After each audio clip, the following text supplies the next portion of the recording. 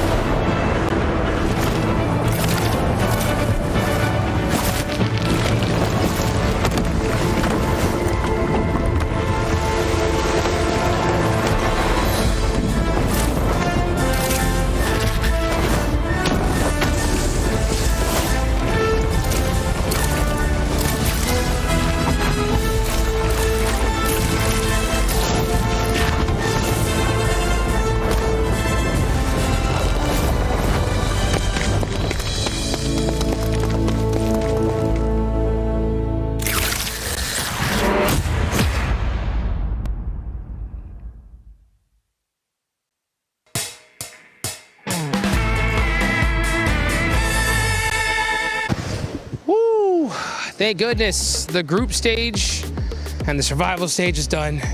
Now we can finally kick back and save our voices for a little bit.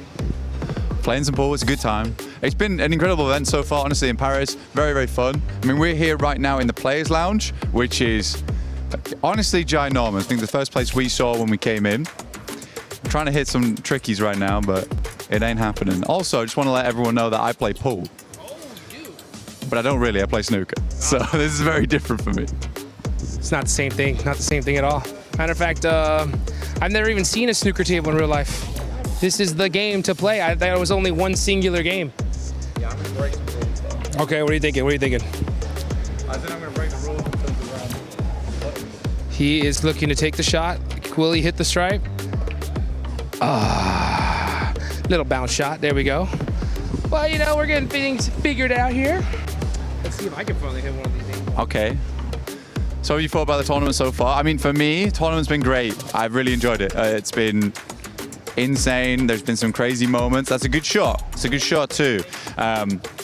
Fourth thrives look fantastic. I mean, Orangutan, Godlike coming in over towards that top 5 is just some crazy stuff. Couldn't believe it. I think everyone I talked to whilst they've been here saying they're having a really good time. Again, everyone's really taken care of here as well. Plenty of stuff that we're taking advantage of as well. Honestly, that's the big thing. Like we're having actually kind of a pretty damn good time here. All right. Yeah, we got our 3 games in. I do watch the other ones, but afterwards I like to come chill here. It's a lovely spot. This place is stupid, to be honest. It's ridiculous, dude. The by far some of the best food I've ever had at an event ever. And this place really does have it all, dude, right? I mean, like every game you can imagine, manicurists on stage, and dude, that lady's insane. Like I've seen some of the girls walking out of there, and now she's like booked out for 2 weeks, which is wild. But I might even get a haircut in a second. I love it. I love it here. You're so hype about you taking the mic back off me as well. Yeah, no, I'm about to get a manicure, dude. I'm getting ready. I'm getting ready for mine. Yeah. But overall, genuinely, PUBG Mobile is I think PUBG Mobile might be the greatest event at EWC. PMWC, EWC, so good. We're biased as hell though about that, but we do get like 2 good weeks out here to enjoy the vibe. You know, it's been in Riyadh quite a few other times, but even there it's been very, very fun coming to Paris. For me, Paris is good because it's a 1-hour flight as opposed to an 18. But I'll still take the 18 to go to Riyadh. Very, very good time. But it does mean I don't have to get a massage whilst I'm here. My back is not ruined. Yeah, I'm in the same dang boat. I mean, when I heard that there was massage therapists actually available, I was like, please, where are you at? Because my flight was a whole lot longer than that. But yeah, man, so far this has just been a crazy journey. And the survival stage just finished. It was tough leaving the hotel room this morning and seeing like 10 teams go home. But at the end of the day, someone's gonna be the champ. And another team is going to be the not champs. I don't even know what I'm saying at this point. I'm just watching. I saw him shoot 2 different color balls. He really does play snooker here, folks. And that was close. That was close. I like it. Look, I'm just hitting balls in holes right now, okay? I'm playing the equivalent of golf, just with a long stick. I hope that's fine with you, dude. I don't know the rules. Tell me the rules. Right? That's fine. I got you, bro.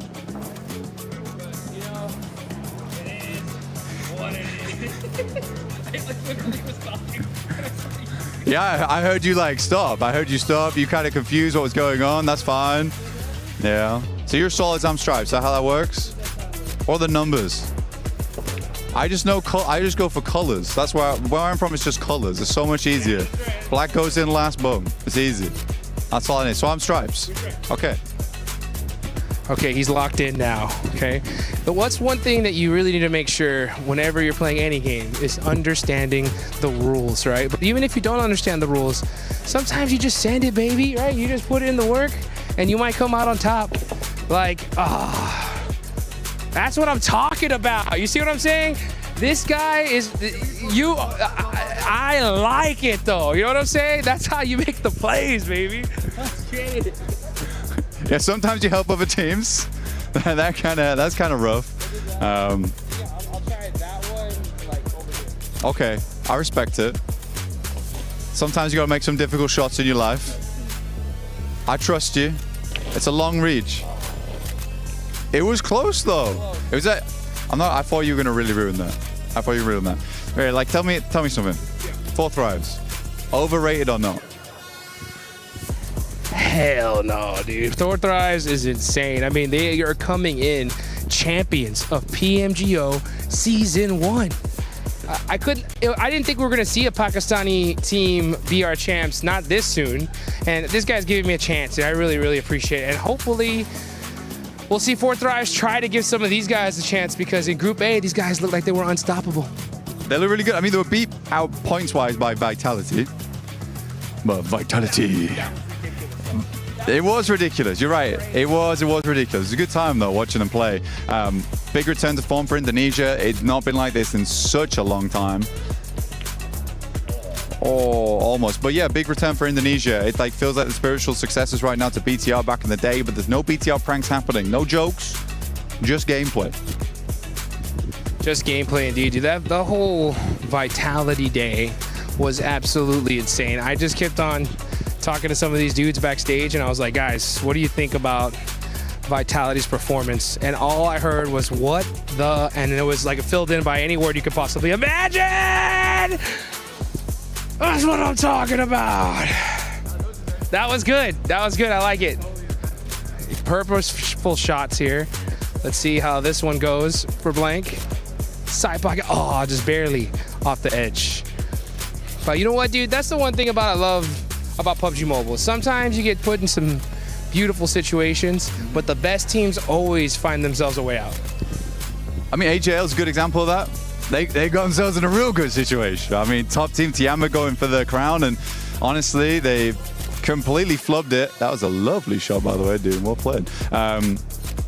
Winning up against Tiamba in that last game, survival stage.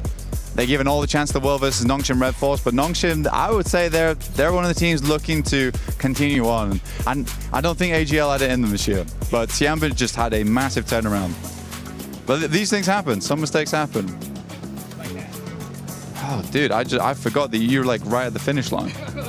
I've got like some more steps to go. You got it. But hey, you know what? That's what it's all about. You just take things one step at a time. No matter what kind of situation you put in, you gotta just figure things out and make it happen. Yeah. Take another one. Sometimes you gotta take a mulligan. Little combination shot. I tried. I like it. I like it. I've made it easy for you though. I've lined you up. You're lined up. You're ready to go. Look, I've created a runway for you. Look. Say, you come down here. You go in this back pocket. Yeah. I've got the lights. I'm guiding you home, dude. I'm guiding you home. Oh! Okay, that was a real. The lights, they guided him home. It was good to see. Let's hope that some of these teams can get themselves guided home to a victory at the end of PMWC here at EWC. Thanks for watching. My name's Blank, and this right here is Hot Jukes. Catch you guys later.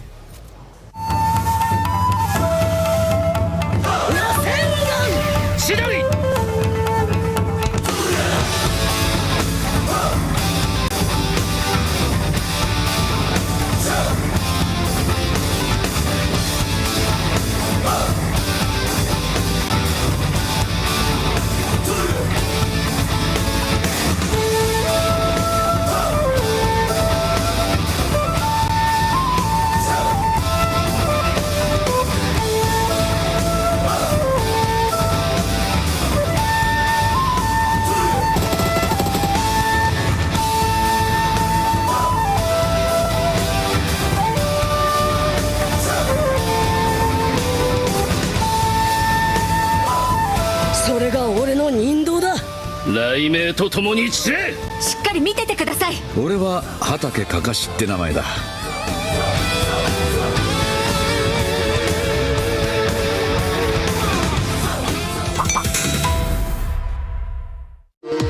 We were there for every click, every clutch, every respawn. We were there for the years of grind, and we're here now, the proud founding partner of EWC. Powering the biggest event in gaming, shoulder to shoulder with the world's best. Making history. Greatness deserves a stage. Lenovo Legion. Reach your impossible.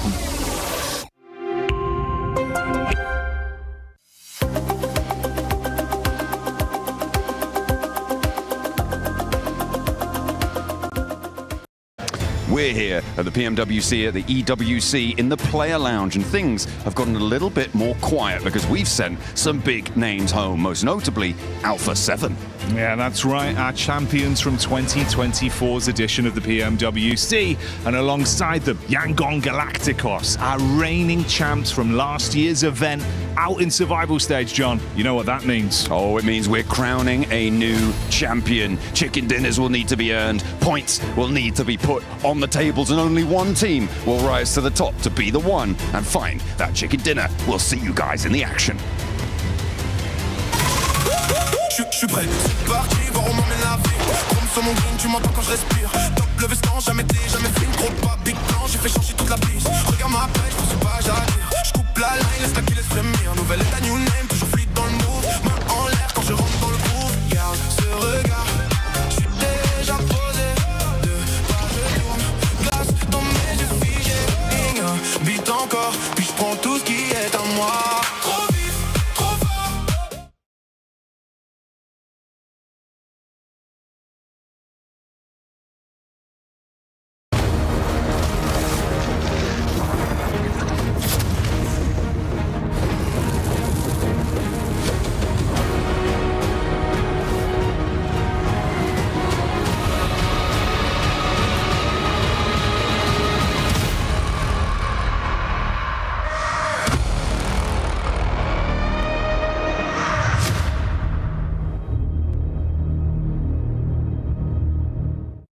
Just too much of a mess. It's just too much of a mess here. We do it live? Seven. Right, we do it live. I think this team's gonna win though. Seven. Wait. Oh, we are live. Welcome, ladies and gentlemen, to the PMWC at EWC 26 News. My name is the 7WG, and I'm joined by none other than Lace. Lace, how are we feeling for the finals? I mean, I'm super pumped today for the finals, and I think we've got a lot to cover for you guys today. But of course, we're here to bring you the program and break it down for you. I think so too, because right now, I mean, we have some important news, and that is the $3 million prize pool is on the line. The format, pretty much straight simple. It's going to be top 16 teams are going to be playing that they have made it from group stages, from survival, from all of that. $3 million on the line. Only one team's going to be able to lift that trophy, though. I mean, that's some serious cash money for our teams. And of course, what would you spend it on? Ooh, I don't know. I don't know, because I have so many kids that... They all get $1 million each. You know what? Even then, it wouldn't really reach it. But we do have some record breakers that are going to be at risk, because earlier on, we did get some a team being able to get 29 eliminations. That wasn't in the finals. These record breakers right there are only for the finals. Yeah, and that was none other than our E-Arena being able to get that on map number 1. Of course, they have a lot to contest to. They did make it through, so this is going to be super exciting. Can they be able to do that again? I mean, I don't know if they're going to be able to. I'm looking at that Tony K, 53 eliminations. I don't know if anybody is ever going to be able to beat that, because that man was on a tear during that tournament. I mean, everything is on a tear during that moment, and I, just got to make sure we don't tear behind this. Talking about crazy stuff, we had some insane moments, especially during group stages, during survival. In case you missed it, let us just back it up a little bit. Let us just rewind. Not only with 7-1, didn't get a chance to make it here to the finals, but that boy almost ended up blowing himself up. I mean, sometimes you just got to strategically place a nade right into your pocket. Or sometimes you just want to call one of those cover flares and let it splash you. And if you think about it, they still were able to do some incredible stuff. But of course, Alpha 7 is one of our teams that didn't make it through today. Yeah, they didn't make it through. That could have been why. But Aura is one of those teams that made it here. And Sleepy is going to be hoping that he is not sleepy today, because he's like, Lace, wake up. Because if he does end up doing that, it could end up costing them the championship.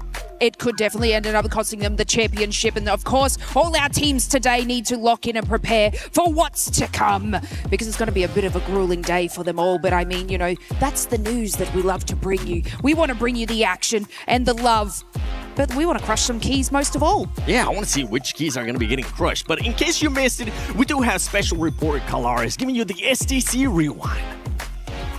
But the thing is that Rondo, the first map, is like ridiculous. We saw a team get 39 points of world record. Wow. And that team didn't even qualify in that group stage, which makes no sense. That's wild.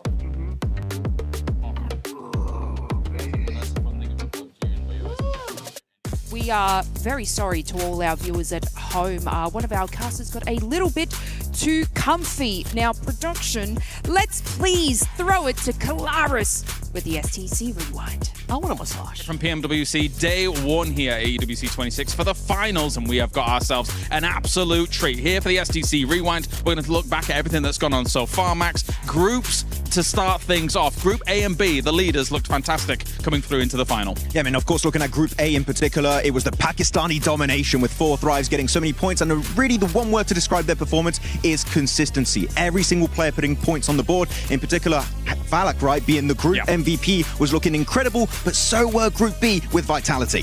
Very dangerous indeed. The smiling assassin in Valak, for sure. I think he looks fantastic. And yeah, Vitality on the opposite side of things, though. Record-breaking results, to say the least. Day number 1, 108 points for them, meant that they didn't really even have to matter what was going on in day number 2 for their groups, but they came out kind of swinging as well, finishing off at 148 points. I think just an insane result from them. Yeah, it was absolutely incredible, especially looking at Federalis with the insane peaks he was doing there, just almost breaking the game at times. Incredible performance from them, and also the duo Ray. But looking now at the teams who were in second place of their groups, right, the Indian teams of Orangutan and also Godlike.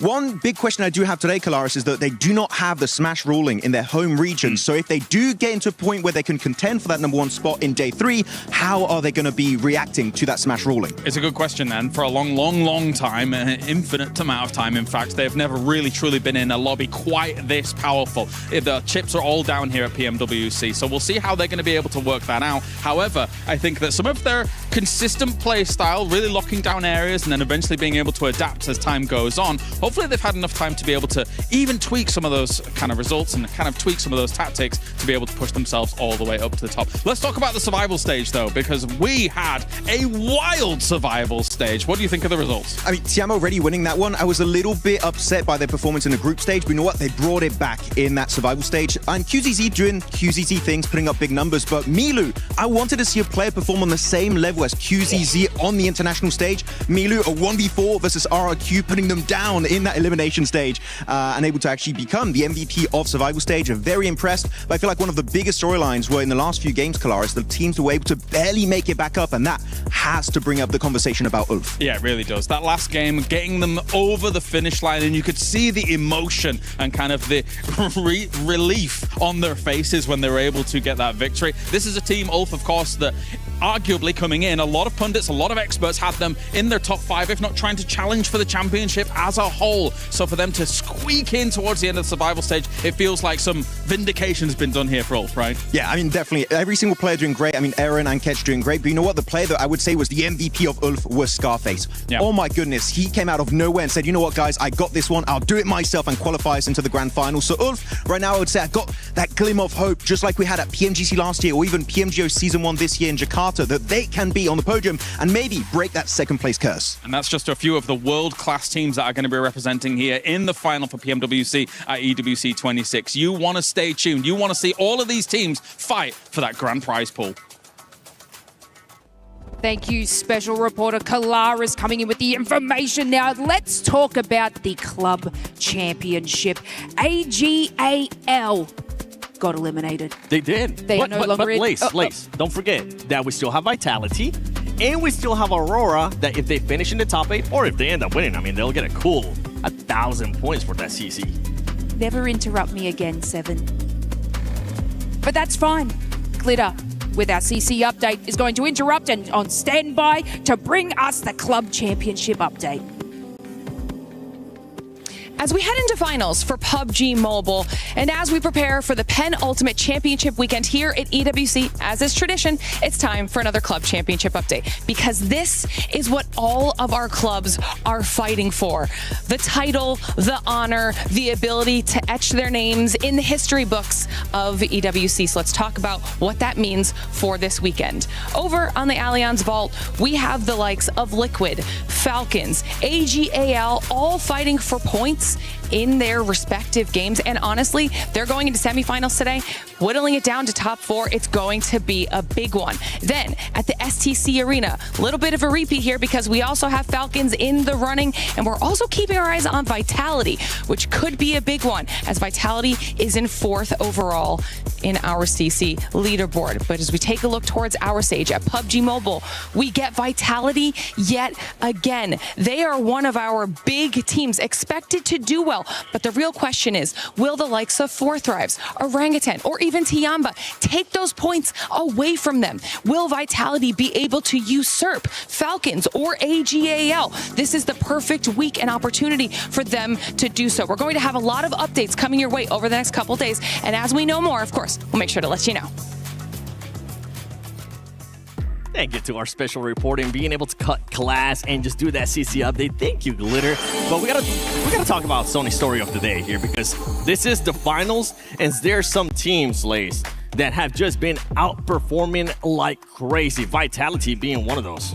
Of course, Vitality, they were able to get the exact same score that Four Thrives did over 2 days.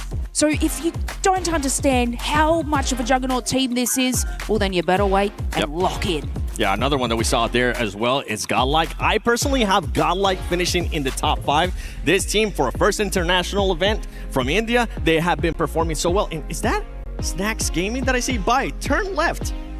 Can I say hello? Bye. It's good. Maybe we'll get a chance to talk to him later on. But we do have some more special reporters, none other than Maxman and Aventura. Let's see what they're up to. And here we have it. We are here at the Analyst Corner for some good old PMWC 2026 at EWC 2026 breakdown. And I'm going to be joined by some co-analysts here to break down everything that might be happening this following weekend. First of all, we got Michael, Niptura, Jackson right here at the stage. How are we doing, Niptura? Very well indeed. I'm not going to do what you want me to do. I'll save that for later. But for now, yeah, we're looking very good, excited for the finals. We all dressed up for the occasion. We are ready to go.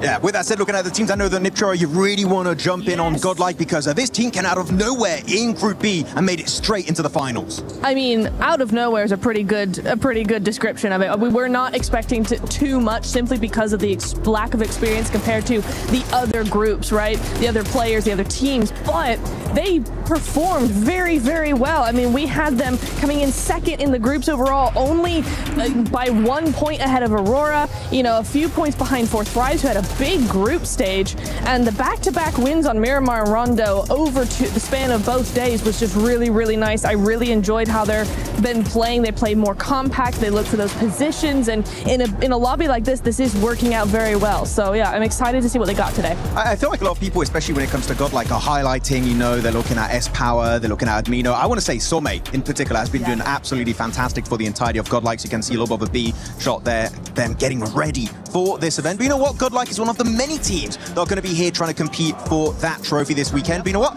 I feel like we need an extra analyst possibly to join the desk right here. But we have to summon him. Oh, yes. Niptro, so you ready? 3, 2, 1. Vitality!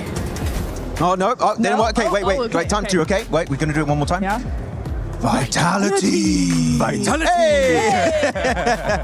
So Vitality, what are we thinking, Blank? Hi there, my name's Blank, special reporter coming in for Vitality so far, doing incredibly well. Razy and Razak, my boy Ray, as well as Federalis and Axel, looking fantastic at the moment. I think Axel's been in a huge amount of work, as has Federalis, opening up a completely new style of shotgun play, which looks completely ridiculous in Game 2. But that's my special report for Vitality. Oh, thanks for the insight. Also, Axel, by the way, the IGL doing some big numbers, especially on that one game against Horror on the beaches west of George Pole. So this team, with how impressive they were in the opening day of their respective group, which was Group B, right, Niptra and Blank, Can we see something similar going into this one, Blank, Mr. Vitality? Ooh, Mr. Vitality.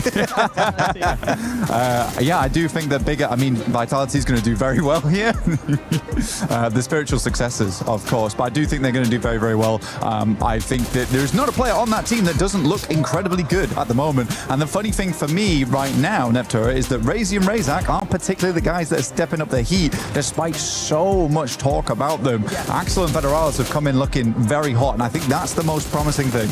Absolutely. I think if you look at any of the stronger teams in globally, just the global circuit, you're going to see players that all have very, very aggressive gunplay skill despite their various roles, right? You don't have just one or two. It's very, very nice to see that come through for them. So, yeah, it's very, very strong looking. And also the fact that they can get so many wins, we were talking about that in the group stage, right? We get so many of those wins, it makes it interesting for that Smash rule that we actually could have a lot of hope for this team to actually come through the pressure and get that win. Yeah, it's very nice, unlike Four Thrives, they can actually get wins, because if they do gain contention for the Smash ruling and the trophy, actually that could put them in a really good contention to be crowned your PMWC 2026 champions. Now, we already talked about one of the Indian teams. I think it's time to focus on the other Indian team, which is going to be Orangutan, Neptura. You already talked about them, so Blank, Orangutan, what are we thinking today?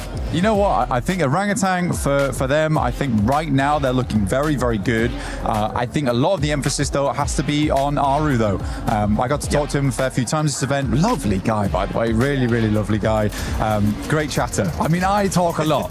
I talk a lot, you see. And I think that's sometimes a problem for other people. But for Aru, good as me, I could just sit there and listen to him all day. But he's bringing a lot of the eliminations. He's also bringing a lot of the guidance to the squad. Yes. Now, there were a couple of moments. I think we're actually seeing on screen now one of those moments, which was a little bit difficult right now for Orangutan. They moved up on this one versus Flash. They struggled a little bit on the gunfight.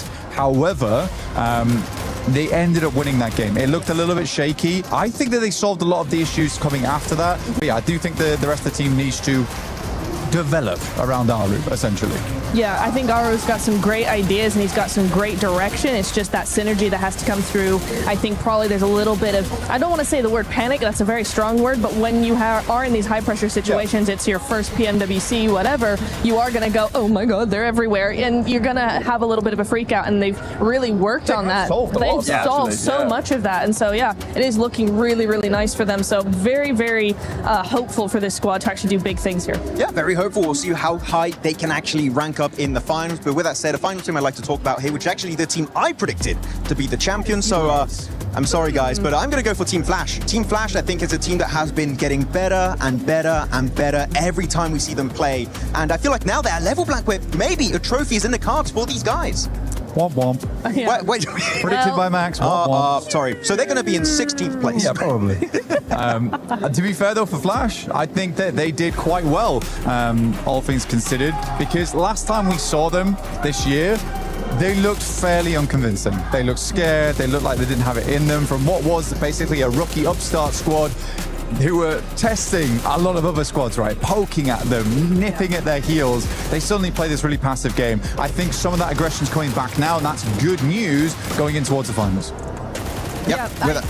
Go for it. No, I do. I agree. I want to see more from them, though. I think in the group stage, you know, they've been heralded as a very, very aggressive, forward-playing team, and I think in the group stages we didn't see that as much as I was expecting to. I would like to see more of that in the finals, but you know what? It could be just a simple thing of, like a lot of teams do, they saving it for the finals, and so I'm like, okay, you know what? I'm not going to hold that against them. I want to see what they got here today. They do kind of remind me of Four Thrives in the sense that every player has that clutch factor, and it's especially interesting. They go from PMGC last year to qualifying because of an airdrop on Miramar, barely able to squeak their way into the finals. So now, actually being a team that consistently are able to qualify straight into the finals of these big international events. So Flash, I feel like, could be a big surprise, especially as they picked up the mantle of Deek Xavier earlier this year, right? Yeah. Could be. Could be happening. Also, last thing, Chicken. Whoa, Chicken right there. There you go. Check him out. He's very cool. Check out the booth right here at EWC 2026. With that said, thanks so much for joining the Analyst Corner here for PMWC 2026. We'll throw it right back to Lace and 7WG. Yes, thank you so much to our special reporters, Max and Neptura. I don't know where we got the budget to fit Blank in there. I thought we spent it on him saying Vitality 100 times. However, our players are now arriving and getting ready for the show. 7, I do believe we are missing one caster. We are... Oh, not again. Not again. He ended up missing last year on the final day of PMWC. We cannot have that happen again. Let's send out our special reporter, Kalares, who's going to be looking for none other than John Allen. Our senior reporter for PUBG Mobile here at PMWC, and a major problem has occurred. It seems we've let one of our commentators out in the wild here, and we've got to actually wrangle him and get him back in. So it looks like maybe a little bit of movement's going on here, actually. I don't know if they're actually going to be able to capture him. This is the problem with commentators. A lot of the times, they just go wild. They somehow get... He's on the move! He's on the move! Okay, no, we've actually got to be able to try and find him as quickly as possible here. He seems to be hiding. I'm not exactly sure if we're going to be able to capture him. This specimen, in fact, actually has a microphone already. You can see. He's dangerous. He's very dangerous. He has a microphone already. That means he's actually ripe for the commentator desk already. They might be able to actually capture him here. They've caught him cornered a little bit. I don't think he's very interested in it, but he might take to it. Let's see if we can place down some bait or something like that. Some bait actually might be able to work. Usually chicken dinners are the prime meal of a commentator here for PUBG Mobile. Will they be able to make it happen? This is a tense moment. John Allen? It looks... I think they might actually have it. They might have it. They might have the John Allen. It looks like... Oh! Did you see that? Get a close-up of that. Get a close-up of that. I think they've got him. I think they've got him. Unbelievable scenes here at PMWC. Oh, that was close. As an Australian, I would have caught him a lot faster. I'm just glad we caught him, okay? This man was on a loose. We weren't able to find him yesterday during the day off, and I'm just glad we're able to set some bait to actually find him. Absolutely, he needs to lock in just as much as our players, 7. They really do, because there is an alert right now going on, and that is that the players are ready. We are ready to rock and roll here at PMWC at EWC 26. Ladies and gentlemen, this is the finals, baby. I'm ready.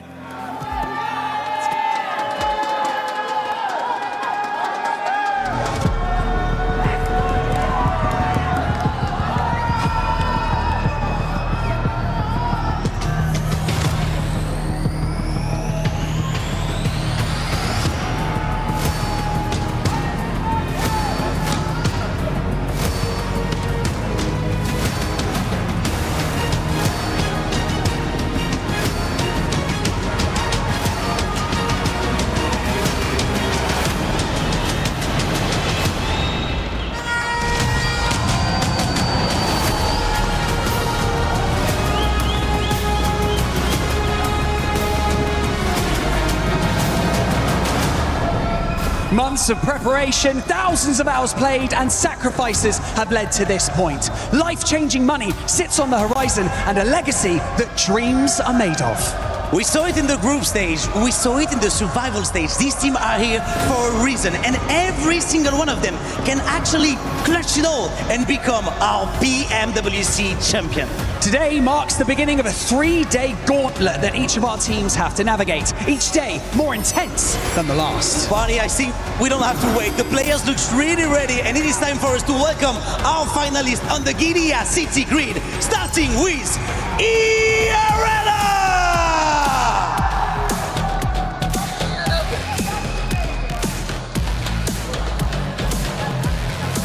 Oof! Esports!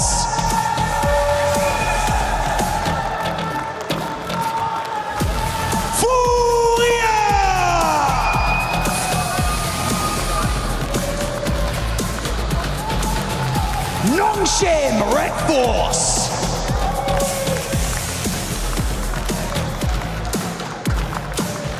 Al Hula Club Esports!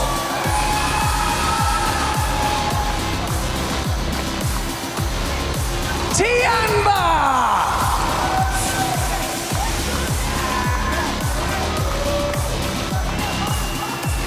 S2G Esports!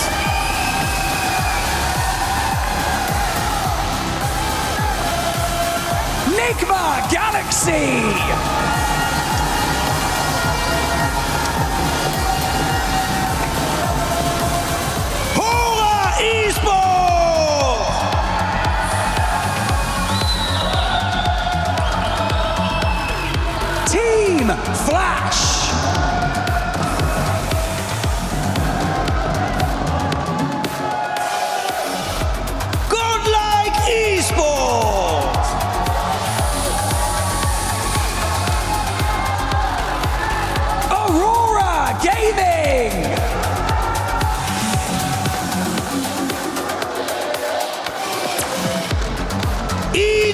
Esports!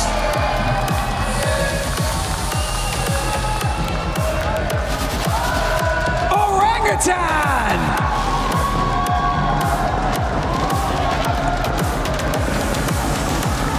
Team Vitality!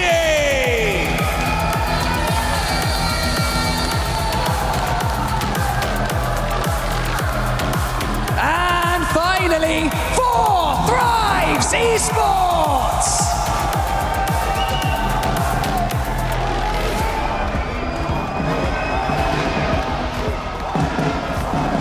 We can't emphasize enough the importance of the next 3 days. On Sunday, we will crown the greatest team in the world. So start as you mean to go on. Absolutely no room for mistake. If you want to be the best team in the world, you need to prove it from the very first day. The PMWC Finals at EWC 2026 starts right now!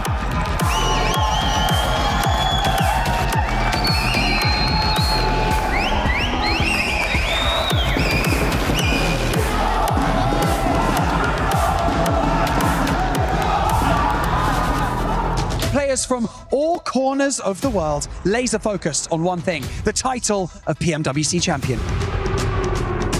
Fight smarter, adapt faster, and deliver when the pressure is at its peak. That is what it takes to keep this dream alive. So welcome to the PMWC at EWC 2026.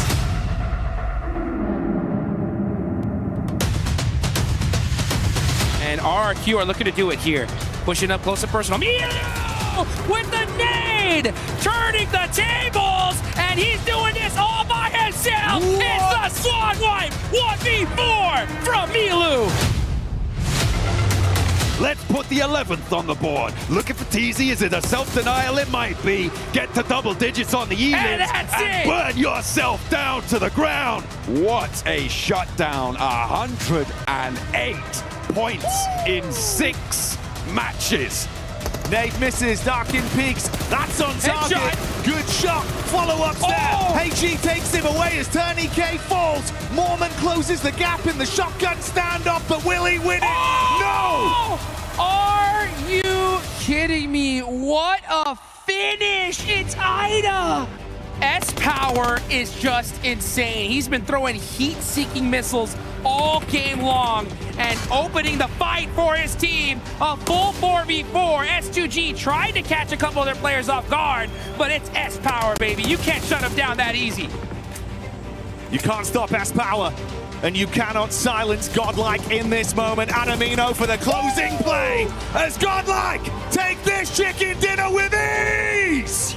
That is how you do it here, folks. And you can see the look on their faces saying, make some noise, Paris. It's Godlike's time to shine. You see on Rondo, it is madness in the Ox Factory. Nice. A big nade threaded on up, and it's finding 1 and 2. Falak charges on forwards, and they're cutting the rosters in half. Another one right up in his face. They go wide. Top's moving around the side. Aurora, a difficult beast to handle.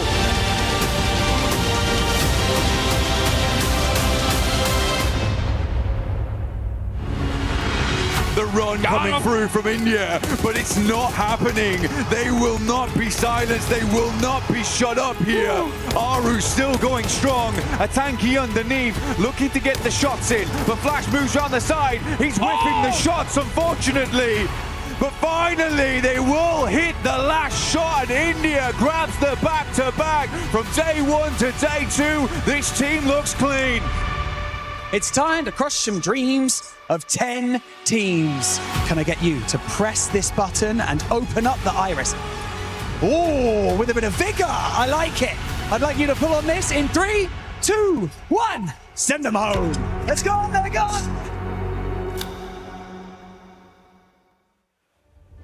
I don't think we could have set the stage better ourselves. So it's ironic that we were featured in that nice little collection of replays there, Blank. An incredible way to give you a glimpse into what's gone on over the past couple days. But it's going to get even more climactic here. The best of the best return to the lobby, and this is where dreams truly do become reality. I'm slouching, but hopefully the players aren't, because this is a day, right? Day one always gives you the most freedom, the most chance to get a big buffer online without that stress, because we saw that come through in survival stage. Yeah, teams were sweating, teams were shaking in their boots, but it's time to get boots on the ground over on Rondo very, very soon for our first match of the day. Who's going to grab that gargantuan point total? Can someone try and repeat something similar to E-Arena? Maybe not the same, because that's once in a lifetime type of a deal. Well, if there was a time to pull it out, try and elevate a world record even further, hey man, there's no better stage for it, no better crowd, no more excitement and anticipation than right here, right now, live from the Qiddiya City grid at PMWC, at EWC 2026. 3 years of intense competition, twice we've had brand new champions crowned, and this year we'll get another one.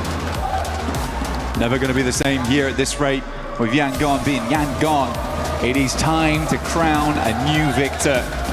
Who's going to be the defending champion? Will they be able to defend it next time? But right now, all that matters is getting those points online. Playing path is in the air for day one of finals. Match one, Rondo. Let's get it started. Energy in the arena already. It's good to hear you, Paris. Let's keep that energy going throughout the day. We'll set the stage for you as we get our playing path on board for this one. We've had some pretty good games of Rondo, mate. You touched on E-Arena there. That was something to be remembered. But the consistency and the level of aggression we've seen from these teams back in their respective groups was intense. Now we put that all together. A big hodgepodge of talent. They're going to be stepping over each other, Blanked. I mean, they will. They will have to, because there's going to be bodies on the ground shortly, as soon as these players start dropping in. E-Arena here, though, and teams do need to be worried. They've been taking this little odd stadium drop where they've been searching out players from different teams on their res beacon positions. Now, if you are remembering our game versus Alpha 7 just the other day, on Survival Stage Day 2, they had a real tough time of it. They were able to hold out, but E-Arena made their lives extremely difficult, but it wasn't just them. So let's see what E-Arena can get done, because a lot of teams are going to be taking those res beacons off towards the northwest side with this playing path as the fights do open up towards Yulin.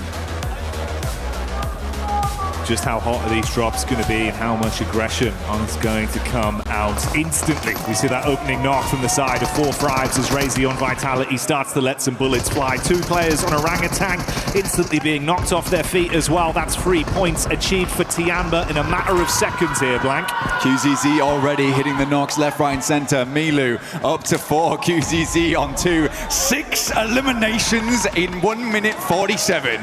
That is an incredible result already for Tiamba, and they should be able to get the easy res beacon. They've already cleared out most of the damn teams in that position. Yeah, that's an unbelievable start for Tiamba.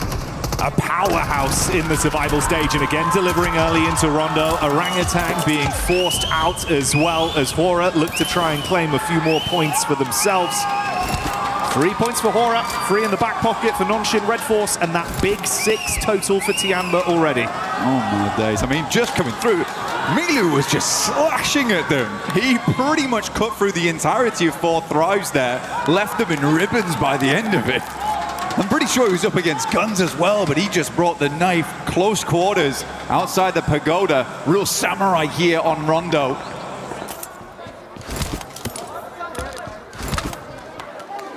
Start as you mean to proceed, it seems then, for Tiamba on today's games. Sleepy taking the clash back over to Zizzy there from Nonshin. Going to be able to force him out early. Nice. Oh, that's a great lineup, bud. Lord coming swiftly in with that one onto S2G. Gorgeous stuff here. But for S2G, got to chat with him for a little bit.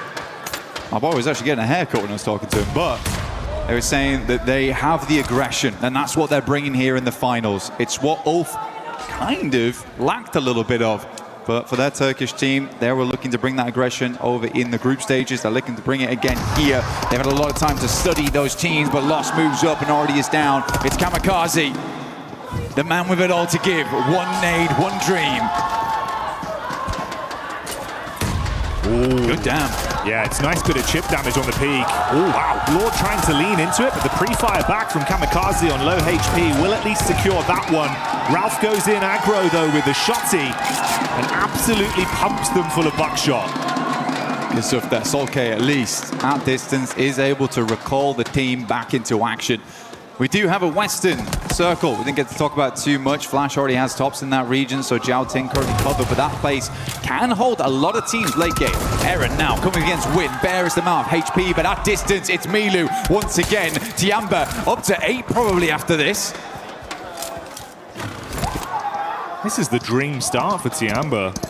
And Milu, the fact that he's got 6 individual eliminations alone, mate, he was just popping off back in the games we'd seen previously. If he feeds the hot hand and can keep this going throughout the whole day, good luck.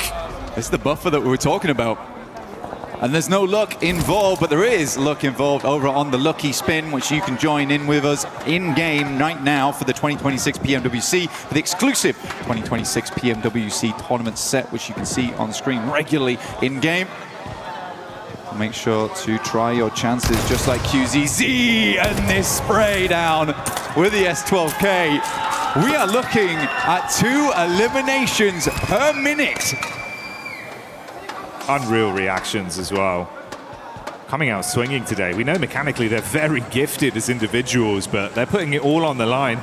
And hey man, that's the way to do it, right? We were touching on the fact if you can have a huge pop-off game on Rondo, the extra buffer of points from the sheer quantity of additional eliminations you can garner from this battleground, it's worth its weight in gold, especially in a 3-day finals environment like this. You gotta get in there and get stuck into the thick of it, and Tiamba are doing just that. Again, for Tiamba, their biggest success in the survival stage was the fact that they started out so incredibly hot, where it felt like all the weight was off them a lot of times. At Milu making that 1v4 look real easy, I think that came from the fact that they had nothing to lose at that point. They were already in. They're just pushing a little bit further there. We haven't talked about it too much so far on the cast, but we do have Smash ruling this event.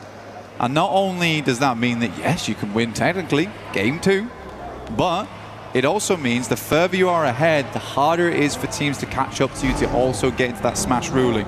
So we are looking for more similar result to 4 Thrives as well as Vitality in terms of how far they sent themselves ahead in those rankings to make it difficult for any team to catch up to really engage that Smash ruling on the final day.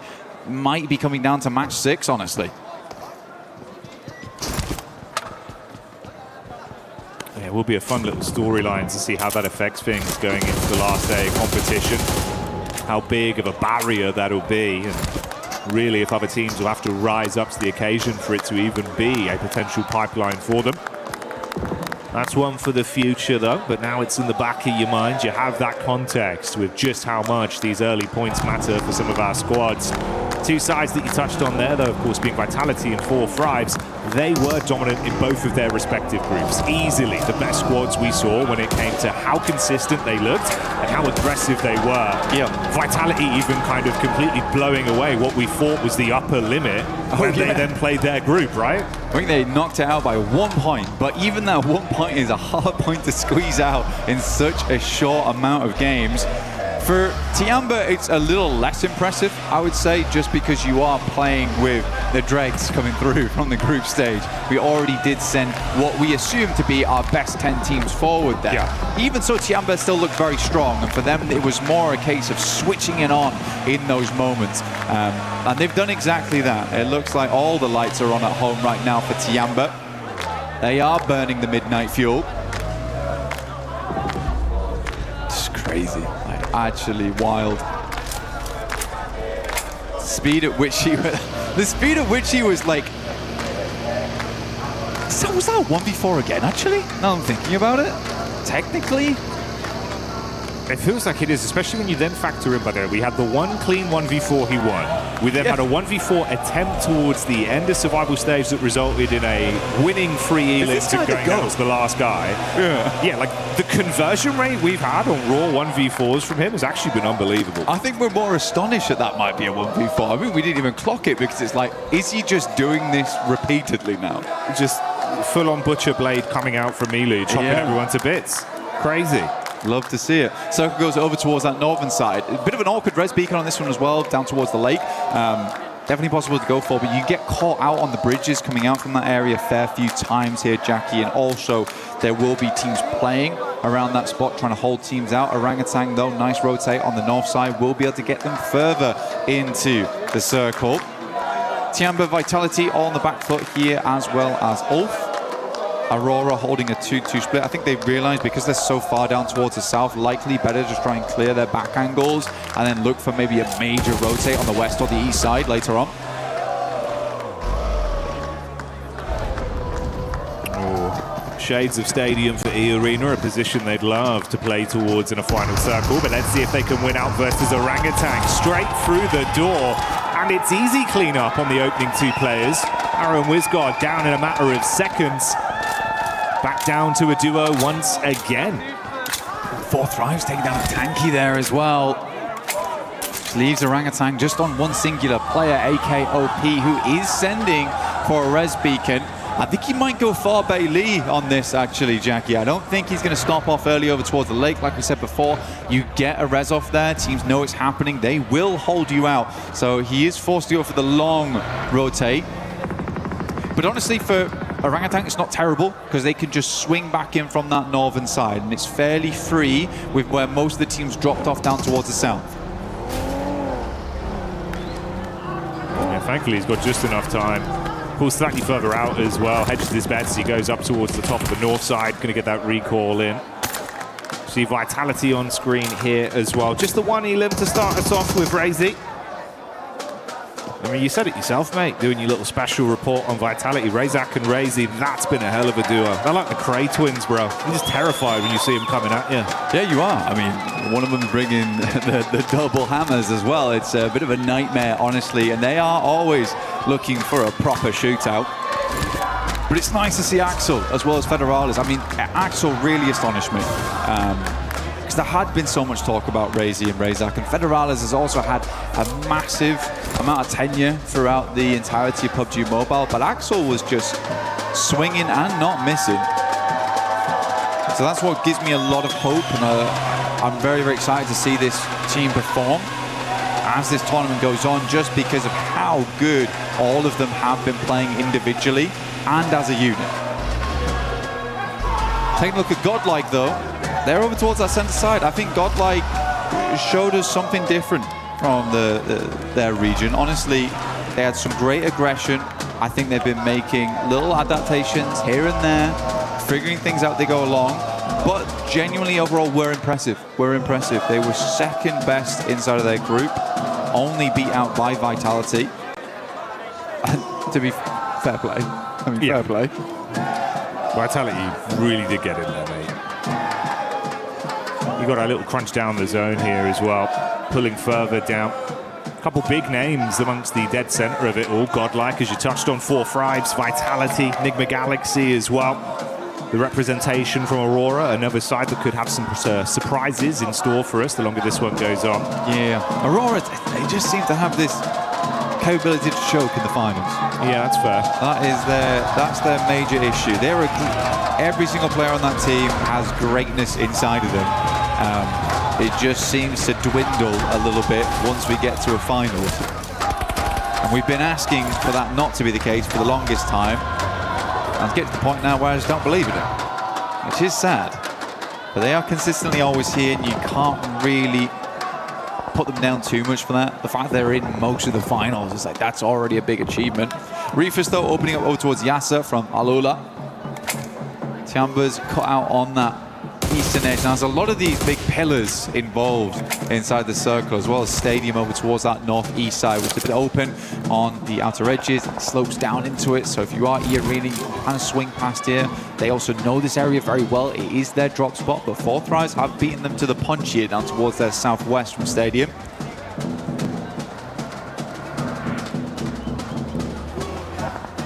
Excited to see what the form of Fury is going to be looking like in a final situation again as well.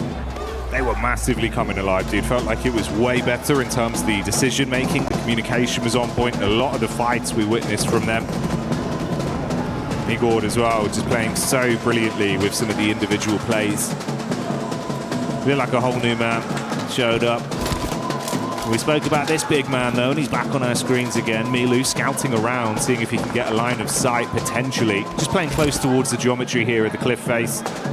It's Ulf that aren't too far away. Eagle and Aching desperate to get some elims on board. I mean, man, every single one over on Milu and QZZ, but these guys are the fraggers on side. Aching, a lot of times playing off the back of him. Eagle, very, very good at playing that anchor style. Generally is the last player to go down. Plays that survivalist very well for them as well. But yeah, you're right, Furia looking good. Igor's, I think, was a big surprise. Yeah. They've got big names on that team like Chief, Ayala. Silence also doing a lot of good work. But yeah, Igor's was just really giving it to a lot of these squads. Now, we're getting in towards our later circles with quite a lot of damn teams still involved. We talked about Jiaotin earlier on. It can house a ton of teams. It is uncomfortable to play in, and swinging from apartment to apartment is not always easy. And there's a lot of difficult windows and little places to pitch nades in. We can't quite get those full finishes on. So I'm curious to see how this will play out. I think it's going to be a little bit of a passive game going towards the end, but you do have to get in towards Jiaotin. See over on the side of the stage, the Nick the Galaxy fans getting quite excited. But meanwhile, amongst the battleground, it's S2G that feel the hammer crash down on top of them from Nonshin Red Force. The hero of Hyunbin starting it out well. And only one man in last, forced to bail out and try and keep their dreams alive as he breezes out of action. There's Aurora as well, clashing against Ida Blank. I mean, Ida tried to get in on the northeast side, which I think is, at this point, a little bit too late. They got crunched in by Vitality as well as Aurora. I think you somewhat deserve that coming into this stage of the game. Jiaotin's still far on the western side, but because it's such a big amount of landmass with a lot of places to play, you do see a lot of teams confirming here early, but you sort of want to be on that end where Aurora is, Vitality, where there is those clear exit points across the road. A lot of other teams have to take something a little bit more unfortunate. Fourth rise though, Joker stepping up to the plate here, spraying through the smoke. There's one close. He's giving himself away though, Jackie. Yeah, this is risky, bro. IQ had to be so swift with a shotgun here. It's Joker just teasing them, dancing around on top of the rocks. So much damage already done to 4 Frights. This would be a hellish way to go down. And that's how they fall in our opening game. E-Arena. Arena down, but back on board with Tiamba. Milu finding the first, as per usual. Scarface desperate against it, but he's just pushing up. Aching will find another shot. Solus is down. This is looking very, very bad for Ulf. And Tiamba puts up more points. Milu on a fat 7 so far. It's not going to stop either. They want even more. Squeeze whatever points they can get out of this one. Eren had to tuck his tail and absolutely bolt it. Finds a lone rock in a field and gets his head down. Turns his attention back up onto him though. Few shots as he dumps the magazine towards Milu. And someone needs to stop him, Black. Milu is just out of control this game. You're right, needs to be leashed. QZZ still taking some damage here. I'm kind of curious from where. If it's Fury, actually taking a couple of pot shots over towards them. Eren not letting up. Just about press over the top of that ridge side. They're going to take the blue for a little bit to try and deny those sightlines. They make their way over towards the pagoda. Just about in here, Jackie. Difficult spot to play. Curious to see how it does work out. Aurora, it seems like both them and Vitality have been tossing a couple of curveballs at one another. Well, Eren does find Eagle. Goodness me, still being a nuisance on that east side. Fair play, man. He's thinking, you want to try and ruin this for us on game 1? We'll at least make it uncomfortable. Force out the utility, see what he can scrap through onto them. Can't really make a move towards that recall. The zone coming in, and that's going to really crunch up away from all of them. Still dead center for Vitality. Yeah, Vitality's actually in a really good spot here. Like I said before, it does give them that capability to move out over towards that northeast side if needs be, but they also can crunch every single team on that western side. There was one player left remaining from Ida. It is Darkin. He is over on the eastern side of Jiaotin, just hanging out for the time being, but that does kind of save grace for Vitality. because they'll hear the shots immediately if someone tries to rock over towards Darkin. Just give them a brief opportunity to reassemble and reassess how they want to play off on that eastern side. Quick replay here from Federales, just instant shots. I think this has been a key factor for Federales throughout the entire tournament as well. Reaction speed. He is quick with it. It was quick and on a disgusting angle as well, so good plays. Oh, Federales, no one clears it! Hello? He doesn't get the playoff! What? They turn around back onto it and Federales falls! What's gone on there? This is an insane push from Tiamba, by the way. They have practically mostly lived it. Only QZZ goes down. I don't know how Tiamba is here. They immediately scarpered from that south side, and they took the most bold push. I was like, goodness me, Vitality's going down. And I was like, goodness me, Vitality's going down to Tiamba of all teams. Mate, this is lunacy. Milu's looking for the nade as well, wants to really commit to this. Meanwhile, the last man from Ulf goes down. They fall second into our first game. Milu priming the nades. Oh! Nice, good nade from them. Hits it back. Axel and Razak still up and kicking. That nade looked dangerous. Milu's down, tries to crawl his way back in towards the smoke to mask his presence here. QZZ still alive. Last of a player up, probably the one you want to see as well here for Tiamba. 14 eliminations this game so far, though still decent. That is greedy. Vitality's gonna let it happen? Oh, mate. He's gonna get it in. The res is gonna get him back up. The insane bit was as well, it was the nades from Aurora from all the way in the backline that got that initial knock back over onto Milu. Vitality have just been caught in the middle of it all. Most aggressive game of badminton with nades being bounced over the top of their heads. Molly in round the corner, QZZ with a nade back. He's just going for it. Angle. Good night. No way. Good night. The shotgun knocks them both out. This is what I can't believe about QZZ, because he's like, I've run out of grenades. You see so many players just step back and be like, that's it then. But he's like, if I can't do it with a nade, I'm just facing. I'm fully facing. Now Aurora, they're pushing on the sidelines. Can Tiamba hold? 2 versus 4 here. It's a tough one. The opening grenade is not good, but Reapers is taking a ton of damage. Top bullet finds at least find QZZ, and it seems like Milu will also go down. But 16 eliminations, a fearsome game, even going out in 11th. And I'm sure you can hear that. The entirety of the arena here in Paris lighting up. A spectacle to start here on game 1 of Rondo, and it's Tiamba that lead the charge. Now out of the running, let's see if anyone else can try and mirror their success with what remains. Flash moving over towards Aura. He's on the south side. They're kind of fighting for nothing on this one as well, because they need to leave at some point in the near future. Jiggle. Fair bit of damage. Flash still got bows in the back line here, lining up a grenade inside the warehouse. Hard to pop these off the wall though, because of all the concrete inside. Godlike though, dealing with Nongshim Red Force. What? Tizzy just lets him run straight into the barrel. God damn. Shotgun straight to the cranium. Blows him away. Godlike clapped back upon from Schweppes in the distance as well. Gets an angle onto him. This is looking tiresome for both teams. I mean, Nongshim down to just the duo. Godlike with only 1 man left remaining. And Alula, they've seen the blood in the water. They want to see if they can roam over. They smell potential points here. Why not? Honestly, grab them where you can. Alula sends up Yasser. Nongshim Red Force has not got the reset online at all. Still priming nades upstairs. There's going to have to be a big hole. Tizzy on the outside. Luckily, that Molotov is not on target. Tizzy's just going down. What are we doing? Mate, this is nutty out there. Tried to drop off the top of the rafters, spamming the shots. It's all gone. I feel like Tizzy just panicked. I think so. You just get the res in, bro. Drop the smokes, get the reses. They missed the first molly. At least challenge the res. Goodness me, man, you're going to go down to a perfectly placed Molotov here from Alula. I mean, hats off to these guys. They currently control the entirety of the northern side to themselves. Irina looking to put up another good point here. Aurora playing with our hearts right now. Opening up with maybe a gargantuan game. Leading them to believe it is possible once again for Aurora. Enigma Galaxy coming out swinging as well. Might have been a bit quiet in terms of the overall aggregate elims we've seen to this point, but we know it's a team that can deliver with some consistency late game. They've got nades as well.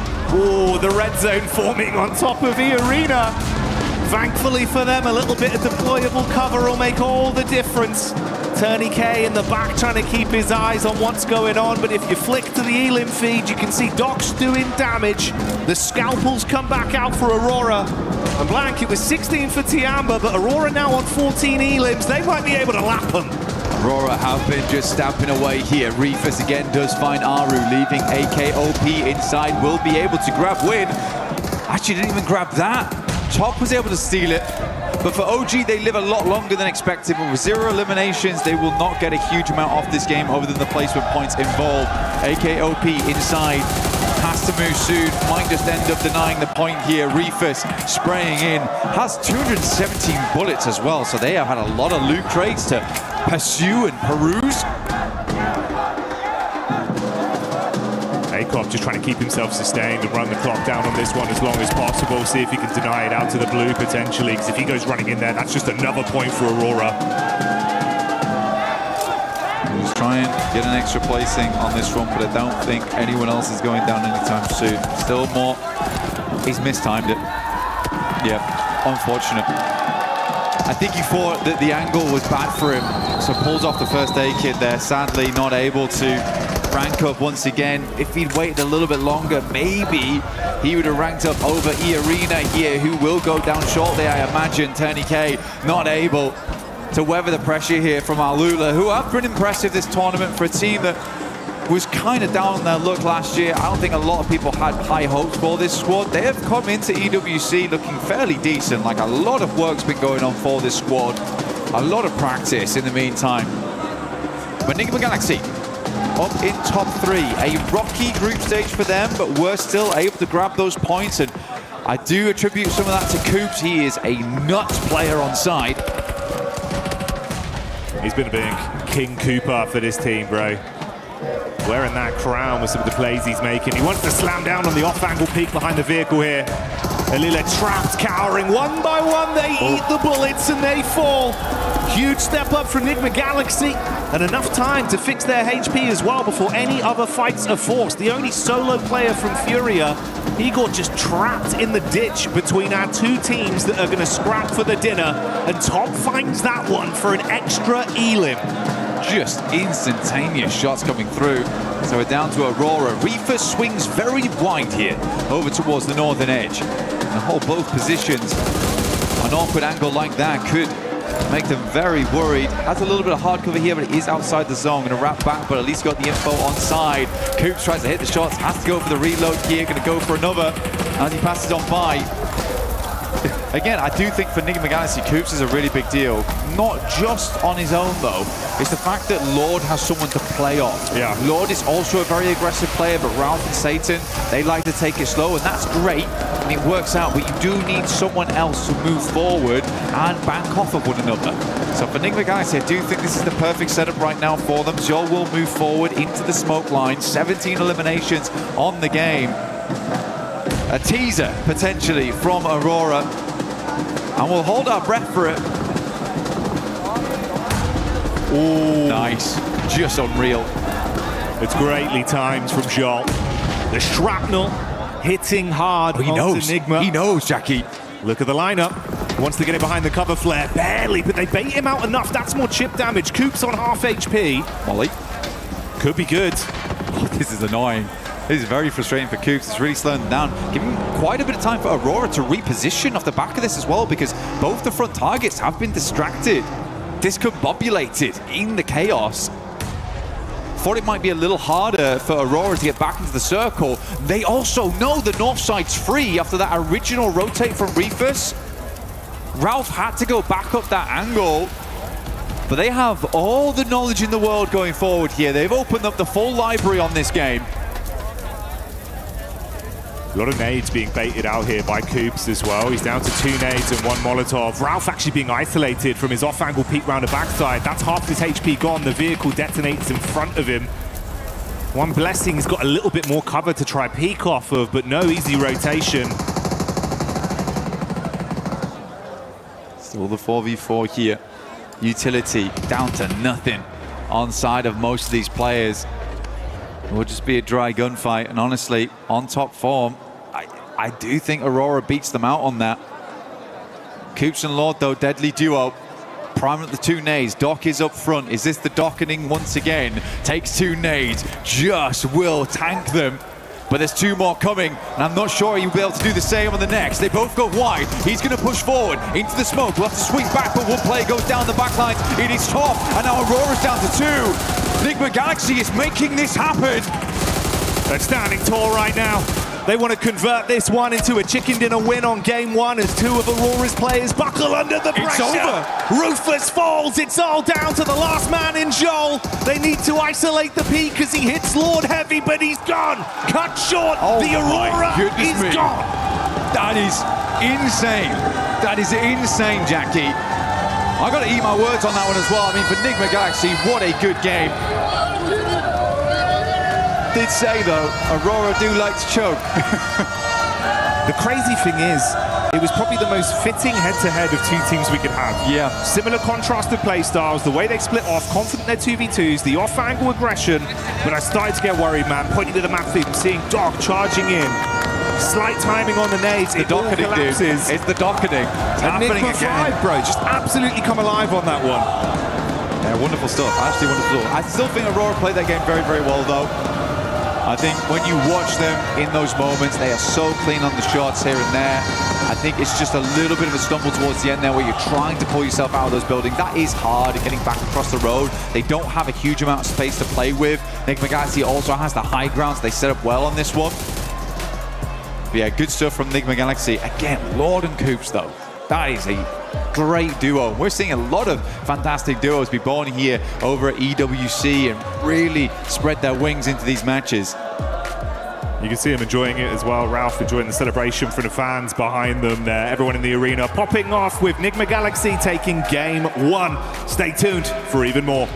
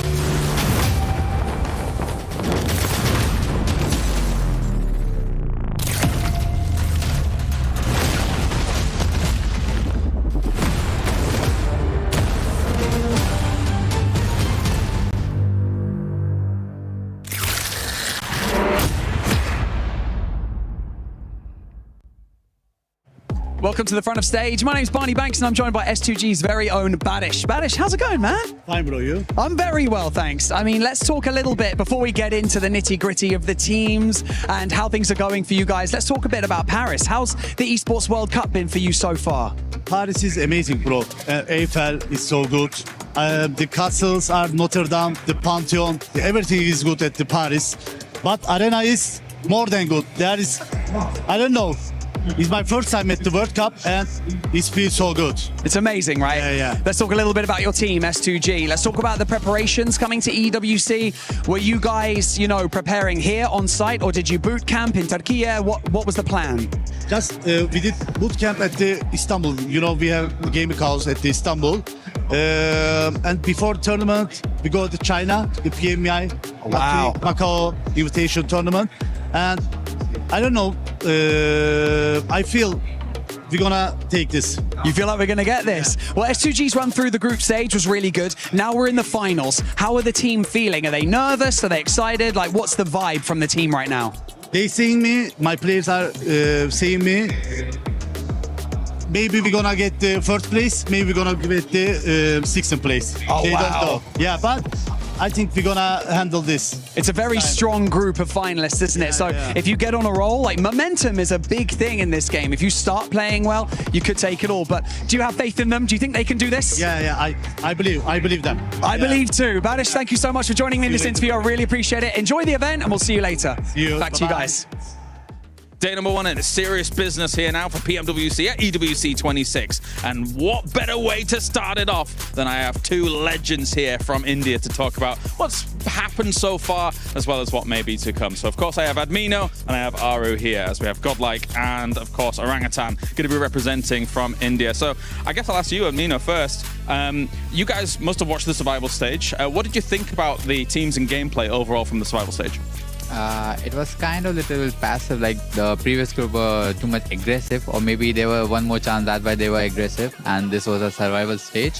But I think Tianba got the momentum, and the top 6 were expected, as we have decided already in the podium thing that we have a fun activity over there. Yeah. And I think Alula gave a little bit surprise, and I hope so they perform good in grand finals also. But I'm hoping for Tianba to carry forward the momentum that they have already got in survival stage. How about you, Aru? What did you make of the survival stage? We tried to grab as many things as we could from the playstyles and the lobby structure to get a better understanding and to be able to predict better what the structure of the finals lobby would look like. And obviously we don't really fear anyone, but yeah, there are many respectable opponents that we need to respect in game as well, as much as we should, not more, not less. So yeah, we are confident coming to the finals and looking at the survival stage. We know that when teams have like only one last chance, it's like they play more in pressure, and yeah, that's it. All right, so I wanted to actually ask a bit of a fun question since we've got two fantastic teams here. I'll start with you, Aru. If you had to take a player from Admino's team and add them to your roster, who would you pick and why? Maybe Espoir, because he's really consistent. Okay. Same question to you, Admino. Who would you take from Aru's team and why? Aru, I insist, because he's a good IG. What do you think about that? You think you're a good IGL? You think that's fair? I don't know, I just work. All right, so kind of final thoughts, kind of look at the finals as a whole here. I'll start with you, Admino. Well, what's your expectations here for the final? Obviously, it's an amazing lineup of 16 teams, arguably one of the best lineups of all time here at PMWC. So how do you think your chances are here? Well, I wouldn't be saying anything. I'll just prove it by performing over it. Perfect. How about you, Aru? What are you thinking for the final? I'm just here to play and enjoy the 18 games because I love this game. I don't want to feel any pressure or, set unnecessary expectations from myself. If we are going to enjoy the game, inside the game, then we are definitely going to perform well as well. Gentlemen, thank you very much for joining me and best of luck today. Thank you, Kalaris, for that amazing interview there with Admino and none other than Aru. But it does end up coming down to Aurora at the end, even though Enigma Galaxy won. Congratulations, Enigma Galaxy. I gotta give this team some props because we're finally seeing the MVPs show up for that squad. But Enigma Galaxy, Coops, especially at the end, what a surprise for them being able to come out with a win. It's so nice. Just in my notes, I just have Coops because that's all you gotta say, really. I do. Can confirm. Yeah, so confirm. You see that? Yeah. I can't read that. Yeah, my handwriting's not great. But Coops was awesome. I really love the jump that they're coming through throughout that game, right? They played on that edge side. They waited for their moment. They bided their time. And what I loved particularly here, Max, was their push onto EA was not super aggressive. All they wanted was space inside the zone. They didn't go for that full push and that full clear of the team. They're just like, hey, we want some space. We're going to take it from you, take a couple of points as well, and then wait some more. I really liked that from them. I have an idea, but this is just pure speculation. Maybe I'm reading too much into it, but I'm like, maybe they slowed down the final to E-Arena, hoping Al-Ula would go for a third party, and then they could let them fight each other and pick off the rest. I don't know if that was the actual reasoning, but it's how it worked out in the end, and because of that fight in particular, they get a 23-pointer tied with Aurora Gaming. Lace, and we get just pure aggressiveness right off the bat. This feels like a PMWC finals, baby. As 3 teams were able to get 13 or more eliminations. Aurora with the 17. Tianba started off hot as well. Man, I did not we came out of that survival. It's just not.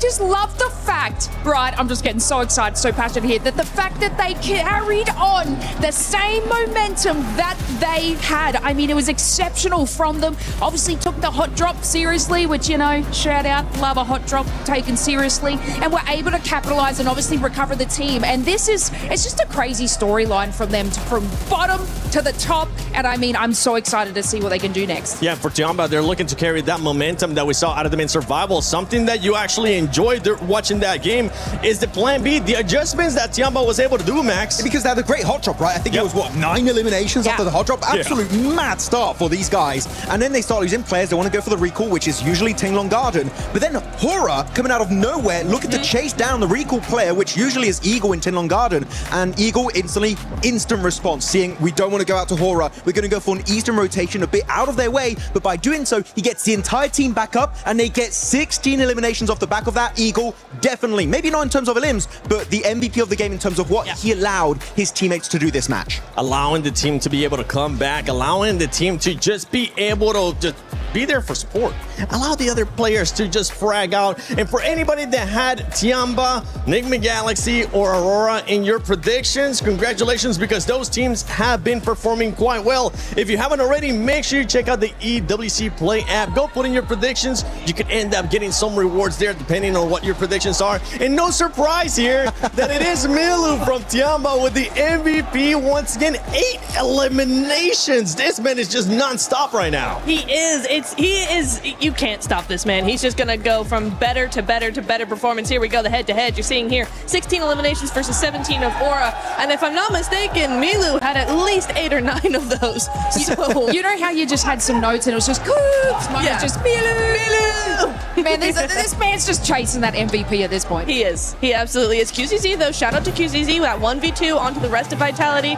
He was wiped out by Aura like seconds later, but yeah, some really, really good stuff there. There's a lot more players on the team than just Milu that are really fragging out. I mean, I was wondering going to this, are we going to get group stage, Jamba? Are we going to get survival stage, Jamba? Clearly, with this opening performance, 7, it is survival stage, Jamba, in the finals. And we're hoping that that's going to be the case. If you're a Tiamba fan, you're going to be looking really happy. If you're a Fourth Rise fan, Fourth Rise, so it's looking for a comeback here. Same with OG, but let's see what's going to be happening here on the second game of PMWC at EWC 26 Finals. Thank you, 7. Great breakdown there, recap of what we saw on our screens live in Game 1 of Rondo. Starting to get a little bit louder in here, but Paris, I want to know, how loud can you get? Let's get some noise going! It's a good crowd. It's a real good crowd here we got here in Paris. Supporting all their teams. I mean, the Enigma Galaxy crowd, they've been loud. We'll see if they can get louder. As Enigma Galaxy are doing fairly well here so far. It's really, really nice to see. I think, again, mad props to Coops. First of all, mad props to actually being here. The guy's dodged so many events at this point. Finally gets to play some matches. But yeah, the rest of the team's also looking fantastic. Ralph looking a little bit more reserved, I would say, in the gameplay, which is good to see. Holding those angles. I actually liked where he set himself up.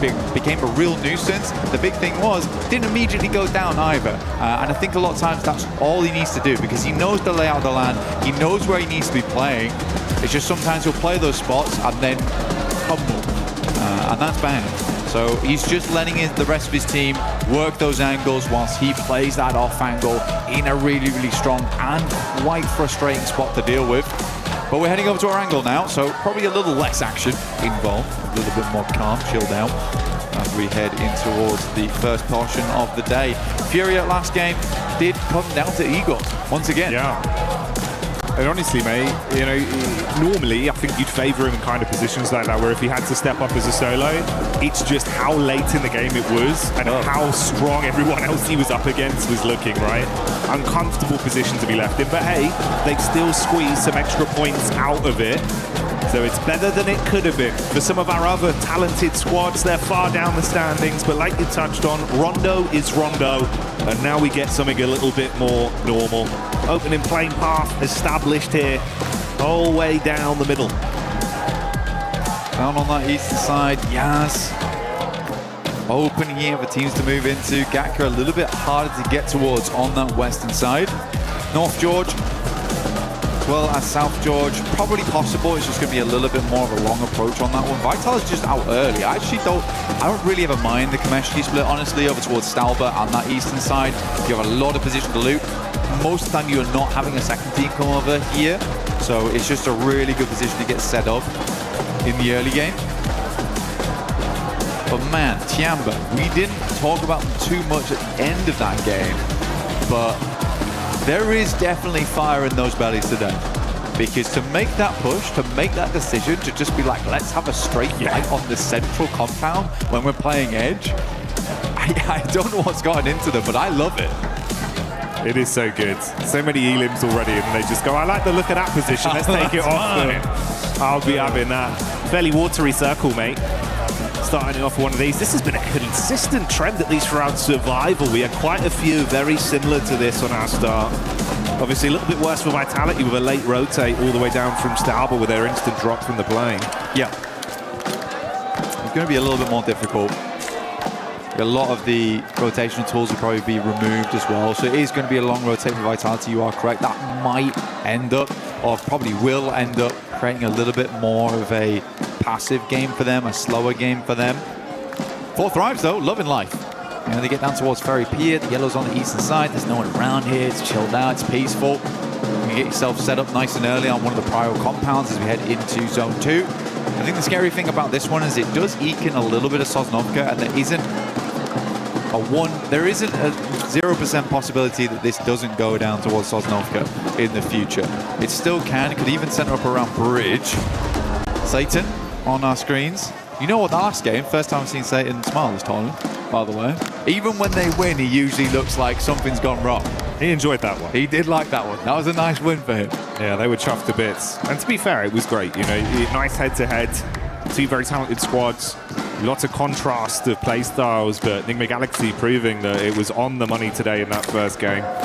So low on utility, but made every bit count. Can they keep it going, though?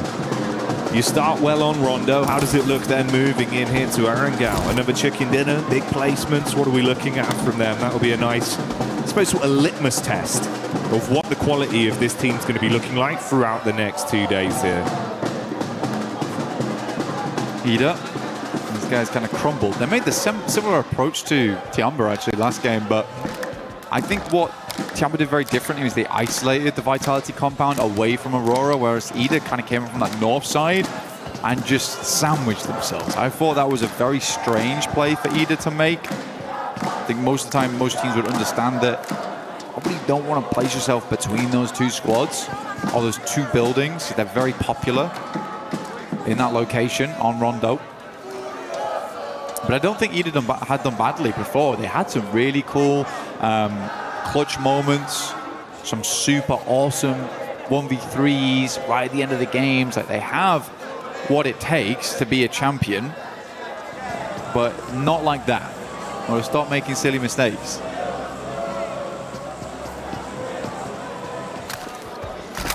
And obviously we touched on Vitality going down kind of early into that one. 2 other squads that I'm assuming towards the end of the day will be in a very different place to where they are in the standings right now, would be both 4 Thrives and Godlike.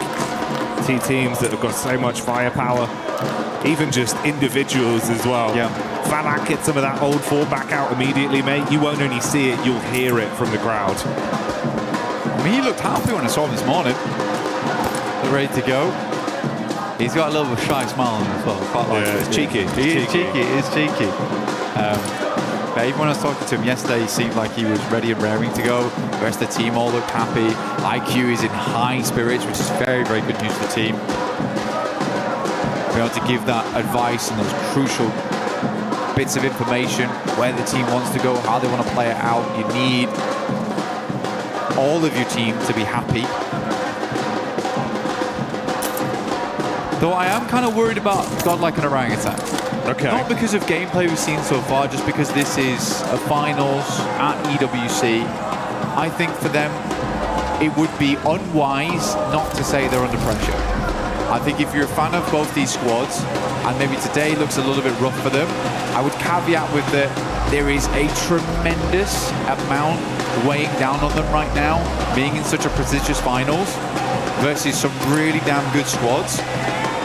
I'm hoping they could probably get back into the run of it, like by match 3 potentially. But if it takes till tomorrow, I think that's fine as well. OG already still showing off that they have the rotations capability to make it happen. They got far into that late game. Not a lot of eliminations, that's fine. Godlike similarly, still that aggression in play. I like to see it, but maybe not where we really wanted it to happen during that game. I think it's also for teams like that, Blank. For our other squads that were forced to play survival stage, you've had to consistently keep grinding and keep that form on the go. Yeah, exactly. You come out from your group in those top team spots, you get a few days off, but that does cool you down a little bit. And the thing that's changed is what's going on behind us. The energy in the arena, the noise, the hype. They're getting excited because 4-5 has made the play. That's IQ with an opening takedown. But that's the difference as well. You come back into this area, Blank. Sure, with the noise-cancelling headphones, they might not be hearing it, but I tell you what, they can feel it. The vibration. I know the floor is trembling under my feet, so it'll be the same down there on the stage for our players. And if you're trying to instantly snap back into that tournament-winning mindset after a few days off with all this going on, it might take a game to try and lock back in. Yeah. I don't like that, though, from Aurora. Because you can scout that a lot easier just by sending over towards the beachhead, having a look over towards Lighthouse and being like, okay, there's a guy up there waiting, try and check the girders. I always think it's an odd maneuver to try and just send someone, slingshot them across, and it's like, well, we know there's someone across there though, but you also just lost a player. Like, it's so early into the game, could have even just waited for zone 2. I'm curious to hear what the analyst desk has to say about that, because for me, that's just not EWC, PMWC potential. Right? That's not what that is. Yeah, the trade of it, one player's life, one of your squad mates for an information play, economically, it's not the best trade on it. Especially if we see him get a good run out of this game. Goes down to an awkward fight. One player of difference, Blank. Hell, I mean, even this circle right now, where it's down towards the eastern side, 4th knows that. This is prime time to go for bridge camps. Yeah. Like, if this circle was further over towards the northwest, maybe you don't go for that type of thing. But I think this one, if you're Aurora, it shouldn't be a case of, oh, let's check if there's someone there. You should just know. Devil's in the details.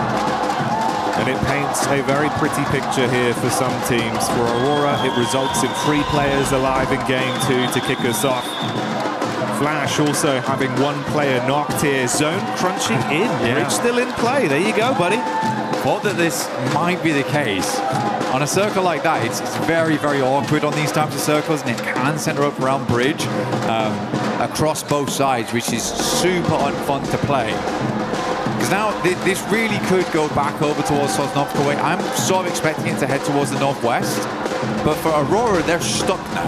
As are Alula. Alula's kind of considering whether we should take an eastern crossing or should we just play over towards the ridge side on the southern edge. It cuts out a massive amount of space though. So much water involved. So teams are just going to be sending towards Ferry Pier because there's safety in that location.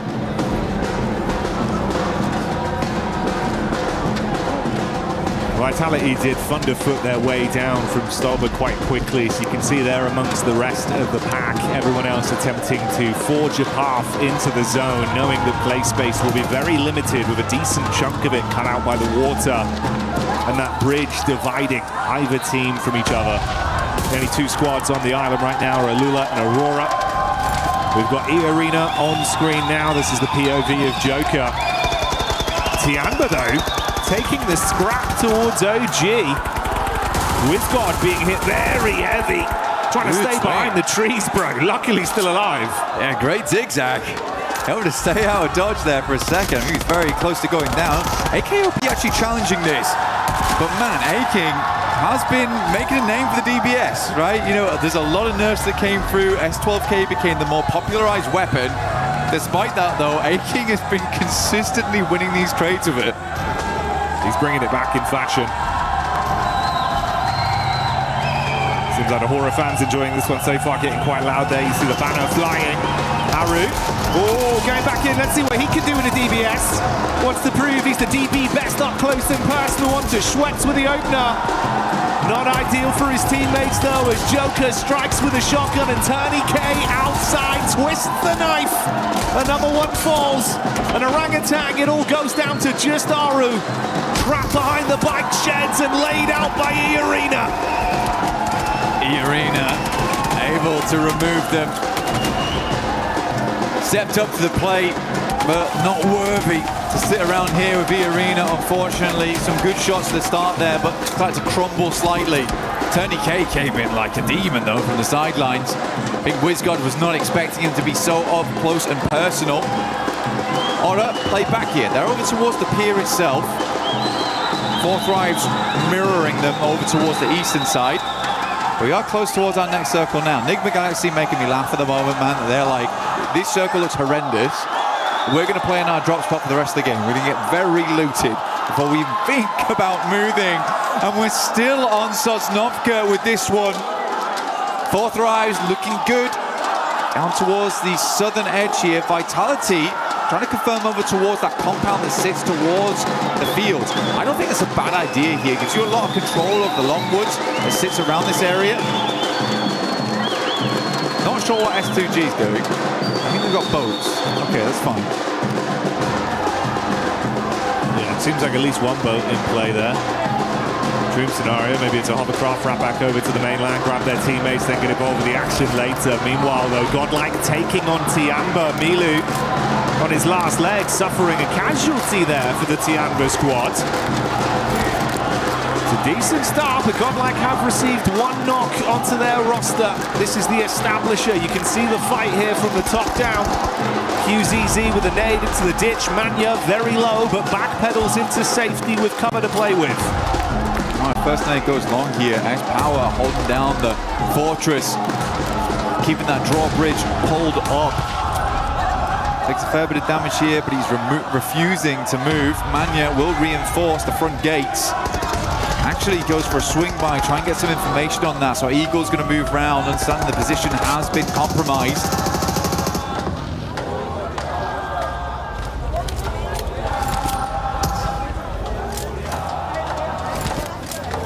Slowly trying to take some space back. Faint smoke wall goes up. Ooh, only gets worse for Aurora as well. That's quick from Alula finding them. This was the other team that was on the island. There's now a third party that's joined there with that late rotation round from S2G. Looks like they did go back to grab the rest of the squad. Yeah, it was Kamikaze in the hovercraft. That's paid off for them to fight towards them. Ulf, interestingly, taking the hit over as well to Godlike. So that battle turns into a third party fight. For Godlike there, quick swing around. Take shots over towards Ulf. For them, Ulf should be able to pick the players back up. They've got a good spot right now. It's not as safe as they might like it to be, but it is decently central. It feels like the circle's peeling away from Sosnovka at this point. They have very limited space to work with. Alula trying to make the cross. S2G, Hamzi at distance. Will find a shot over towards Aurora there, leaving them at 0. Out of the game early, 23 points is where they'll end. On a single point earned on this one.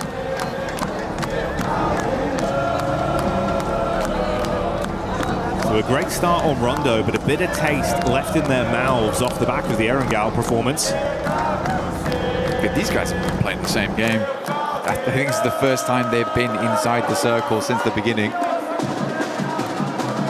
How does their entry work, actually? Man, how are we still on the bridge? Yeah, this is kind of unreal. At some point, I thought we'd move. Yeah, we're still here. I mean, Sosnovka's still in as well. I cannot believe this. Alula also took another casualty from S2G on the backside, so they've called it quits and actually rushed over the bridge now into the mainland. Yeah. But that's only a trio blank. Damage onto Yasser as well. Oh, Nigma Galaxy might try and trade off. They're just in. They're just in.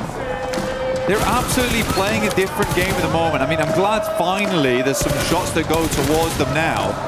It's just such a wild play from Nigma Galaxy. Coop's taking a hell of a lot of damage. Slowly careen it back in towards his team and lock it down. They have lost one off the back of that. Vehicles are smoking, flaming. Flashes dash with Gal. I mean, that's 3 eliminations potential there for them, but they're worried about these sightlines to the side. Furia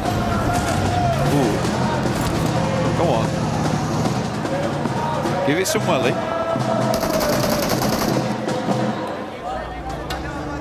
Tiamba doing Tiamba things once again.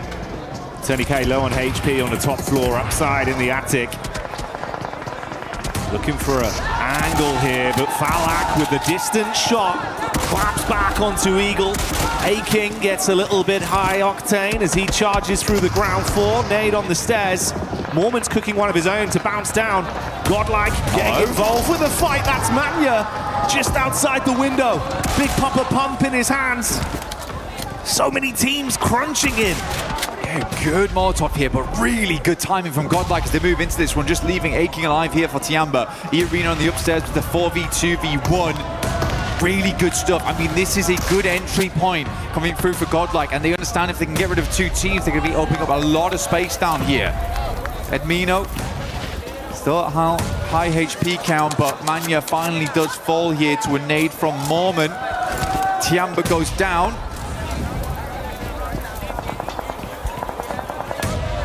Smoke on the stairs. Mormon's going to clear it. Oh, straight in with the clothesline. Whoa! The turnaround. Mormon saying, "Feed me more." As Godlike charge into him. Quick decision, but not fast enough on the mantle. And Sume will save it. But at what cost? The only player left alive for the squad. I mean, Godlike need more men now. They're only down to one. What a play from Mormon. The speed, the velocity. Straight in there, no qualms.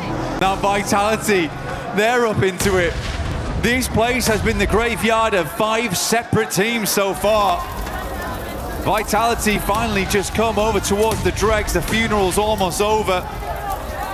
Can Salme stay alive as the sole participant?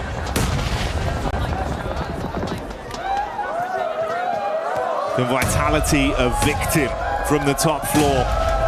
Or will they just be signing their death warrants on entry? Axel being shot in the back. A new challenger arrives. It's Hora in the distance as Jiggle is able to punish and soften them, leaving them with 3 players left. Sume still just guarding the stairs with a nade pin pulled. He's going to go down. Razak on a dive around the corner. He wants to punish him with a shotty and will find it. Really, really good job from Razak. I think you have to make that play in that moment as well. You hear the pin pull coming down, trying to get the res off. You're trying to go for the revive, get some respite in that location. So Razak goes for the risky play to keep them up as 4, understanding they'll need that amount of players to push through the next couple of compounds. They got Aura in front of them and Forthrives after that. Alula down towards the south side. Circle finally moved away. Still a lot of water on this one. Beachhead does well. Ida, as well as Ulf, now going at it. Play from Ulf downstairs is knocked. They have 4 players up though right now. This is very easy to recover from. Well, it should be. Whoa, you run straight into that one. Catching the as Ida try and clap back. Is good damage, but such an awkward setup between both of them. Casualties on either side. Scarface looking to go for the pickup play. Meanwhile, outside, Emre charging round with the SMG and denied out by Nongshim Red Force. Tizzy takes that one. Nongshim could push this pretty quickly. Ulf is not looking too good right now. Neither is Vitality. Flipping into action. They lose a vehicle. Razy and Razak try and get the buggy through the window, but end up dismantling through normally. That was a speedy rotate. I like that. You know, cut your losses. Moving through Aura as well as Forthrise is going to be hard, and eventually you get third party by one of them. You hear the engagement happening on the north. You send it. Now Wolf is in a very tricky spot. Cut between 2 strong teams in Nongshim as well as Vitality. Quick decisions and shades of the Vitality that we were so impressed by prior. Once again, back on our screens, it's only the 1 elim they've been able to garner so far. But they are licking their lips at the prospect of so much more.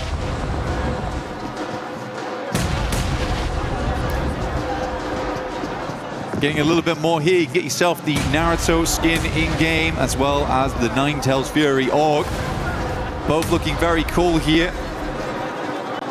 Ulf's going to hopefully have to drop a substitution jutsu here to try and get out of this one, because it is going to be hard. Vitality, Razak move up, quick shots over towards Souls. He tries to move around the corner. Nongshim still in play. They're the ones getting the most of the damage though. Federales at least will confirm one. Quick switch around the side, denying some of the sight lines.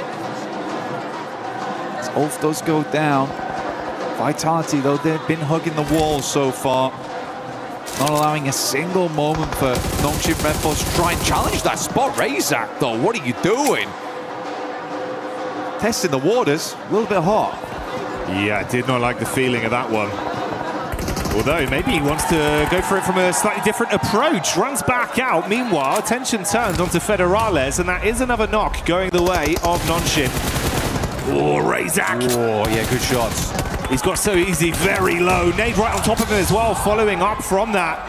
Oh, mate. Hyunbin with the instantaneous conversion. Now it's a raw 3-on-3. Luckily, they will save Federales, but he's got to top himself back up. I mean, Razak understood the idea. Now tries to get up towards the wall, create a different angle to deal with. Nongshim was quick to it. Hyunbin pushing up right now. It's a little bit close for comfort here. But I think they know they want to get rid of this guy sooner rather than later, but he has pulled these kind of antics before. Getting a little too aggressive without the help of the rest of the team. So easy goes down the back lines as Flash starts to move on through. Tizzy tries his might. Rapid shots coming out, but not enough to finish Vitality. The end of Nongshim Red Force. But it does leave Vitality slightly weakened. And Flash, they are next in line to try and keep them pinned here, knowing eventually they'll have to move. Slightly paranoid about the other teams that could be behind them. Blue is ushering Vitality forward. Swinging in on the same angle as Flash. How will they make this work? S2G, you were right. You were actually right. They had two hovercrafts in play. Being able to keep both of these alive all the way through to this end game is giving them a lot of pressure. Lost isn't quite able to get it up though. And the hovercraft is stuck on the side. Yeah, just about. We'll take it. I mean, they're just letting it happen. Come on, bit more gas. Got to give it some welly. His teammate's taking a fair bit of damage, but with that added armor of these big hovercrafts in play. If you say like this, man, if you can get them into the zone, there could be a lot you could do with it late game. I'm surprised the Lula have been able to guard this for so long, make it look uncomfortable. Nade after nade as well, just trying to soften them up. Vitality do move over to the side. They're looking down over towards fourth rise, but the shots are pouring in. S2G, they brought repair kits as well with them. But the blowtorch in play, I mean, that's bold. On fire. Get out. Falak down. Aura, no fear. Drops them all up top side. Looks fairly decent on that one. Airburst are slightly too far. This is some comedy. Not gonna lie to you. Okay, they should be able to clean up from here at least, as long as there's not any more mistakes. It's damage done onto Soul K, but they do hold on. Shut down Alula. What was that? Bit of a weird one. It was a weird one. I'm glad you picked it up strong though, because I mean, it is an important fight. It's just interesting. Vitality go down in the meantime as Flash continues to push the advantage, but it is majority of fourth rise doing that damage. Enigma Galaxy, after their strange approach from the early game, now going out slowly but surely. Just Ralph as well as Lord. Flash has been all over the place so far. Next circle will pull in stage 7. Fourth Rise have been weathering it though. They have held a ton of space. It has been a little bit greedy, but they've been doing a good job of playing off one another. Yes, they've taken some knocks here and there, but they've maintained a 4-man. They're in this area early, and they understand better than anyone else. This is a game that they should be doing well on. I don't think I'd put as much pressure on and say this is a game they should win from the spot they had at the start, but it should be at least a top 5, which I think, you know, we've already achieved. So this is a good game from Fourth Rise and shows that they still have it in them. And with them being able to have enough timing here to get IQ back up once again, the 2-2 split from them could still pay dividends massively. It's been a very elongated firefight between them and Hora, effectively just mirroring each other's movement up along the ridge into the zone. A little bit more split here. No fear in the back, trying to protect some Overwatch. Right above you in the building as well. Meanwhile, that's an engagement over onto Enigma Galaxy. S2G, after moving in and cleaning out Alula, they head center zone, and they find the final blow there. Goodbye, Enigma Galaxy. S2G stealing points here, there, and everywhere. Do we have to call this play the kamikaze from now on, where S2G just launch him out like a rocket to center circle and leave him there on his own? This is the kamikaze. This is crazy stuff. The rest of S2G trying to regroup with him, but it's not likely. Kamikaze in play right now. The other hovercraft does go down, not really any other vehicles. Might need to regroup, pick it back up again, but Kamikaze, he's going to hold that spot. He's bunted the flag, the S2G flag. T24 goes down, jiggle around the side. Oh, Sleepy. Top side of the stairs, but you can't weather the storm as 4 Fribes arrives and the brain of the operation kicks in the brawn. The shotgun does damage. Falak there in the back line to assist, but no fear. Charging up. He's going to play on the edge, wants to run in now with the timing, see if he can shut them down. Falak charges back, can't do it. No fear, holds on. Quick switch to the primary. Gets himself onto an off angle. With one more play, if he can shut down IQ, he can take out 4 Fribes, and that's how he does it. No fear from Hora stands on.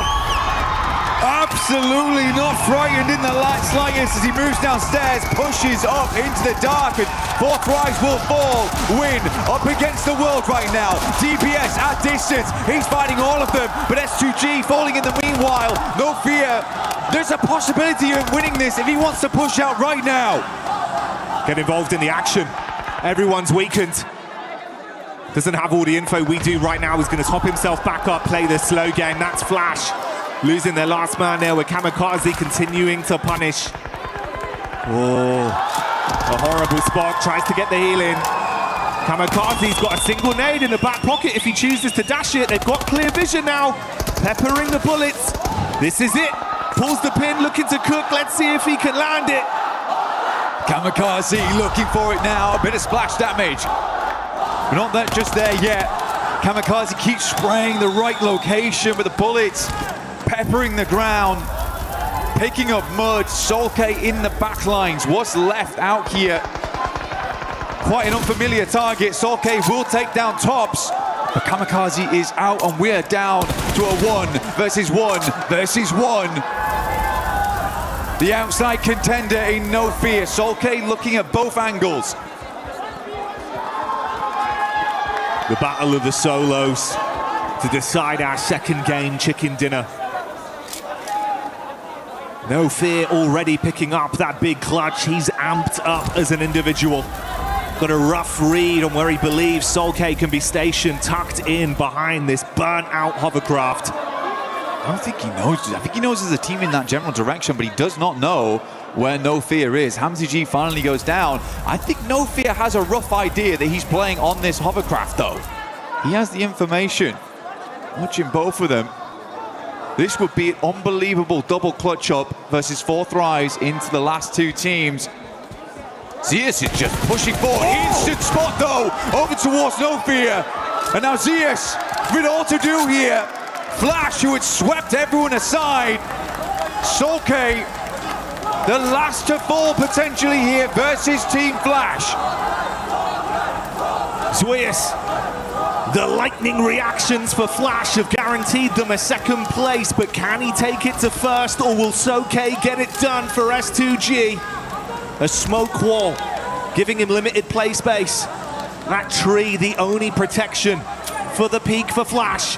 He's going to make his move, starts charging in, wants to close the distance. Here's the peak up, bullets on target. Suya so low, buckles under the pressure. That's the damage coming through as they lock it in. S2G, Kamikaze with the Kamikaze play towards the center. It's an explosive finish right at the end. But Solke steps up, a lad that's been in the esport for the longest of time. He's still got it in him. Feeding the crowd energy. A celebration in unison for the nation as they pop off on that one. S2G locking it down and everyone's living it up. And it's all in the name because it is all gonna be okay. at the end of the game for S2G. They had a lot of confidence coming into this one. They look good on the stage. They look good in the game. Is this the S2G comeback that we were looking for? Aggression, confidence, some brilliant gun skill. Showing us a lot of the moves we needed to see on that one. A smart rotation from start to finish as well, playing by their own rules, Blank.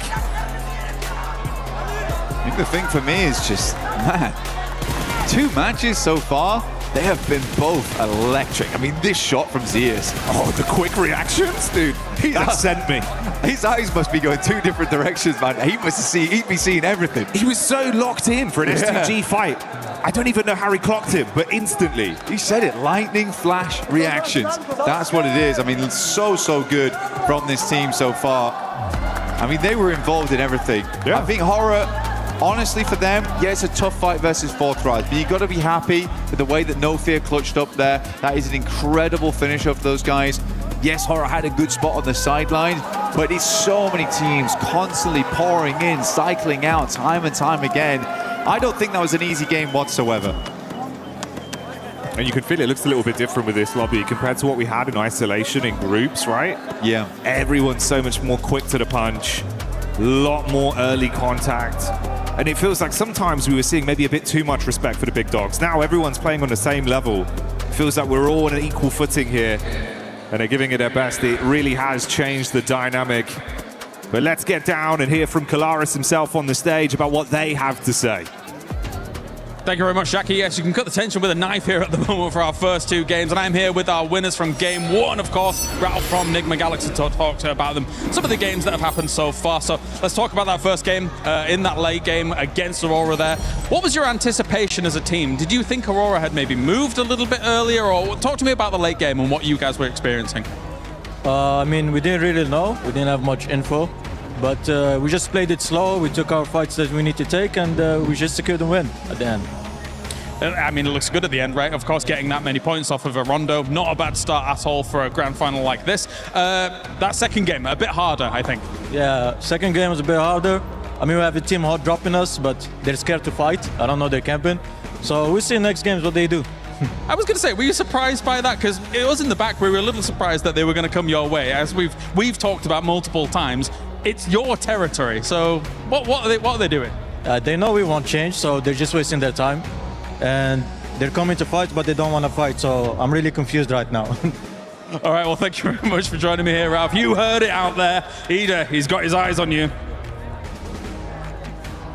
My name's Blank, and I've had 4 coffees, and I'm testing my reaction time right now. I'm Hot Jukes. I just had a massage, and this is my reaction time. Let's get it.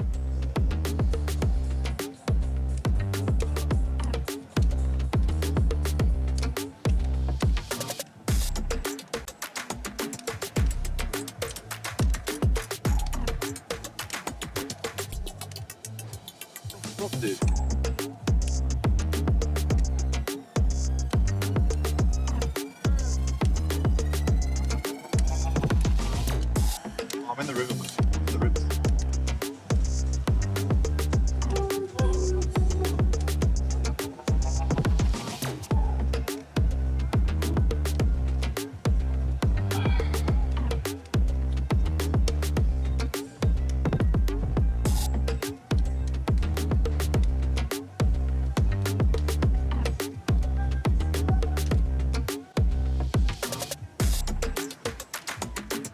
Yeah, so my reaction score is pretty damn good. I actually don't think it has something to do with anything else or anything like that. But what about you, Jukes?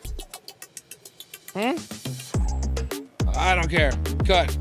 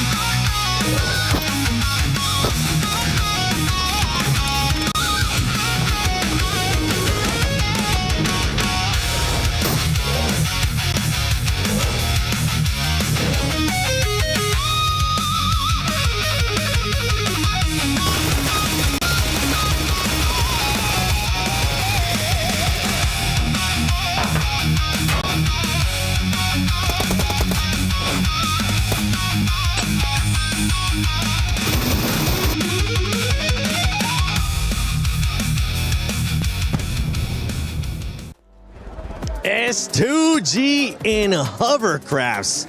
That is like white on rice right now, because my goodness, what a performance out of that squad. Before we break down that second match here in finals, don't forget that we do have the fan experience that you can check out here at EWC. Make sure you go check it out. You can check out the new mode, Brain Rot Royale. Check out the collaboration right now that PUBG Mobile is doing with Naruto, and so much more. And you can win some really cool shirts, which actually we've been wearing them. Not right now. I think Jukes does have one on, but you'll be able to check out so much stuff. Yeah, check out that still Brain Rot. I mean, Brain Rot Royale. I've been playing it. I think I got to level 7. I've seen people being able to get to level 11.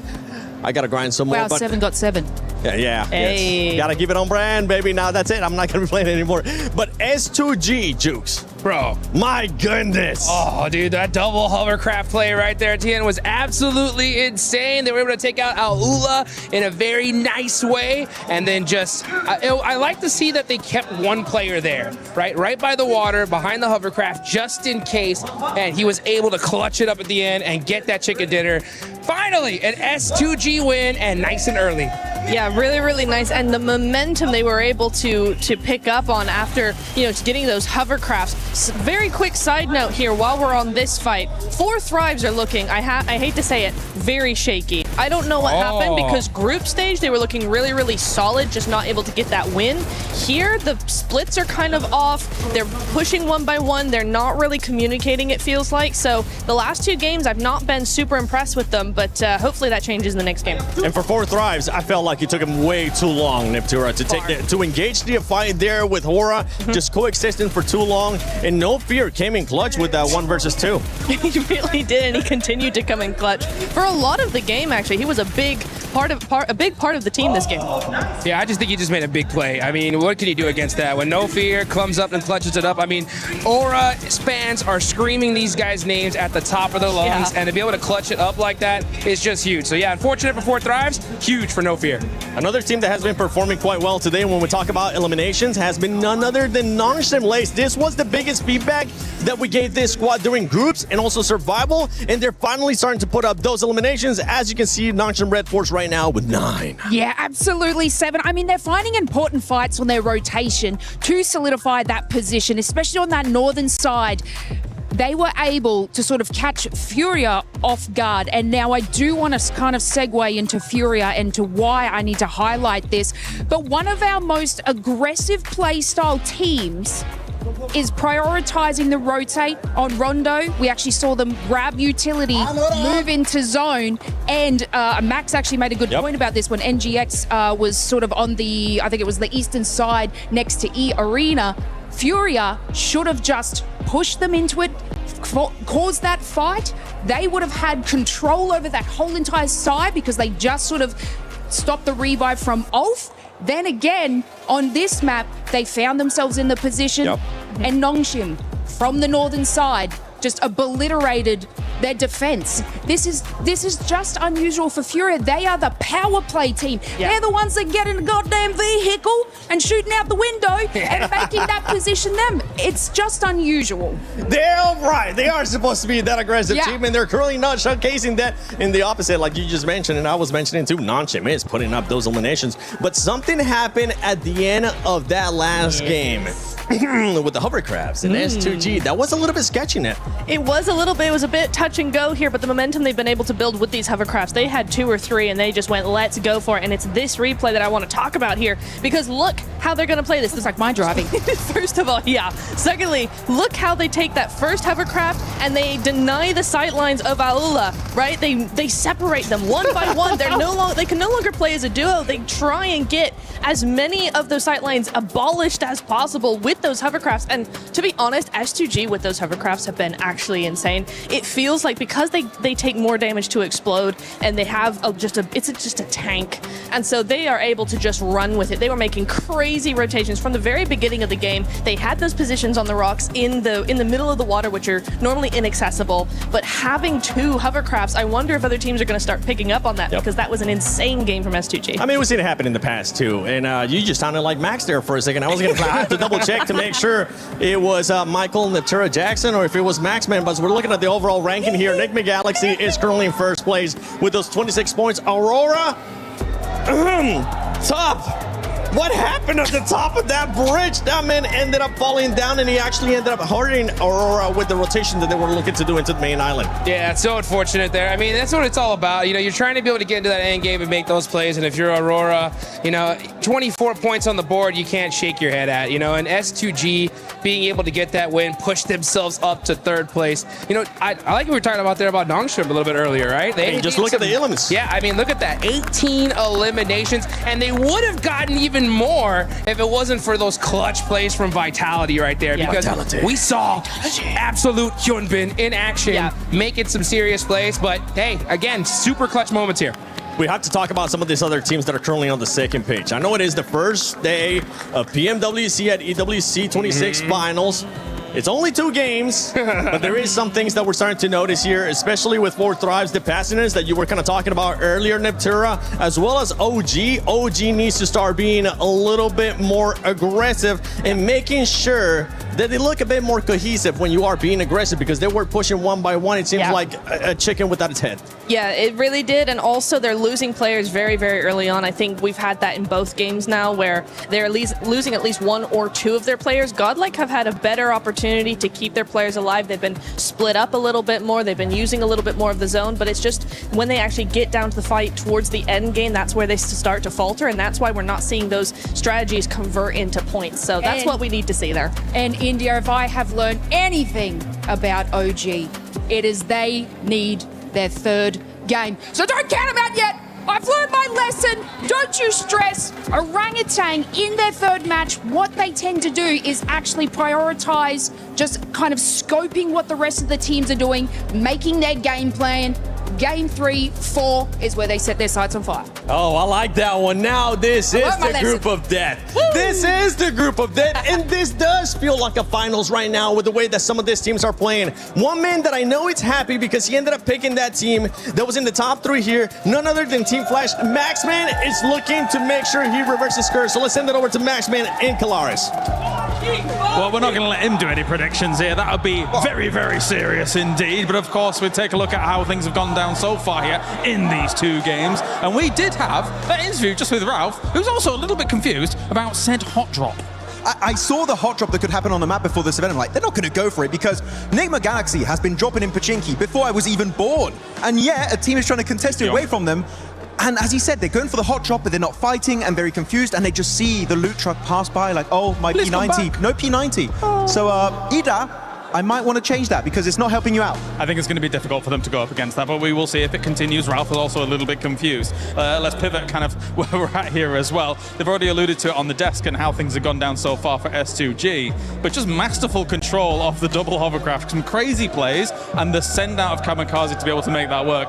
For S2G, that was very, very impressive. Yeah, it's just a domain expansion double hovercraft. I'm sure you get that reference right there, Calaris. But no, great use of it, especially you saw there in the during a little bit of a replay analysis where they block out the line of sight of one of the players of Alula to really separate them and win the fight off the back of that. When you're near the water, when you have these open-ended finish, hovercraft are, I'm gonna have to say it, they're completely broken, and S2G made full use of it until the very end of that game. A tough circle though, right? If you think about where Aurora was when it comes to the bridge as well, we're having kind of conversations in the back about this is a military island kind of heavy team, and yet the bridge seems like a conundrum to them that can't solve like a Rubik's Cube.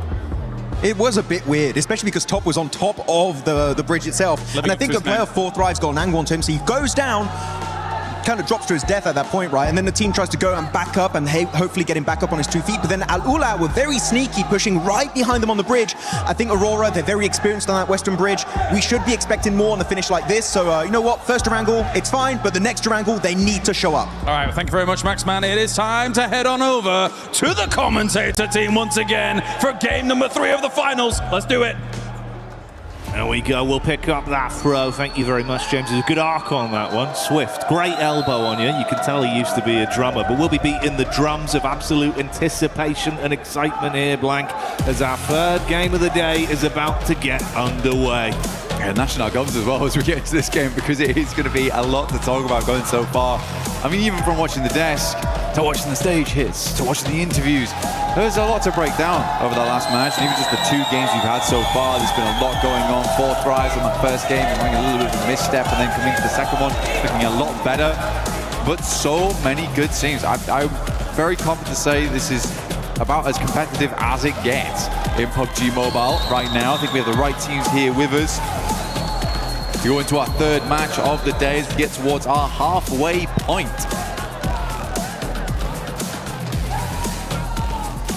Shooting range to start off down towards Novo. Straight through the center, really easy one here, Jackie, very nice. I think most people can get exactly where they need to go. Aurora, last game, like you said before, looked a little bit weakened, right? I mean, even Max picked up on it. He was saying that, hey, as the team's very experienced around this area of the map, should not be going down so early like this. It should be a game that you are a bit more in control of. Wasn't the case here. Tiamba, they go out early. Extend a little bit further down towards the south side of the map on the west. Yeah, you'd hope they'd be able to bounce back from that one here. Obviously, it was a nice start on game one, but that didn't really translate over. Has meant there was a little bit more fluctuation in the standings, obviously for Tiamba as well. Far quieter, it was 16 eliminations on their opening game of Rondo, only 2 added to that count.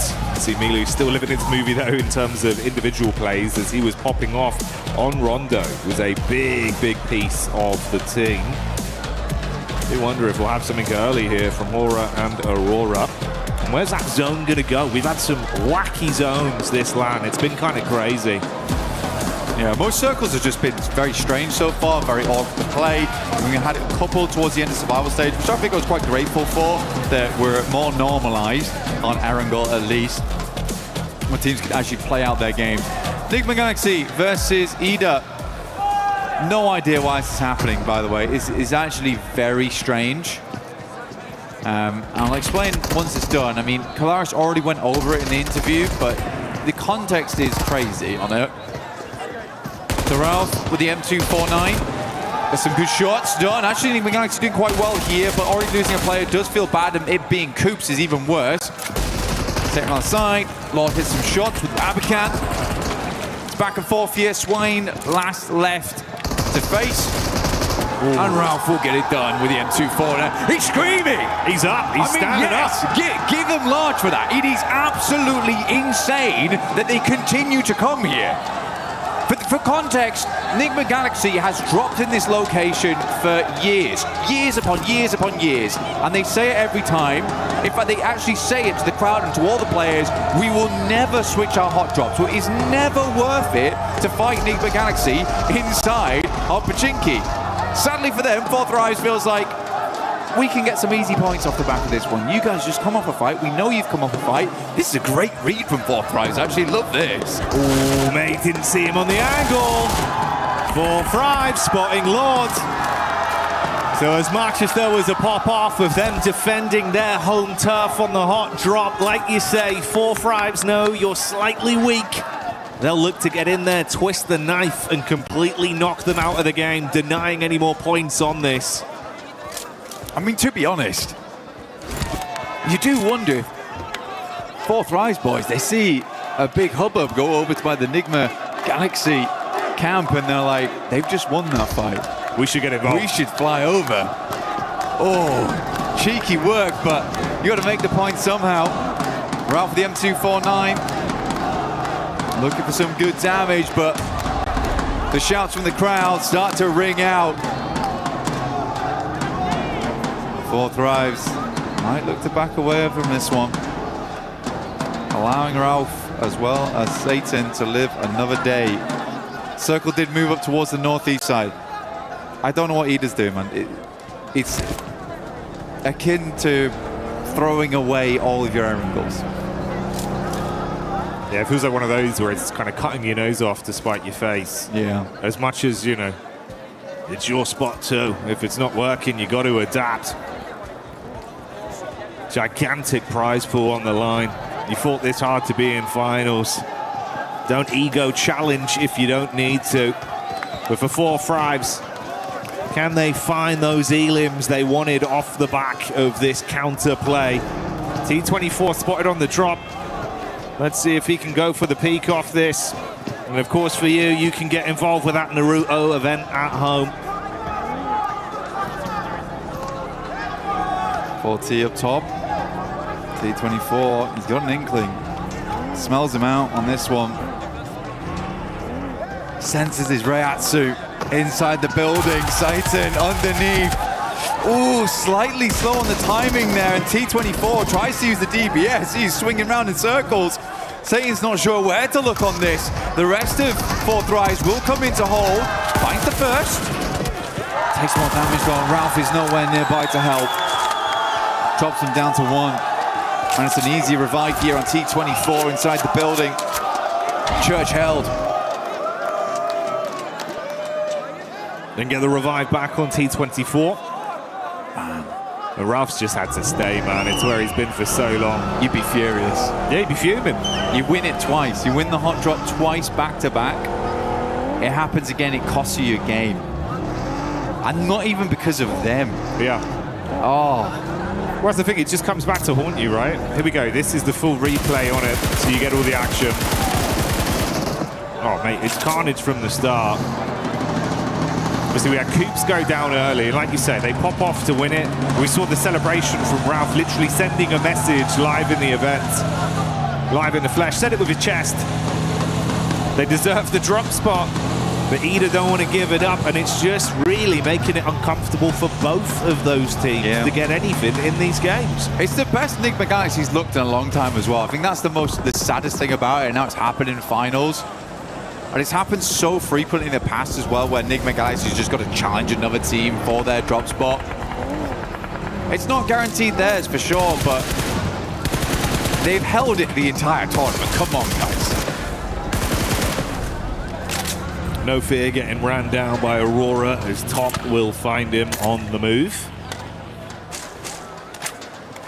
Four Thrives did peace out, going slightly deeper into the zone to do a bit of loot, and obviously wasting a decent amount of time on that as well for the elim they were able to garner.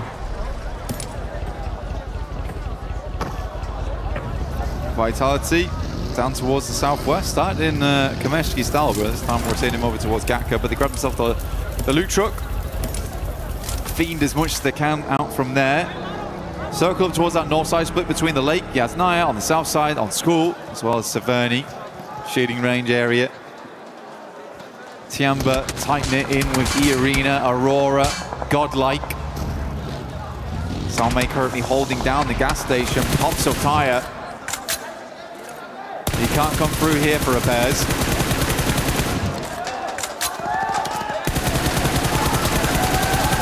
He's got more bullets though. Yeah, only 18 left. One in the clip, 17 in a hole. Let's see if he can turn some bodies cold on this push-up. Top going to drop down back behind the car. So Aurora taking a fair bit of damage. More reserve taps now. Got to find himself some ammo to play with. Switch it out to the Tommy just to keep the pressure on them. Suppressive fire. Spraying it through, cutting the grass, but not quite finding the shots over towards the players. Next circle, 10 seconds roughly on this one. Aurora still figuring out where they want to play. Probably going to be a big old retreat here out. Migrate for a lot of squads. Hard shift potentially. No, actually. Very, very kind. Up towards that north side. Obviously, Lake is a bit of an awkward one to play around. You're going to see a lot of people playing on the rocky outcrops. The staging that goes up towards Stalba. Big old mountainside. There is also... Never mind, it's horrible.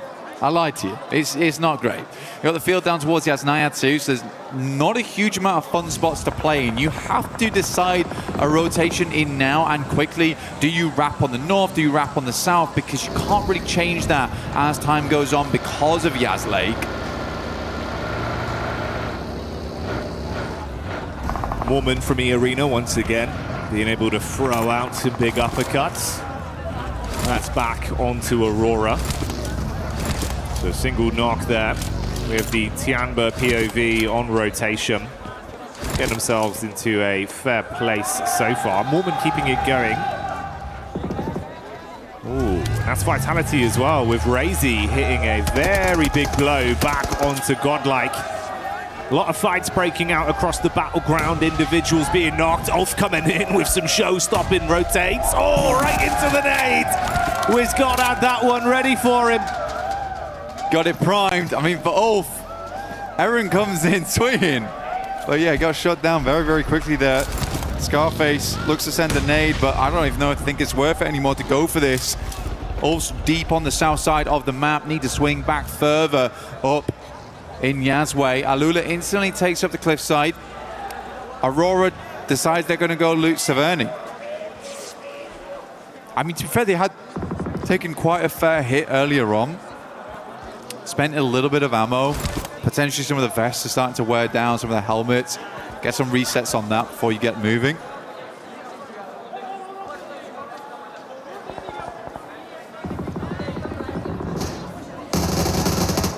Tiamba tackling against the Vitality Killer Bees once more. And it's Milu that's already showing that consistent form. Putting himself up to 10 elims on the day, I believe, then after that. Nice start for the first 3 games. Milu keeping it a little bit quiet, though. They're now playing a little bit of a split on this one. They've got Eagle a little bit further forward, perched up. Over towards Aura. Very much slowing down now at the halfway portion, Jackie. Trying to maintain some of that lead because some teams have struck out in a big way. I mean, Enigma Galaxy absolutely 30 points right now. Aurora at 26. They were able to earn 3 after that last game. In the first, I think they were got 23 on that one. So last game was a bit of a dud. Hope they can find more of this one. Centers up over towards Tiamba as well as Aura. So those 2 compounds there are going to be a really big deal. Aura actually has the high ground on this one, the plateau that surrounds them. Very nice to be able to take shots out towards teams as they push on in. Sadly, Alula's much more high ground spot gets pulled off. So you're going to have to move over towards that western side. Yasser pulled away. I like this move from 4 Thrives though, Jackie. This is good. 4 Thrives still looking pretty nice in some of the encounters we've seen individually. Another roster we know that can be very explosive. Let's see if they can bring the boom on this one straight up towards the setup from Alula. Quick on top. Got a pump action in the back pocket ready for it if they can close the gap. Bit of overwatch from R3B on the top side with Claws relatively close to assist. Fast reactions onto the position of Falag, but the shot's not connecting. Falag taking a little bit of damage here, down to half. Claws as a nade though, it's not the craziest of sends on this one. Good bounce on it, actually. That would have been on target if he hadn't moved. I mean, Falag just takes the time. Here's the arc on that one. So I don't want to have any part of it. Tough circle though, man. Very, very tough circle. The majority of the center is taken up by that water. I actually do really like S2G's position. They're playing over towards those compounds that sit just a little bit east over towards the lake itself. Oh, sorry, the cliff face. You got flashed down towards those compounds, but S2G currently playing on that rocky outcrop on the northern side, just holding out teams on the south here. Tiamba's actually even going to crunch in towards that little bank.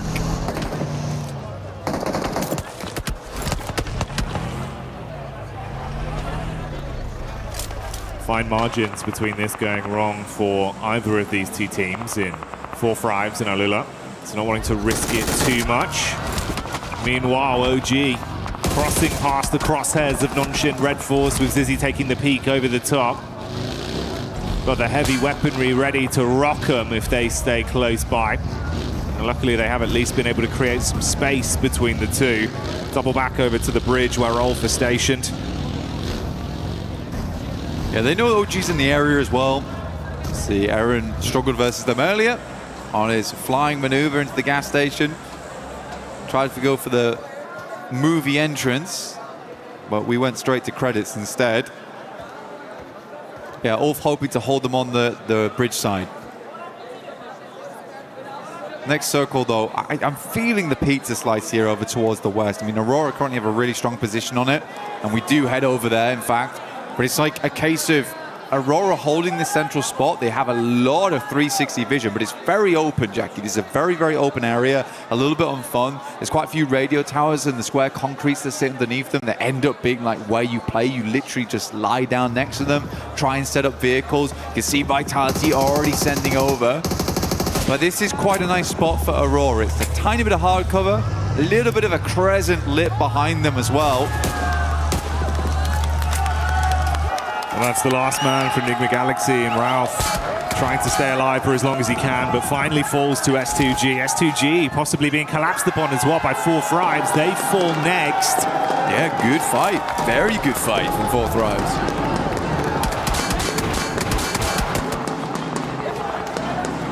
S2G tried to jump the gun there, Jackie, and ran straight into titanium wall.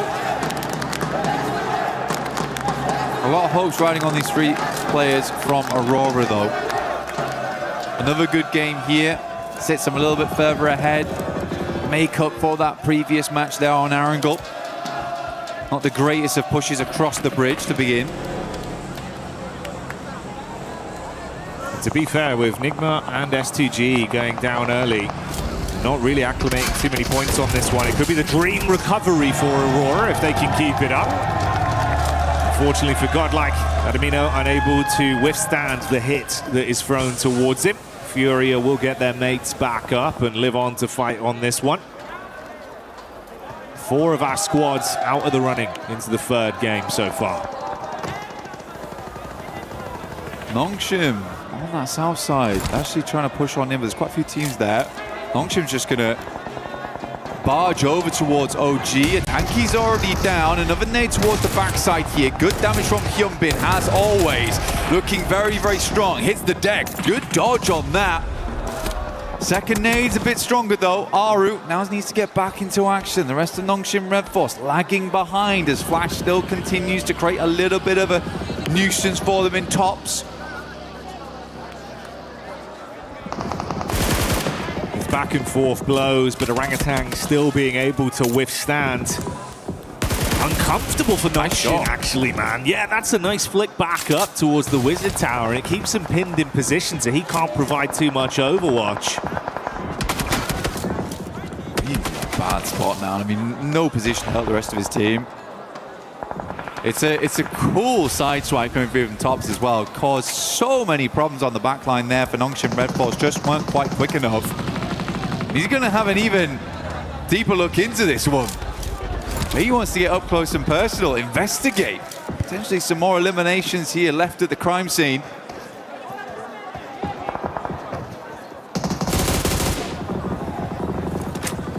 He's still trying to get an angle on this. The minute you got to move, he'll be ready for the catch. And Furia over on the other side of the coast have been taking shots over as well, so it's all been a little bit uncomfortable for the 4 squads that have been collapsing in onto that one position. This gas station for OG somehow being a very formidable defensive area. Oh. Calling it from zone 3 there. I got a little bit lucky, but yeah, Aurora in a really, really good spot now. This is definitely redeemable city here for Aurora. We just need to not see them go for something silly again. That is all.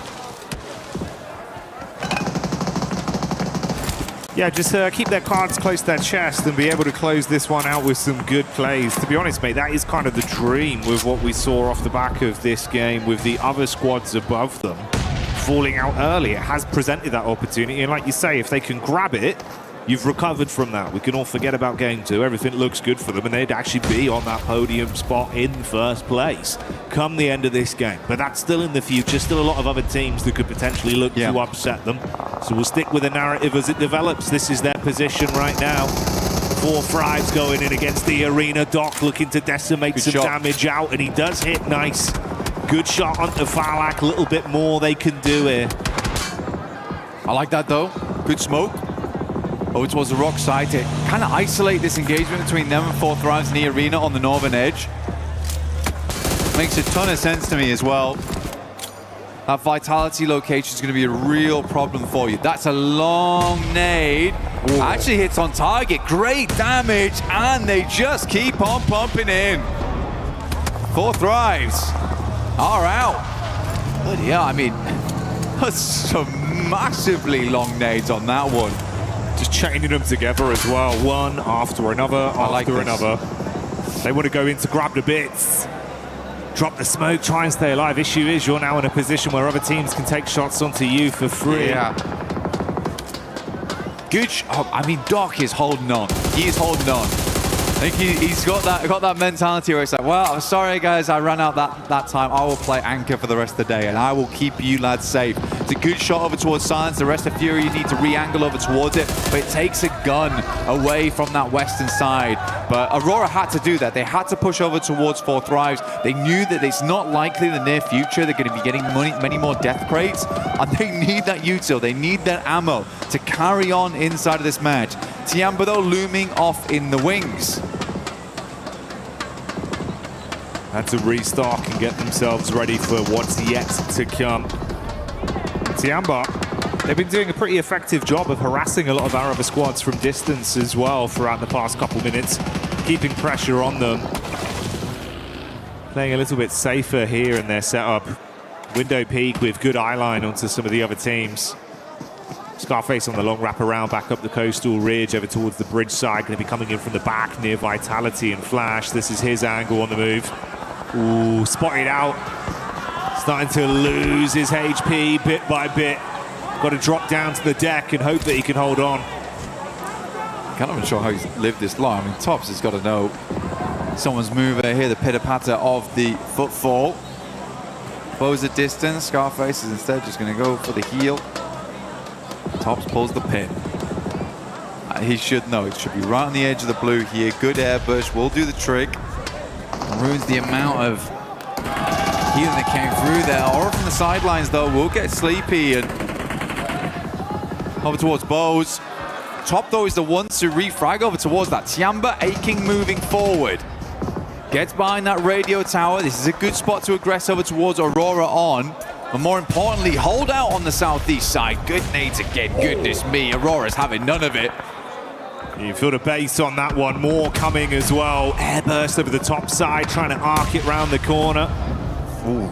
Eagles crossing his fingers, hoping the smoke is enough to get the pickup play back on Aching to stay alive. I wonder if they're even going to push this, Jackie. I mean, with a molly, you could.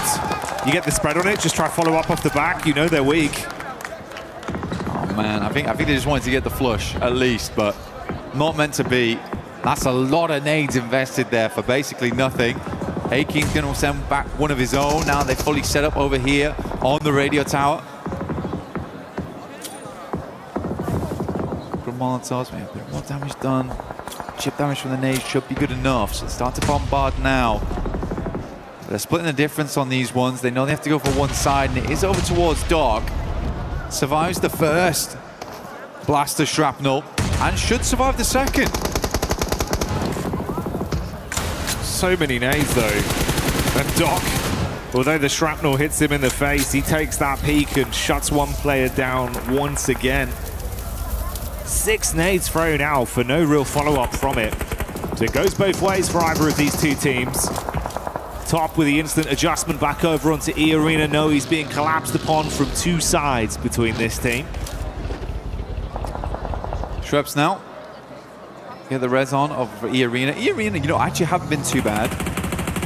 I think for the points they currently have, it's 19, but they've been consistently up towards at least the top 8 every game.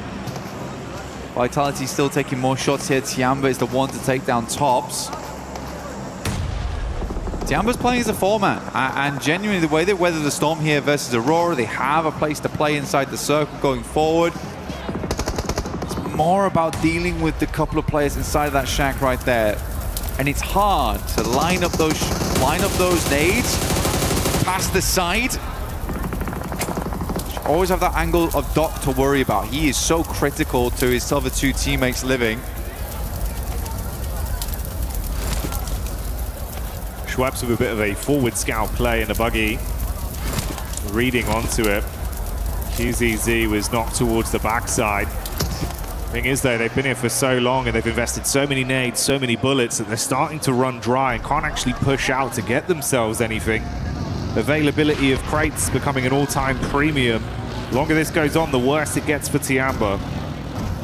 Yeah, they needed a break, honestly, and that break was going to come in, be able to get those shots, get those nades over towards Aurora. E Arena making a massive swing. Mormon's got 5 nades to play around with too. QZZ finds shots over towards Vitality. They are trying to stop 2 teams from squeezing them together. But this is a good play. This is actually a good play. It's a desperation play, but it's one that's very much needed for Tiamba right now as A-King moves in. Razak last step alive. Where's the rest of the team? QZZ moves up. How is Razak living this? Oh, this is unbelievable. Razak raising hell amidst the chaos as he stands strong to punish back. Vitality looked like it was all said and done, but they pop off on that one against Tiamba's clash in, knowing they needed to shut them down to get themselves any sort of ammunition, any kind of supplies to play on. And it does not work how they wanted. Wild stuff. The arena now. Send some nades in. Yol's the first to fall off the back of that. They have just played this game nice and slow from that northern side, trying not to get too involved in things. They've been saving up these nades for that end game. Mormon will move in and just completely cleans them out. This guy's been unbelievable with the S12K today.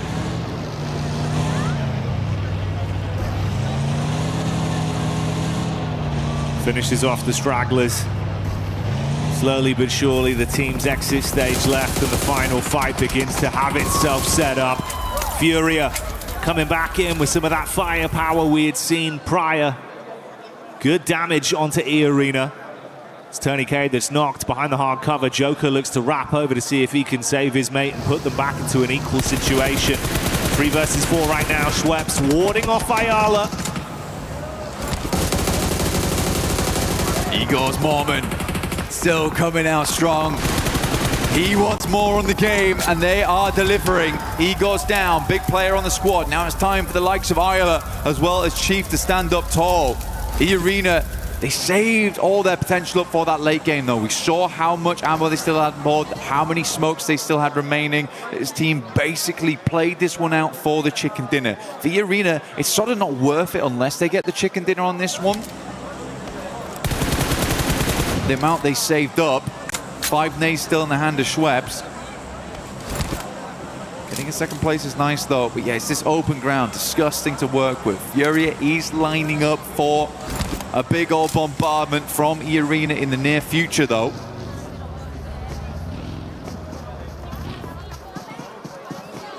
Does he go down, man? It's kind of so brutal because he really has been this pop-off player for the team. Is that going to be enough of a deficit to really make this one uncomfortable?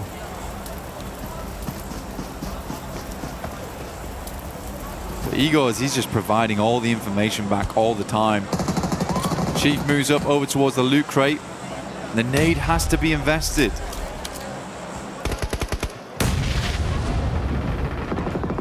Oh man, don't use that on that. Yeah, good. I was thinking that he was going to send it over towards Igors.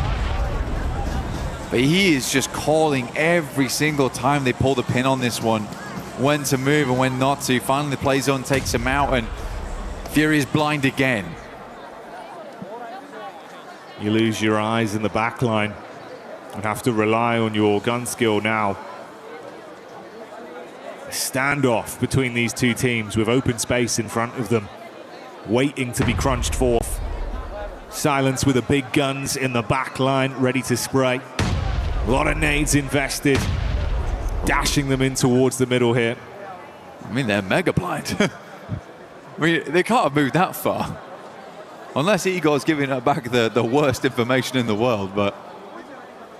Yeah, I mean, for Fury, I think there's a little bit of scaredness of that front line being aggressed upon.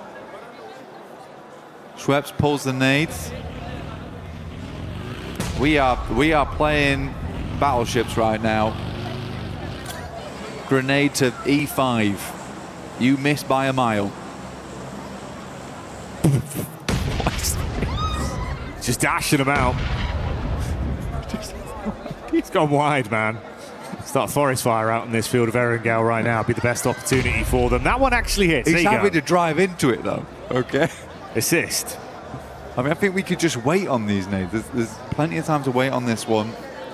E-Arena can play off the back of the tree in the near future. Ayala's just going to swing round, right? Not how I expected the first domino to fall, but that's Ayala going in and opening things up with an advantage for E-Arena. This is PMWC here at EWC. There's been an end game. It has been an end game. Igor's confused everyone. Silence now. Trying to be as quiet as possible. Decent Molotovs, these ones actually. Trying to catch them on the rotate out. MG3 could make all the difference. Joker's about to send this nade back into the blue. A little bit of a pre-fire. Problem is the info goes both ways. Silent's got a good read of what angle they're actually playing from now. Oof. He actually did. Oh, okay. Chief with a peek up. There you go. Follow up off the back of it. Let's see if they can deal some damage. Silence peeks up. Warning shots out. Low on health. Got about half left to play with. Runs in towards the tree. He's got the shotty in his hands now. Yeah, all right. It's all kicking off here. They're going to be able to find it through in the end. E-Arena do clutch on. A bit of a topsy-turvy one, but a chicken dinner they'll still be proud of. You'd hope so, wouldn't you, really? Good game from E-Arena. I think that the game plan was great. I think everyone confused one another right at the end. Igor's, as he went down, I think he might have thrown out some information that was maybe less than useful. Unfortunate stuff. To be fair, whilst he was still alive, they had a real good pinpoint on what E-Arena was doing. So I am joking. It's a joke, guys. I do think Igor's a great player. But yeah, still a weird endgame.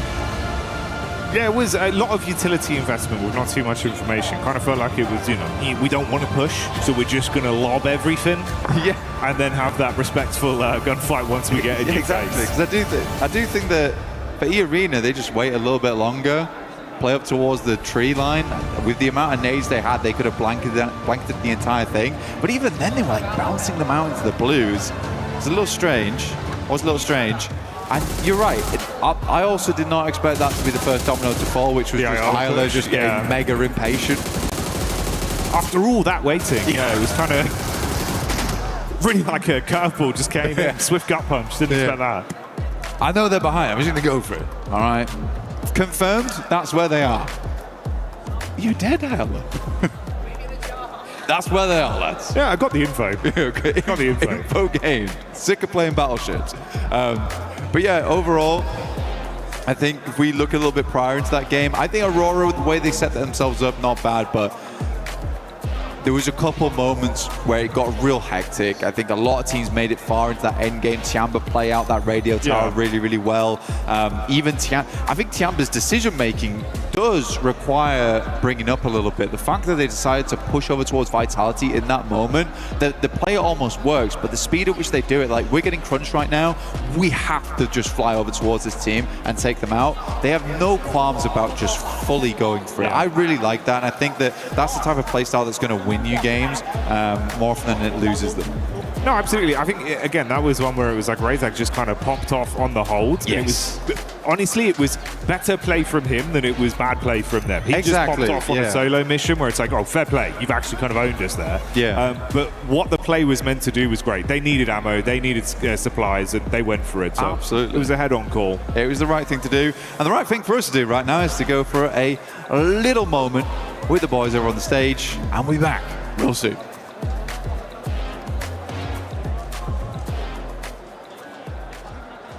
Powers here at PMWC 26, joined by John Allen, Kalaris, and Neptura, and we're playing a round of Hot Drop Dance. Ooh, we're going to be getting stuck into the board, hopefully. Maybe not for some. Some are having a bit of trouble during practice, but we're going to be taking some shots at the board. The person with the least score is going to have to give their hot take, so let's jump into it. You guys, I think you two have to go first. I think we get Nep up there first. Let's get Nep's in a prime position for this. I feel like I'm in the danger zone, but let's see. Get ready to dodge.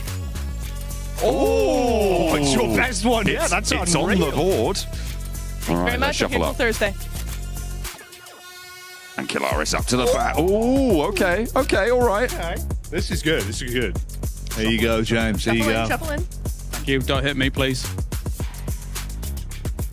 Oh, it's a 17.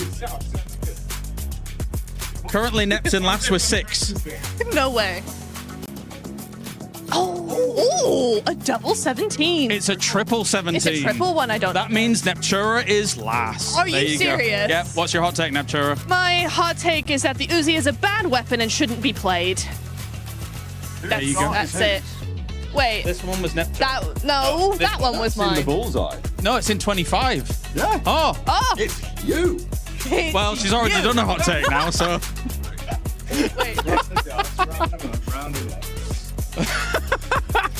You did that on purpose. No, you. no, I didn't do anything. All right, here. Go on. John starting us off. Let's see. Oh, hey. A 5. It's Not in. bad. That's all that matters, really. It's on the board. Here we go. I haven't missed. Kalaris now. Forearm strength. It's good. It's good. Ooh. That could be a treble. That's nice. Get out There the you go. danger zone. The splash zone's coming for you, Kale. Good maths. Whoa. Oh, that's a triple. Okay. Triple 3. God. All right, here you go, mate. Take this. I'm pretty sure it's currently the lowest. Wait, no, it's not. I'm John's on a the 5. lowest. Yes, John's the lowest. Or is that a 2? It's a 5, I think. It's a 5. Oh, and that's a 2. That is a 2. I've been saved by the upside down It's true. version of my own Jackie, number. it's your turn. There you go. Bosh. Okay. Hot take. Dino Park and Vikendi, infinitely better than Ronda. I miss it. Bring it back. Oh, okay. All right, considering I actually lost the first round, I should probably do a hot take because I cheated you out of it. I'm so sorry. Tiamba will not win PMWC despite looking really good. I feel like I've got to follow in with a hot take as well. Oh, okay. I feel like over-reliance on ARs, nonsense. I want DMRs in, give the players a little bit more expression in the secondary slot, you know? Those submachine guns, something else popping in. Give a little bit more individuality. That's what I want to see. I like it. Don't give me this mic. You know what I want? I want all of your opinions from the viewers at home. You in the chat. Tell us what you think. Let us know right here, right now. What are your controversial takes?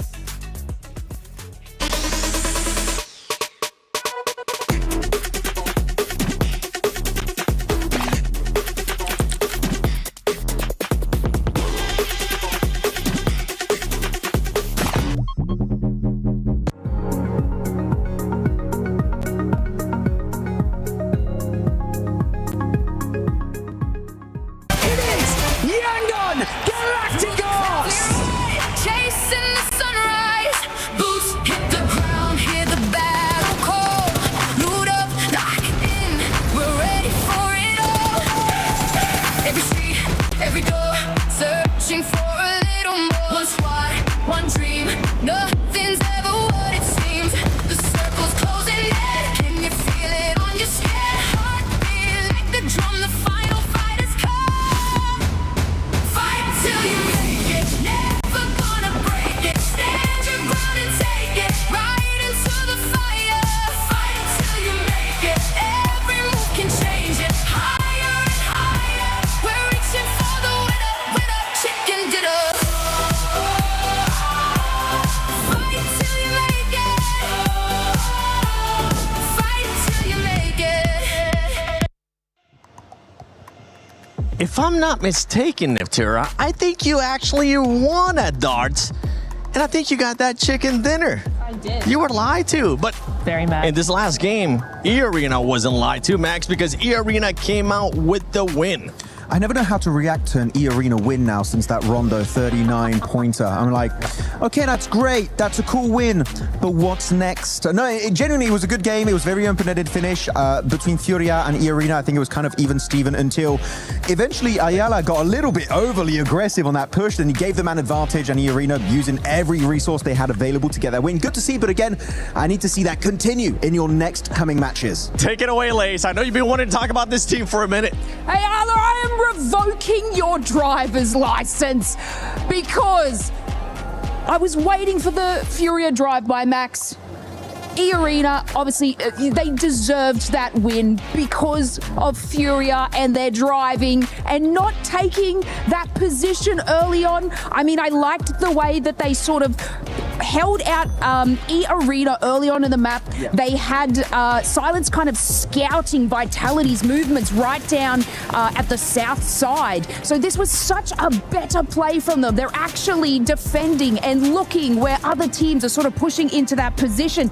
They had such a strong split hold. Obviously, a little bit of tunnel vision coming out of some of the players there, and then I don't know what the vehicle situation was, and you could hear me screaming in the back, he's like catching nades with the vehicle as well, and I'm like, what plan is this? They had such a strong position after getting, like... This one? Yeah, after moving their way into zone on the rotation on the southern side, Max.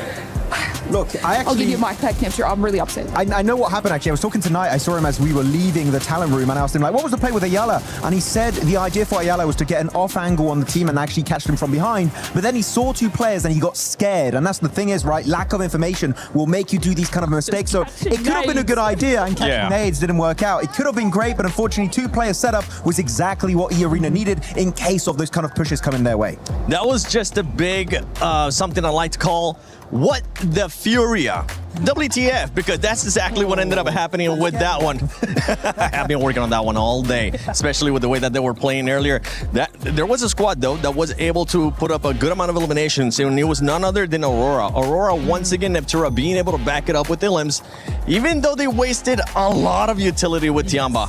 They did wait. It was a big old red zone, and it was fairly unnecessary. However, it does get you those points, right? And it's been really nice to see them actually, because I think in the group stage, right, we saw them just doing just enough to get into the top 5, just enough to get to where they wanted to be. Now we're seeing true Aurora here. Now we're seeing the team that we're used to seeing, and I'm really, really enjoying that. I think they've actually played a lot better, right?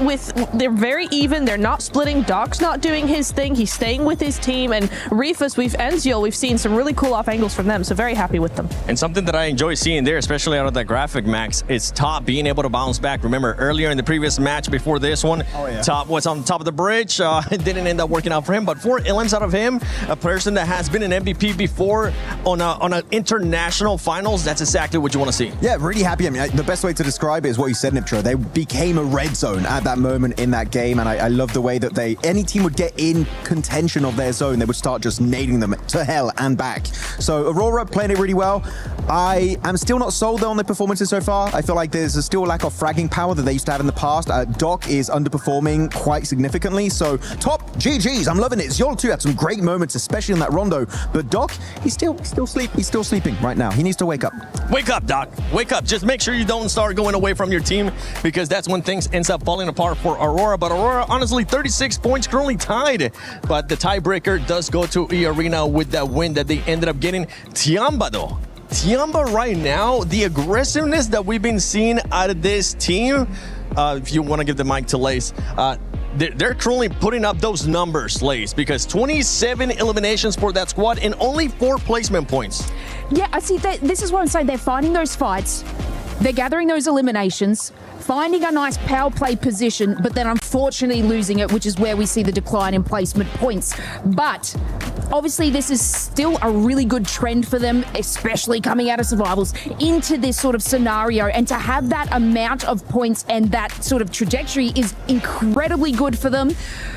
But of course, we got to bring it back to kind of the smash rule and the way that you have to gather these eliminations. It's fine. It's good to do it obviously today, but then we got to see more of those placement points and those wins out of them to be able to take more than that. 100%. And another team that's currently doing that, Max, it's none other than Nongshim. And I know you weren't quite happy with what Nongshim, especially Human, was doing that last game. Yeah, initially I love the way they initiate the fight onto, I think it was Orangutan in that gas station. I'm like, okay, you've got some solid off angles, I like it, they're pushing the fight. But the thing is about off angles, they lose effectiveness the longer the fight goes on. And I think it was one of the play on the Harry Potter Tower, he had a great line of sight, but eventually Orangutan know you have that line of sight, so they're not going to peek you that aggressively. That would be the prime time for them to regroup, fully commit to the fight and send down, hopefully come out on top. But they're very slow to respond to these moments, and I'm very upset with their opening performances so far. Yeah, one team talking about aggressive, talking about people committing to a fight. We saw Nigma Galaxy and Ida finally commit to the hot drop, and if I'm being completely honest, I don't want to see it. I don't care about it. Leave that ego to some other time, because right now it's going to be hurting those two teams. Yeah, it is, and we did see Fourth Thrives take advantage of what's been going on there, right? Just dropping in on, trying to get a few limbs and then move back to their position. competition, they were trying to punish that as much as possible just because it's kind of silly. In the finals, maybe day one you kind of get away with it, but keep on doing it, it's not going to work out. Fourth Thrives knew that, and you know, they might not be the only team to take advantage of that if the playing path's a little funny. If that keeps happening, other teams might just third party that. Yeah, they will end up third partying that. We saw there towards the bottom of the leaderboard as well. Godlike, OG currently not being able to put up those numbers. Those are two teams that are looking to bounce back. But right now, we are halfway through that mark. Lace, any team that has surprised you so far? I would just like to say that, like, I'm very proud of you, Furia. You know, I know I was a little bit mad in that situation, and I was surprised about you in the first couple of games, and I just want to make it note that that was a much better performance. But still, I'm taking your driver's license away. That was a good performance. Next time you ever take my mic, Lace, this big old chicken is going to be hitting your head once again. But as we're getting ready here for match 4, let's send it over to none other than Barney and Luti. Luti, yeah, you know how last week we were talking about how to win PMWC? Oh, yeah, the big secret I told everyone. You gave everyone some incredible insight for those of you at home that were listening. Teams were listening as well. Aurora Gaming, Tiamba, the Arena, they're playing very well at the moment. Indeed. But let's break it down into the finer details. Oh, it's pleasure, yeah. I want to ask you a little bit more, okay? So what's the best map to capitalize on points? I mean, there is different teams with different play styles, so it depends. Okay. Yeah, that's fair. Okay, it depends, yeah. How about vehicles for late rotations, getting into a good position? What's the best vehicle to use? The horse, the buggy, and so different maps, so it depends. It depends. Yeah, as well, yeah. Okay, sure. Yeah. Utility, okay, so end of game, smokes, nades, medical packs, bandages. What's the best thing to have in your arsenal? I mean, depending your situation with the cycle, so I will answer, it depends. It depends. Yeah. Okay. Luti. It's not that easy, Luti. What's the best gun in the game? I mean, let me guess. It depends. Sacre bleu. No, Barney. Everyone knows it's a P90. No, it depends. Okay, back to you, casters. I hope you're ready. It depends. And yeah, he's right. The P90 is where it's at, but we are here live in the finals, getting ready for the last 3 matches. Absolutely. We have got a great day unfolding before us. We've had some real step-ups from a lot of teams coming on through, some great rotations, some insertions, some side swipes into those zones. That S2G hovercraft double roll-up, that was looking pretty, but we're going to be sending ourselves once again over to Erangel to find ourselves one more chicken dinner. Let's see who's gonna get it. Yeah, I mean, this is it, the last Erangel of the day, and it's time to put up some serious points. I mean, we're still super early in this tournament, but we're already starting to see some teams, right, make some things happen. I was able to talk to one player in particular. As we were getting into this game, I happened to see S-Power from Godlike. The hair is hard to miss. I went up to the man and said, hey, you know what? Give me 3 words before we get into this next match. And he said, the domination begins. Ooh, using a whole word on the. That is bold. That's the sort of confidence that you want to see coming through. For Godlike, they do want to try and push a little bit further up those tables, try and get in the competition for those top spots. Of course, having only seen 3 matches, we are still in a fairly uncertain situation, in a state of flux when it comes to those tables. Obviously, some performances standing out more than others, but it's definitely still achievable because of the fact that we have got an 18-match set, right? We've been playing so far on 12-match sets time and time again, but moving over to that expanded 3-day approach, that 18 set, that's where consistency really comes into play. So it's teams that are able to earn 6, 7, 8 points on those games that are going to be the teams that will take those top spots, those podium positions. Yeah, you're exactly right. I mean, it's all about putting up as many points as you can early on, and consistency is going to be the king here at the end of the day. I mean, we saw in the group stage, right, E-Arena, 39 points in one single game, and they weren't even able to make it.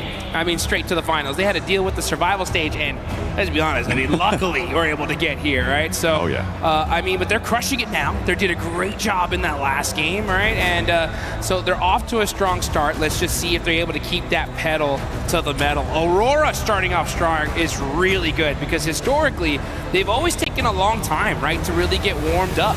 But for them to put some points on the board early just goes to show that come finals time, they're adjusting their strategies and it's working out for them. Maybe able to finally claim a title spot, you know, that's what they're going to be looking for. Plenty of other teams looking to do so as well. I know there's plenty of fans in the crowd for Furia who are there, really giving them their backing, which has been nice to see. Hopefully they can keep up the pace towards the top side as well. But yeah, I mean, there is so much on the line. That trophy, a threat to so many, but a promise to only one of our teams. Man, one of the sickest trophies you could put on your shelf. I love every single year I see it. I'm like, oh, you gotta get one. And this is what these teams have been hunting for. They've been working all year long to get here. And we can tell the teams that have prepped, and it's every single one of them. It's wild to see all these names, and the level of competition has never been so even, in my opinion, right? I mean, there is squads all across the board. They get a good couple zones, good couple situations. They're not messing around. They're going to take full advantage of it here. You talked about Furia, right? I think it's only a matter of time before we see them get a chicken dinner. We got to see some keys a little earlier. We saw that Team Vitality key, Tianba, 2 monster squads as well. So it's just really about that consistently like that you talked about. But you know what? We're in the final Erangel of the day, John. One thing that stands out to me, without a shadow of doubt, is Pachinki, right? What is going on there? That last game has to mean that something's got to switch up, right? It has to. Something definitely has to change. For me, I feel like Enigma Galaxy, they kind of, well, certainly we know how consistently Ralph will just sacrifice tournaments to hold on to Pachinki. So for me, I'm just unsure as to why Ida made the decision to stick to that drop spot. There are obviously other opportunities, and it's sort of, it reads ego to me. It reads ego that they aren't disengaging. I liked Fourth Rive's adjustment. They were able to get in. They were able to get, I think, 2 eliminations right at the start of the match. Really, really nice stuff from that very peer position that they normally drop around. They were able to move on up. They exploited that situation. But I think that the second good decision that Fourth Rive's made in that scenario was not to hunt down Ralph, right? Because he's a solo. He's hiding in a corner. You don't know exactly where he is. You disengage. You don't go hunting, because a solo at a corner in Pachinki, you could lose a player to that very, very easily. So I liked their withdrawal there coming on through. The other side of a hot drop in Pachinki that is a massive factor, certainly for later into the mid and later game, is the fact that in a hot drop, you don't get that loot truck, and you can't get it double either, which means that it went over to Vitality during that last match. It goes over to other teams who just sit on that northwest side. It's also an incredibly clear indicator that a hot drop is happening to a team out there, so they can grab that one and send on in to maybe pick up the pieces. Yeah, let's take a look at some of the highlights here before we get started, as these teams are going to get locked and loaded here in just a second here, folks. But yeah, you know, when we go back to that hot drop, it's wild to see. I've been kind of watching these two teams talk to each other all along here in Paris. And I'd see, you know, Enigma Galaxy players walk by Ida players and kind of have some exchanging of words. And I was hoping they would kind of get this settled before the finals, because I think it's just a devastating loss for this to continue here for both of them. And in the last game, it showed, just like, because guess what? Fourth Rives, they came to party right after. They were like, oh, you know what? There's a silly fight happening in Pachinki. We'll take those eliminations, and they got some of them, right? So I think now that you have Fourth Rives, especially now on the hunt for this, it's got to make, you know, Ida, and Enigma Galaxy have to start second thinking, I think, some things. But at the end of the day, like you said it, you know, for those of you guys that don't know Ralph's true name, it's Ralph Pachinki Sanchez Montero III. Okay. Pachinki is in the name, all right? And he will refuse to let it go. And I mean, they've dominated it, right? We saw them be able to take out Ida, but now that you have Fourth Rives coming into play, it's got to make you second guess things. I mean, I'm pretty sure that dropping in Pachinki is in Ralph's will somewhere. For any eventually, hopefully, in the very far future. But if he keeps dropping in Pachinki in-game, he's certainly not going to have a long life expectancy. Aurora Gaming able to do the business, but we are going to head to a quick video whilst we get this lobby ready to rock for our last Pachinki today.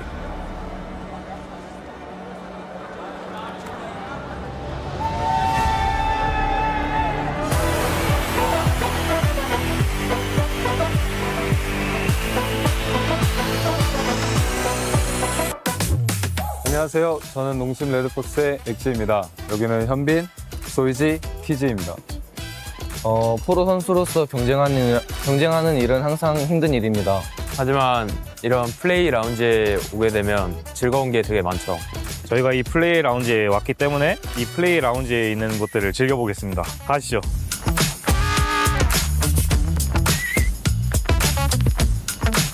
이 공간은 협력 공간입니다. 대회 측과 소통하거나 협력해야 될 일이 있으면 이곳에서 해결하실 수 있습니다. EWC 공간에 있는 한 공간 중인 탁구장이 있는데 저희가 한번 재밌게 해보도록 하겠습니다. 오! 연습반이네, 완전. 어이씨, 뭐야? 여기는 여러 가지 즐길 것이 있는데요. 저희가 한번 다 체험해 보도록 하겠습니다.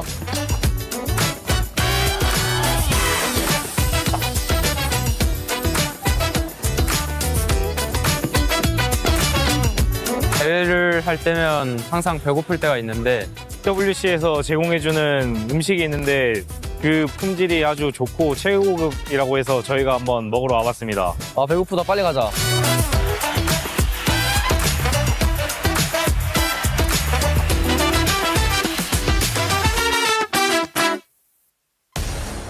Welcome back to the Hot Drop Watch here as we await the fate of Pachinki. It is still undetermined as to who is going to last the longest in that location, and if we may have a fourth, a fifth, or maybe even more teams. Perhaps everybody is going to Pachinki. It's going to be a 64-player brawl in the center of the map. You know what? Ah, man, I want to see that action. That would be absolutely insane. I mean, if it was going to be possible, now would be the time because it's the last one of the day. But you know what? It's time to see what exactly is going to happen as we get into the map. Final Erangel of day one of the finals. Now let's see who's going to be able to put some serious points on the board before we get into the sandy deserts of Miramar. I mean, I'll take non-serious points at this stage. Of course, every single team would as well. Plane path on the west side of the mainland here, coming through from North George to the west point of Sosnovka military base. And it will be going fairly close to Pachinki, so we're not going to be denied it by the plane path. Hora out early over towards Saverny. Tiamba over into North George. I'm keeping an eye out to see if any of our teams on the hot drop are going somewhere else, but I'm really not holding my breath. I kind of am here. Oh. You know what? I will say, yeah, you can see already here. Look at that. Looks like we're going to see another hot drop in Pachinki as Ida and Enigma Galaxy are headed in that direction. Uh-oh. Very, very interesting. I will say, though, we got to give massive props to Enigma Galaxy for being so high up on the leaderboards, considering that they've been dealing with this all day long here. I mean, they're in 4th place, 30 points. That's pretty insane. Sure, I mean, they were able to take a chicken dinner towards the start of the day, right? So they do have a little bit of a foundation to try and do this with, but they could be so much further ahead without this situation. It looks like we're not going to see a 4th Thrives flex out. Instead, S2G are the closest by on the southwest side. Nongshim Red Force, who have yet to touch the floor of their parachute, could potentially also flex in from the southeast side, but I feel like S2G are the most likely right now to cause problems for Ida. Enigma Galaxy on the north side of Pachinki, they're split right now, but you can see Rita on that off angle could be quite important. Ralph seems like they know he's in this building, but the nade won't connect. Yeah, that was a warning nade for sure. You can see Satan up on the roof here, or on this ledge, trying to get a little bit of information. He knows exactly where Rita is. It's a big stalemate, though. This is the hard part about these hot drops, and I can hear it. That loot truck is now driving on by. The precious loot. Satan's like, that should have been ours. I want it. No! Oh, Lord gets knocked. And did he get thirsted? No, he actually gets beat up pretty bad. Satan, through the door! What a clutch knock for this team. Able to take out the off angle there, and Ida are going to really struggle to get back to this one. It's across the road, and I don't think you can break past that. The res, though, in the meantime, is going to be there, and because it's so early in the game, it's so much less likely that you've got the nades on side to just completely suppress that res position, which allows Enigma Galaxy to go back to 4 and leaves Ida stranded landed on 3. Rita getting knocked there is the most crucial part of that fight, Jukes. Man, that was an insane shot there from Satan. I mean, that's that game sense, guys. Shooting right through the door. He knew he was there, and he makes the play for his team. It's one of those micro plays, right? That when you make that kind of play, it just changes the entire situation for your squad. And now, because of that, Enigma Galaxy up ahead against EDA. They still have to get a little bit more pace to it, though. And EDA are retreating now right to the southeast point of Pachinki.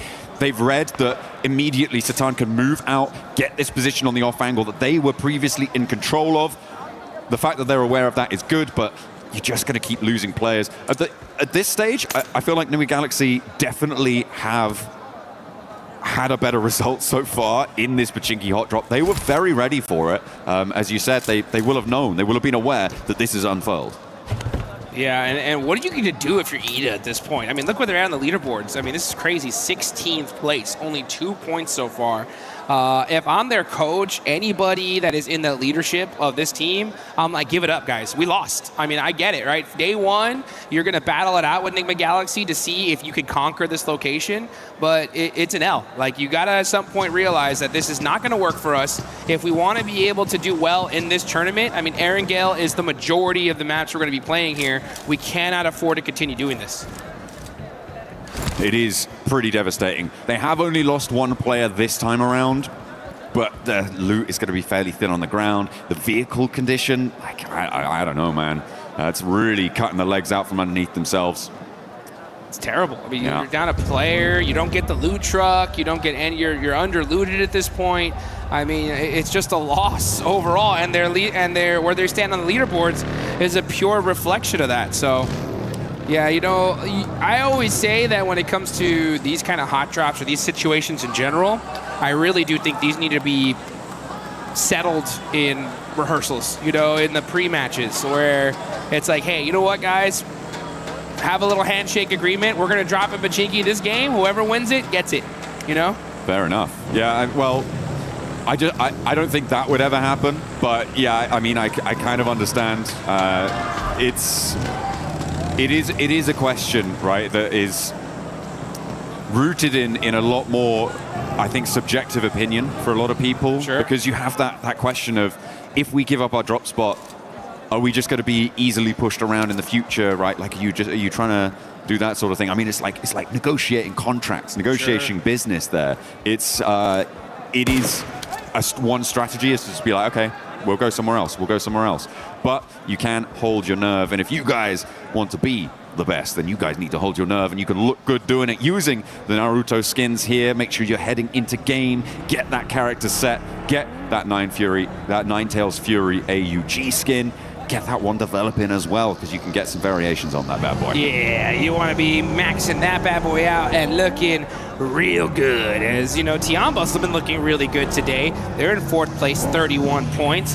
Milu, man, the way he started off that Rondo match was just crazy. Wild. I mean, this man has been performing all tournament long for his squad. He had, for sure, right, the play of the tournament. That 1v4 earlier in the group stage was so sick. Yeah. And then come finals time, the way he started out, they are looking really good.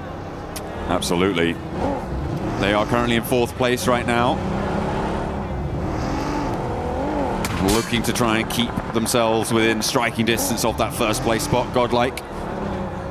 Would love to try and join them, but they are a little bit more destitute on that points front, with only 8 towards the bottom of those tables. Another circle heading up towards the north side, split by that central river. A lot of open ground south of Severny, being covered actually mostly by Aura, who have a wide spread around the river, are causing a lot of problems. I'm interested to see how many teams look to head east of Yasnaya. Furia likely going to do so. Could potentially see that from teams who are still on the military island, by the way, Aurora and Al-Ula.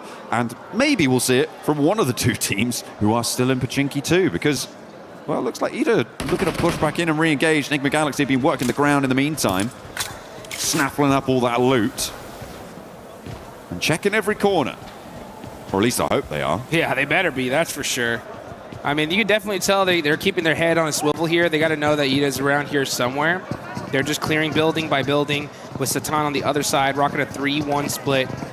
Got to be careful, though. One nade could be dangerous. Oh, the shots ring on out, and the knock onto Coops is huge. He's got another nade as well. Coops is in danger here. Ralph does need to get some healing done before he can go for that revive, but he should be okay to do it. You can't step forwards and go for the cross. And again, Satan is on that off angle. Just about misses Swain on the cross, but he should be able to call that one out. Should have spotted it. Lord is already cooking a nade. He knows he's in the building now. Launches it forwards and he takes it down. Beautiful communication. The plays from Nigma Galaxy in Pachinki are just insane. How do they do these wild bounce back shots, nades that just turn the fight in their direction? This just goes to show you, when you know this side of the map like the back of your hand, it's gonna pay dividends. In the meantime, Nongshim Red Force and Fourth Rise are going head-to-head. And at the moment, it looks like Fourth Rise are in the driver's seat. This is out to the east side of Potato Hill, but they are grabbing a couple of flushes on board as well. As we keep going with this hot drop, though. Yeah, Nongshim Red Force, they're going to try and get out, just leave a solo survivor coming on through. And another knock goes on in. This is Nigma Galaxy sweeping it under the rug. They're putting this hot drop to bed. It cannot come back tomorrow. It would be a terrible idea. I can't stress how difficult this is to do, right? To be able to deal with this hot drop so frequently and to just execute in this perfect fashion. I mean, not losing a single player, getting those four points early on is just insane. There was a hard north shift on the circle in the meantime. We are watching all of this hot drop unfold, but it is pushing teams now north very, very quickly, which is causing conflict around the crossings as Coops finds the final player on Ida. And down they go. All four players from Nigma Galaxy are there, and no third party came on through as well. Now we're going to jump over towards the teams that are looking to put pressure on up towards the north side. We talked a little bit about Nongshim Red Force losing 3 of their players. Fourth Rise lost 1, but they did manage to get the 3 points for that fight. They are both still south of the river. Ulf Orangutan now on this northern side of Roshok River, and trying to get their foothold to move in towards those shooting range hills, potentially over towards Saverny Way. Yeah, we've been really focused on that Pachinki fight for so long. This zone is all the way up to the north, like you mentioned. We already got Fudia up there in Saverny, E-Arena over by shooting range right now, taking that Snake Hill position. And now we're gonna see a lot of these teams start make that rotation. Aurora Gaming, oh, the one rock! You gotta hit it for good luck. That's a map open right there. Guaranteed. 100% looking at the map. Yeah. No ways. I think we're going to go here, guys. You're he's going to go again? Oh, no. Okay, we're getting a little replay. This is on the Fourth Rise and Nongshim Red Force fight. They'd already lost T24, but the hold from Hazaifa, the angles that he was able to clock, it seems, pretty efficacious on the high ground there. Love to see it for Fourth Rise. Aurora on their crossing, run into Vitality. Looks like they may have run their last across these bridges. This western hold looking quite good for Vitality, who, for the time being, have been a little bit quieter, I think it's safe to say, than their group stage performances, but they're still very much there. They're still very much present. Certainly their presence is being felt by Aurora on this northwest side. Vitality. Oh, southern shift here, and a big southern shift. This actually might be really good for the side of Nigma Galaxy, as they're going to be mushing in super late here.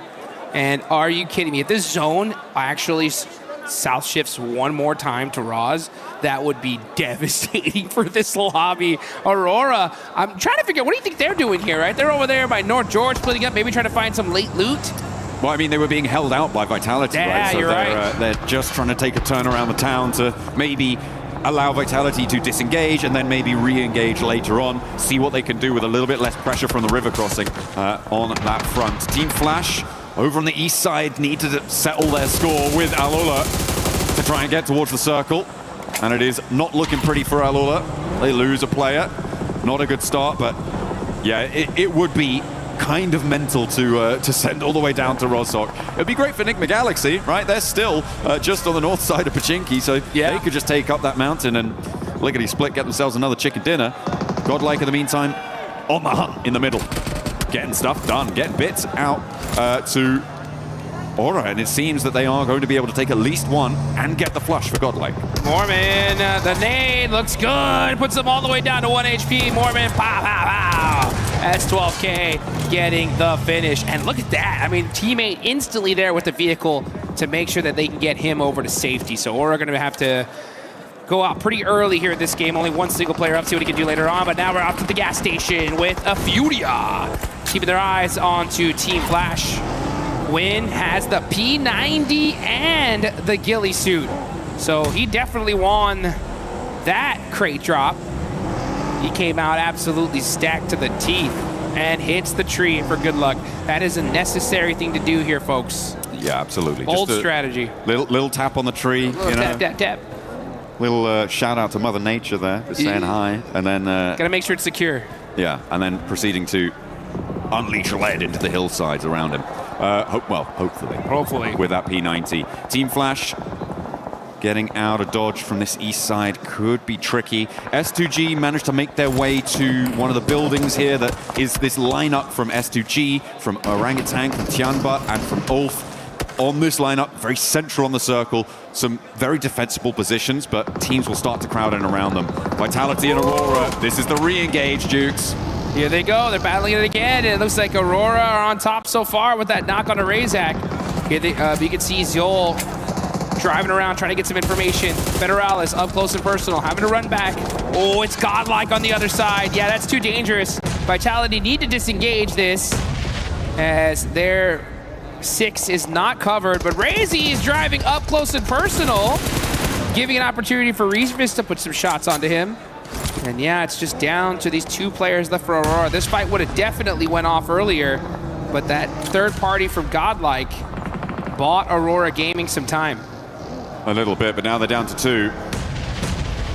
And Vitality doing a little bit of nade there, not ideal. E-Arena in the meantime trying to find their way in on the north side, but it's not looking super accessible right now. And now seems like they're engaged with the final player from Horror. Sleepy is holding it, but in the meantime a crash. S2G trying to roll across, but Tiamba are holding face against it, and they are not going to let S2G in without a fight. Aurora want to jump in and join the party here. A nade in, that could be brutal there, right under his feet. Is it going to blast him down? But there's an answer, and Reefus falls. A third knock over towards Tiamba, but now everybody has been isolated and evacuated from this fight. Nobody's left to put the pressure on this triple knock. Are you kidding me? It looked like these guys were fighting in a lake of fire here. QZ in the center of it. And Top could have been there to make that play, but unfortunately, there are too many teams surrounding him, and it stopped that crucial third party. Oh, another nade from Top. Doesn't quite connect there. There is an answering nade, and that is going to back Top off nicely. The run around there.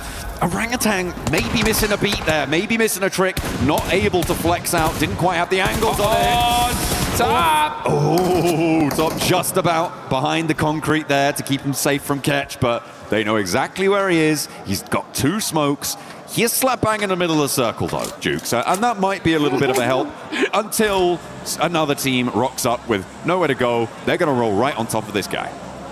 Yeah, Top's cooked right now. He's just like, I think I'm just going to lay down right here. He's on the simmer. For as long as I possibly can. No standing up for me. It's straight hit the deck time on the side of Top. But hey, you know what? That's good, right? He's got a good position in zone. They're pretty high up on the leaderboard, so they can just kind of hang on and get some placement points. That'll be good for him. But meanwhile, I mean, Tianba on a tear. 7 eliminations. Fortunate for them. They're able to get everybody back up here, and they're in a solid position in this circle as we now look on over to Furia. Igor hopping out the vehicle here, getting punished by E-Arena for it. Oh, it's not going well. It is not going well for Furia. Unfortunate, they're just going to be down to Chief, the other 2 players down on the hillside. Tiamba, by the way, managed to fend off a triple team crash on their compound, right? They're now on 7 eliminations. They have done phenomenal stuff. It's likely they're going to have to fend off at least 1 more, but the number of crates around them is going to be ludicrous. They're going to have to try and figure out exactly what they want to put in their backpacks as Flash try to find their way through, thread the needle, but E-Arena are just going to roll it down. Mormon over the top, doesn't even need to ring the doorbell to open that door. And Tops has to turn tail. Tourney K sees to it. He's going to get backed off by a third party. I think that might be Orangutan chiming in. And now Tops has to head towards 4th Thrive, so nowhere real to go for him as Hyunbin finally bites the dust, the last player alive for Nongshim Red Force. E-Arena are putting some good points on the board here. I mean, they're having to really battle it out. holding the edge of that circle because there's a lot of open field in this zone. And now you're going to see 4 Thrives. 6 eliminations so far. Falak with 2, Zypha with 3.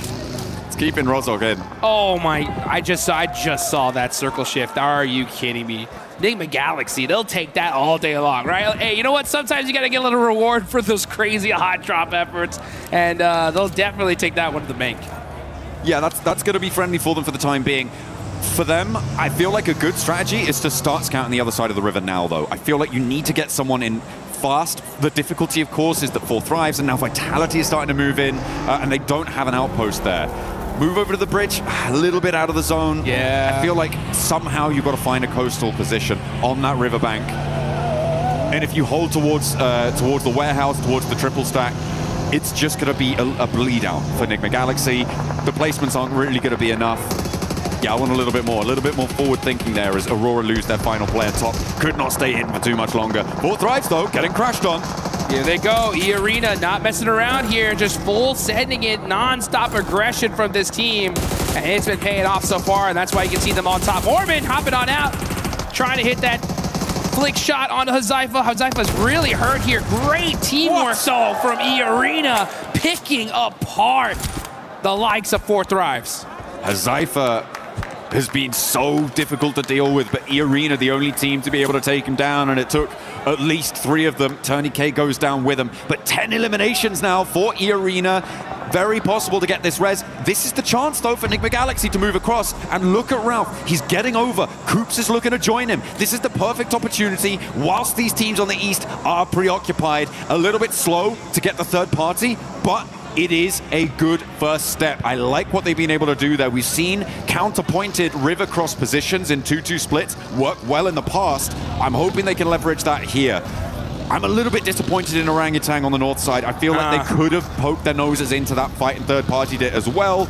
Moved a little bit further out to the east, been fairly safe from Tiamba and gotten stuck in there, but they hold inside. And I don't think it was going to be enough. Yeah, one thing I've noticed here in the EWC is the quickness these teams are ready to third party and take those opportunities. And it's just kind of surprising to see OG just kind of hold back there for a second. Enigma Galaxy, just due to the terrain, weren't able to even think about getting that third party. But because of that fight, it opened the door for them to be able to at least make that safe rotation and get that 2-2 split going that you were talking about. So let's see how they're able to capitalize onto it, though.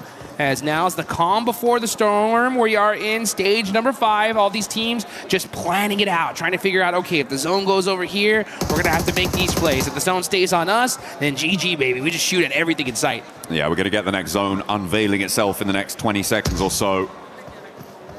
It's Godlike try and keep their ridgeline in play. This is a replay of the roll-up. Okay, this is when E-Arena crashed on towards 4 Thrives. Falak. Yeah, went down very quickly there to Joker.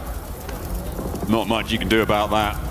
When the flying vehicle launches over the top, the bunny rabbits bound on into your sightlines. He wasn't ready for it, which is kind of unfortunate. Next circle, though, comes in Jukes, and it will head over to the west. So I think the Galaxy do have to get on the road. Ulf fairly happy in their compound, but Godlike are putting pressure on. Yeah, Godlike. Remember, as Power said, the domination starts now. Let's see if they can actually make that thing, though, as they got Ulf right behind them. They're super pinched, making it very difficult for them to make a play from their position.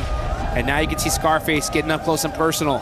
As Power trying to smoke some things out, buy his teams some time. It's going to be up to him and Admino, though, as they are just trying to hold this spot. Unfortunately for them, though, it's outside of circle. Yeah, so now Ulf are in a perfect position to gate cardi this. Oh, nice shots though from Admino, but unfortunately those smokes are perfectly put, and he's not able to get the thirst. The nade is up high, doesn't quite go the distance. It went completely out of his viewing angle there. If it had been just a little bit further, that could have been a straight knock there.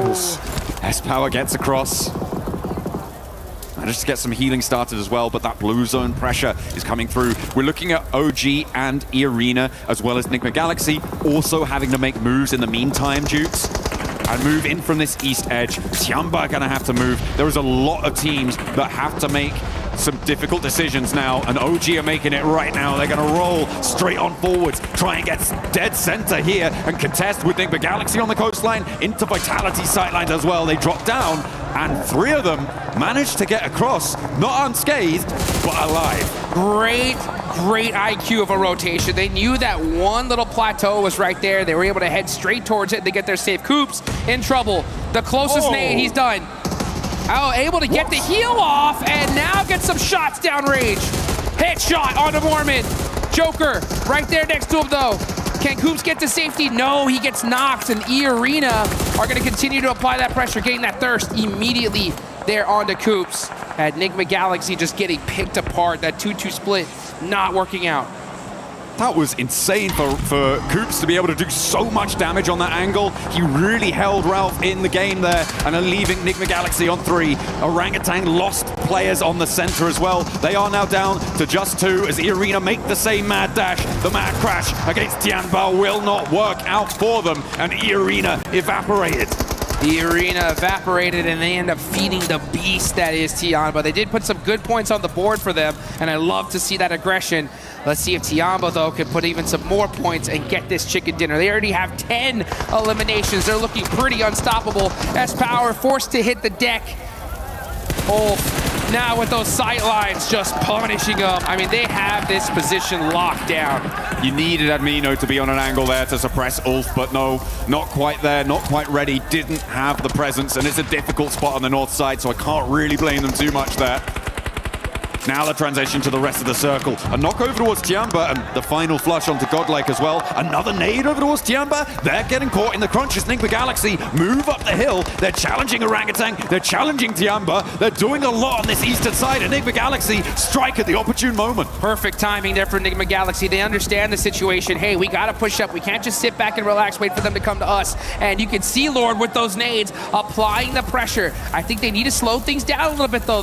The circle is coming. The circle will push these teams out. So you want to make sure you hold on to all of that utility up until that last and final second. And I think they realize that. That's why they're starting to hold on to those nades.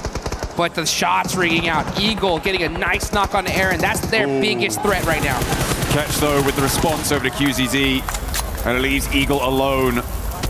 Dropping that smoke, the zone starts closing in 15 seconds, so this res needs to be now. It needs to come through as fast as possible to be able to be in a position to move out. Orangutan lose their final player. Gone. And it is going to go down to Enigma Galaxy, who are now up on 7 elims. That transition from across the river has gone so well for them.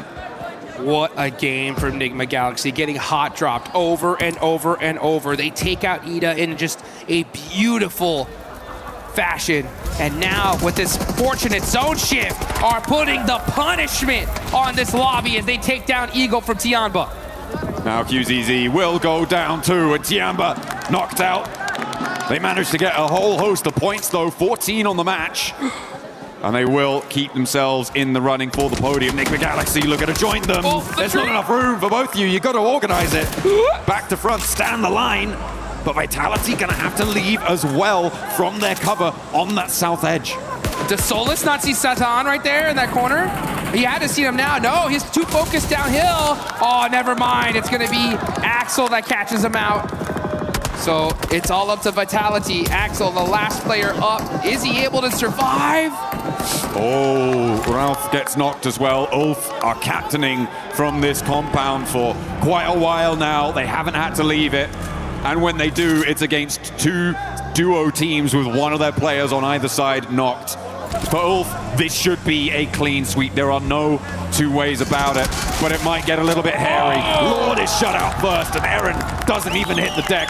A 2v4 here would be needed for Vitality, and they are getting cut across, sliced and diced. Ulf are on the hunt. Downhill, they roll on in, and it's just Razy to stand in their way. The smoke billows, the P90 at hand. You couldn't ask for a better setup, but Ulf are here, and they have the nades, the ordnance to blast them apart at the seams. And that is how you do it, folks. Ulf just taking full opportunity there and capitalizing it on it. We love to be able to see that. That building so strong, it was in circle all the way up there towards the end, but they didn't just sit on their hands, right? They just saw, they hunted down every elimination they possibly could, and then once they realized that those teams were weak, they pushed out immediately and were able to get it done. Some real heads-up plays, some proactive plays during that match. I mean, we focused a lot at the start on the hot drop. but the rotations up towards the north side also came in to be really impactful later on into that match, right? It was the teams that got there early that had the staying power. For me, a highlight of that game was also Tiamba holding off against the triple crash. It was Aulula, followed by S2G, followed by Aurora. Everybody wanted to get into that central compound, but they denied them access at every single turn. It was a shame that Tiamba couldn't go the full distance. They did get shut out. And I feel like for Orangutan, they could have had more of an impact on that northeast side that would have changed the tune there. And hopefully they can find those opportunities in the future. It would be great to see them perform at the level we know them to be capable of from their performance in the group stage, but it is looking pretty powerful on multiple fronts. It's so tough. I mean, everybody here is playing just hyper aggression, zero hesitation gameplay here live in Paris. The second you see an opportunity, these teams are taking it. One team in particular, right? We got to talk about it. Is E-Arena. Just straight aggression there towards the end game. They soak up a ton of eliminations. Unfortunately, don't get the chicken dinner, but when you get that many elims, that's a good game no matter what. Yeah, that fight with 4 Thrives over the ridgeline worked out well for them. And again, the lack of third party allowed them to keep in the match for a lot longer. They were down to just a single player standing at one point, but they managed to get back to 3 to recover that pressure without any third party look-ins coming on through. And yeah, for E-Arena, it's a good result.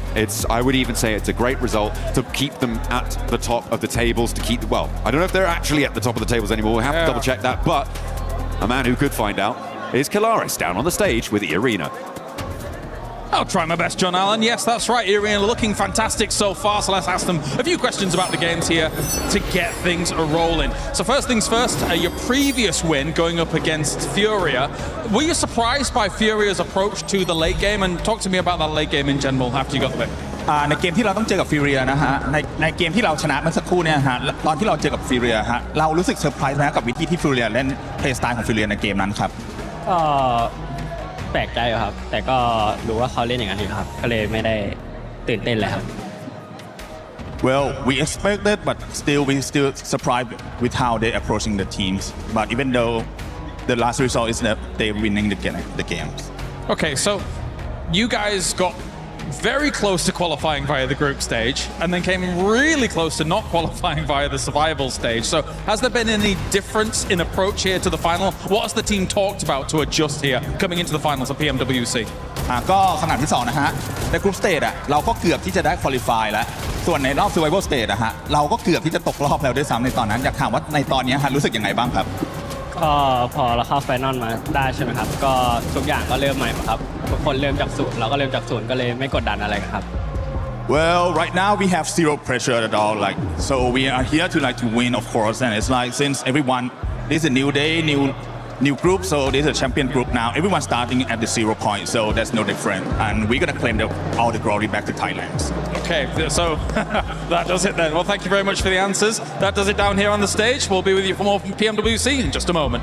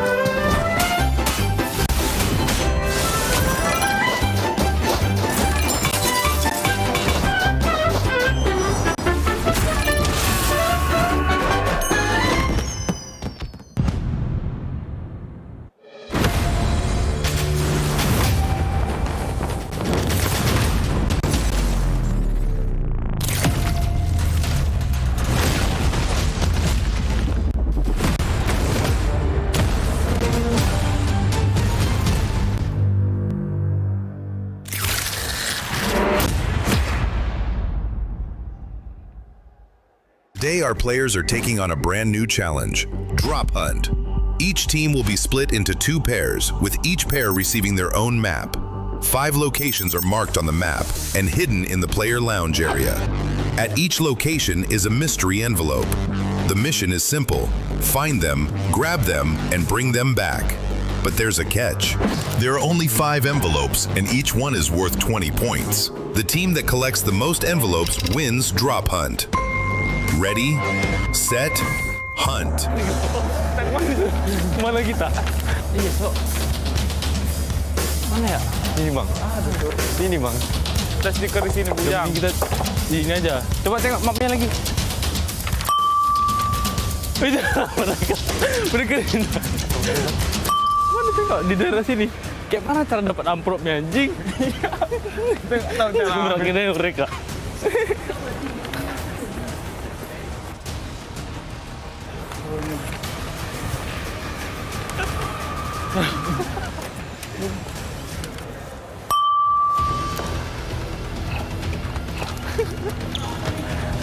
Ini kah? Mana si amplopnya? Pernah diambil harusnya. Lihat. Mana? Di sini. Viewing di situ, viewing view. Viewing ini nggak sih? Mau kita perang aja kita. Iya, serangin aja mereka, ayo. Woi, Rani.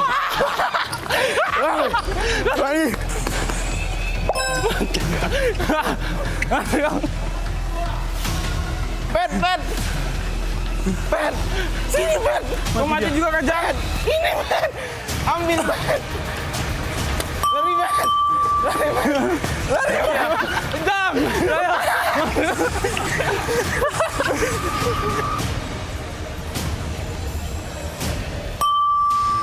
Oh, yang ini. Mana dia? Ini, Mas. Oh, tren juga, Ren. Ambil. Gini. We have 3, they have 2. We lost. Ya. Nangis dulu, jangan nangis, yang. Yeah, let's go.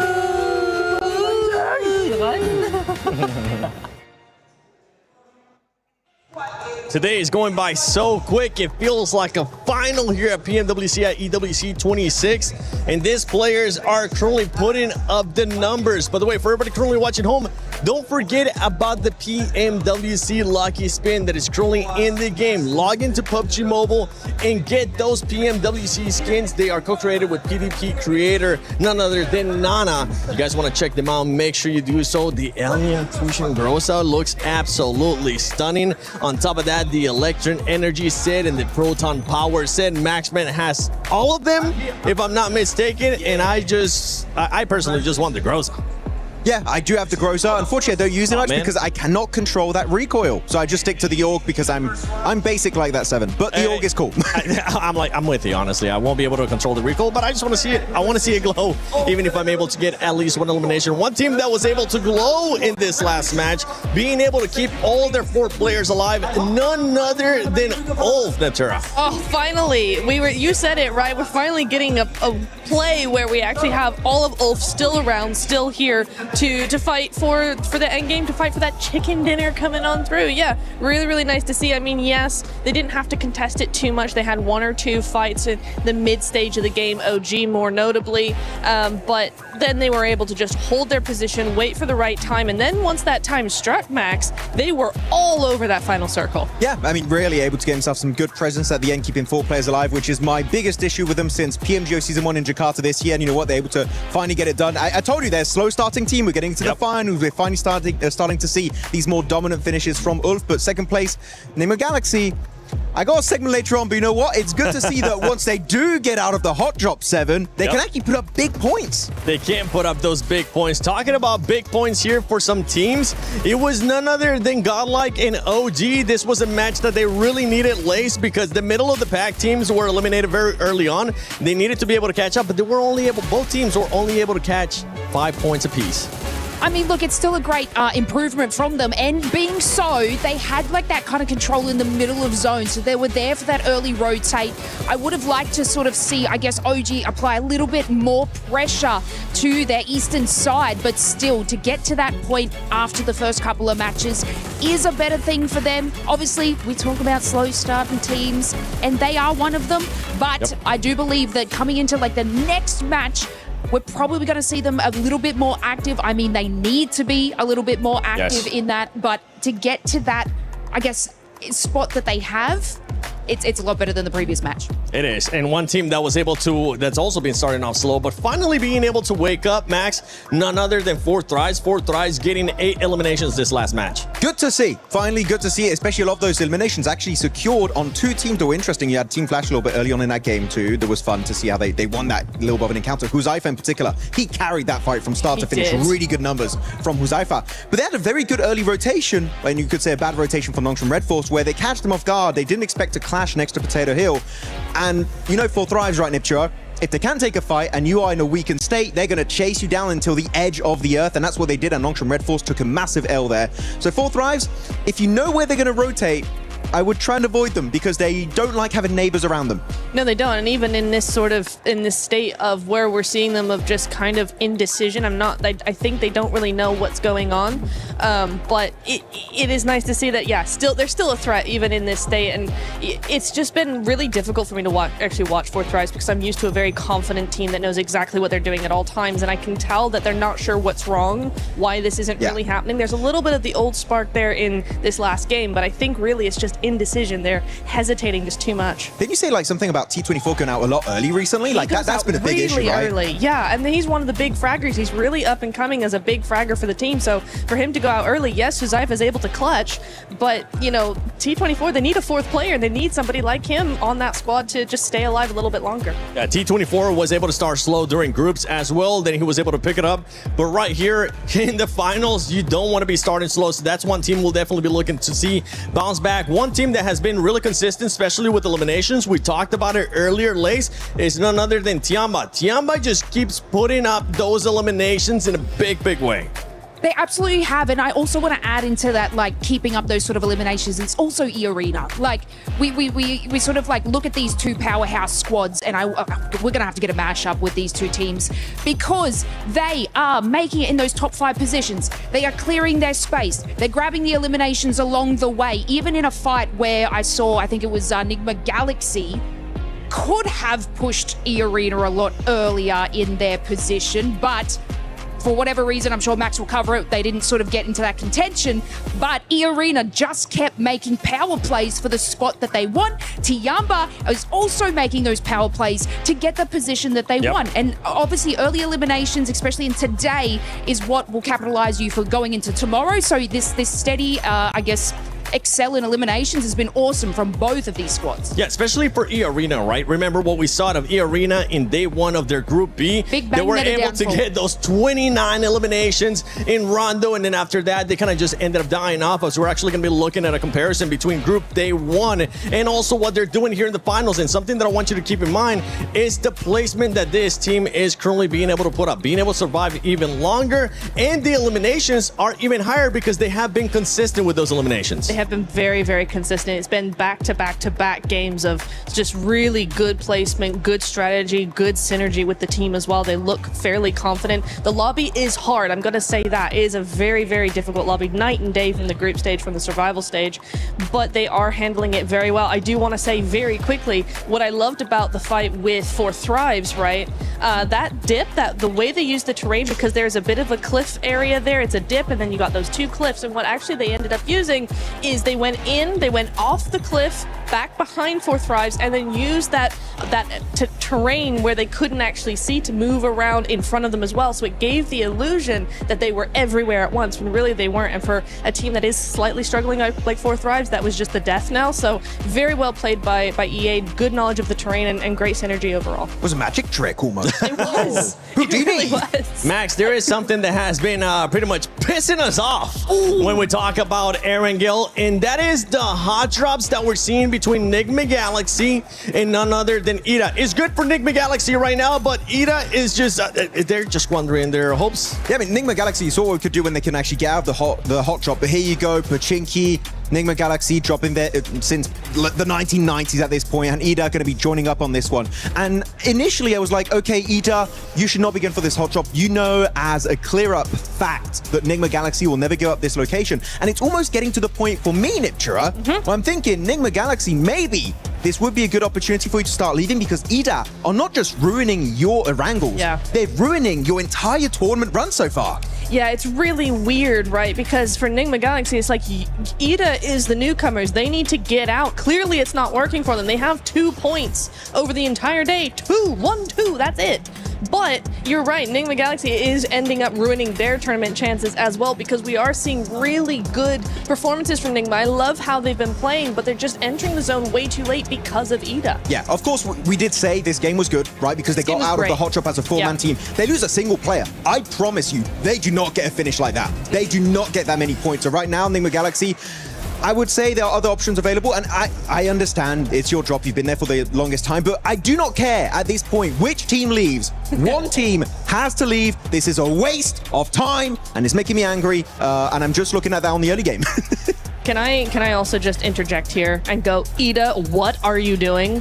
Because this is a team, remember, that got in through the group stage. They were second in their group. They had a fantastic second day. They won like 3 of the games. They were hyper aggressive. We know this is a team that can play very well, but they're wasting everything on a hot drop 3 times in a row. Yeah. Again, they have 2 points. You're not gonna win on 2 points. And teams are starting to notice this is such a waste of time. Like 4 Thrives, I think it was on one of the Erangels early in Ipchura, they like just instantly third party it. And now teams are going around Pachinki waiting for the loot truck to come out, because they know no one is going to get that loot truck, because they're so focused on that clash between Enigma Galaxy and EDA. Of course here, big respect, by the way, Enigma Galaxy, the smokes and the way they started pushing these solo players, that was very well executed, but one mistake, one slight error, and you lose a player, and instantly your chances of a win dwindle to almost nothing. Well, we know exactly what happened when 4 Thrives joined the party, right? Enigma Galaxy lost a couple of players, and then we didn't really see them in that game. They went out fairly early on. They had to full send.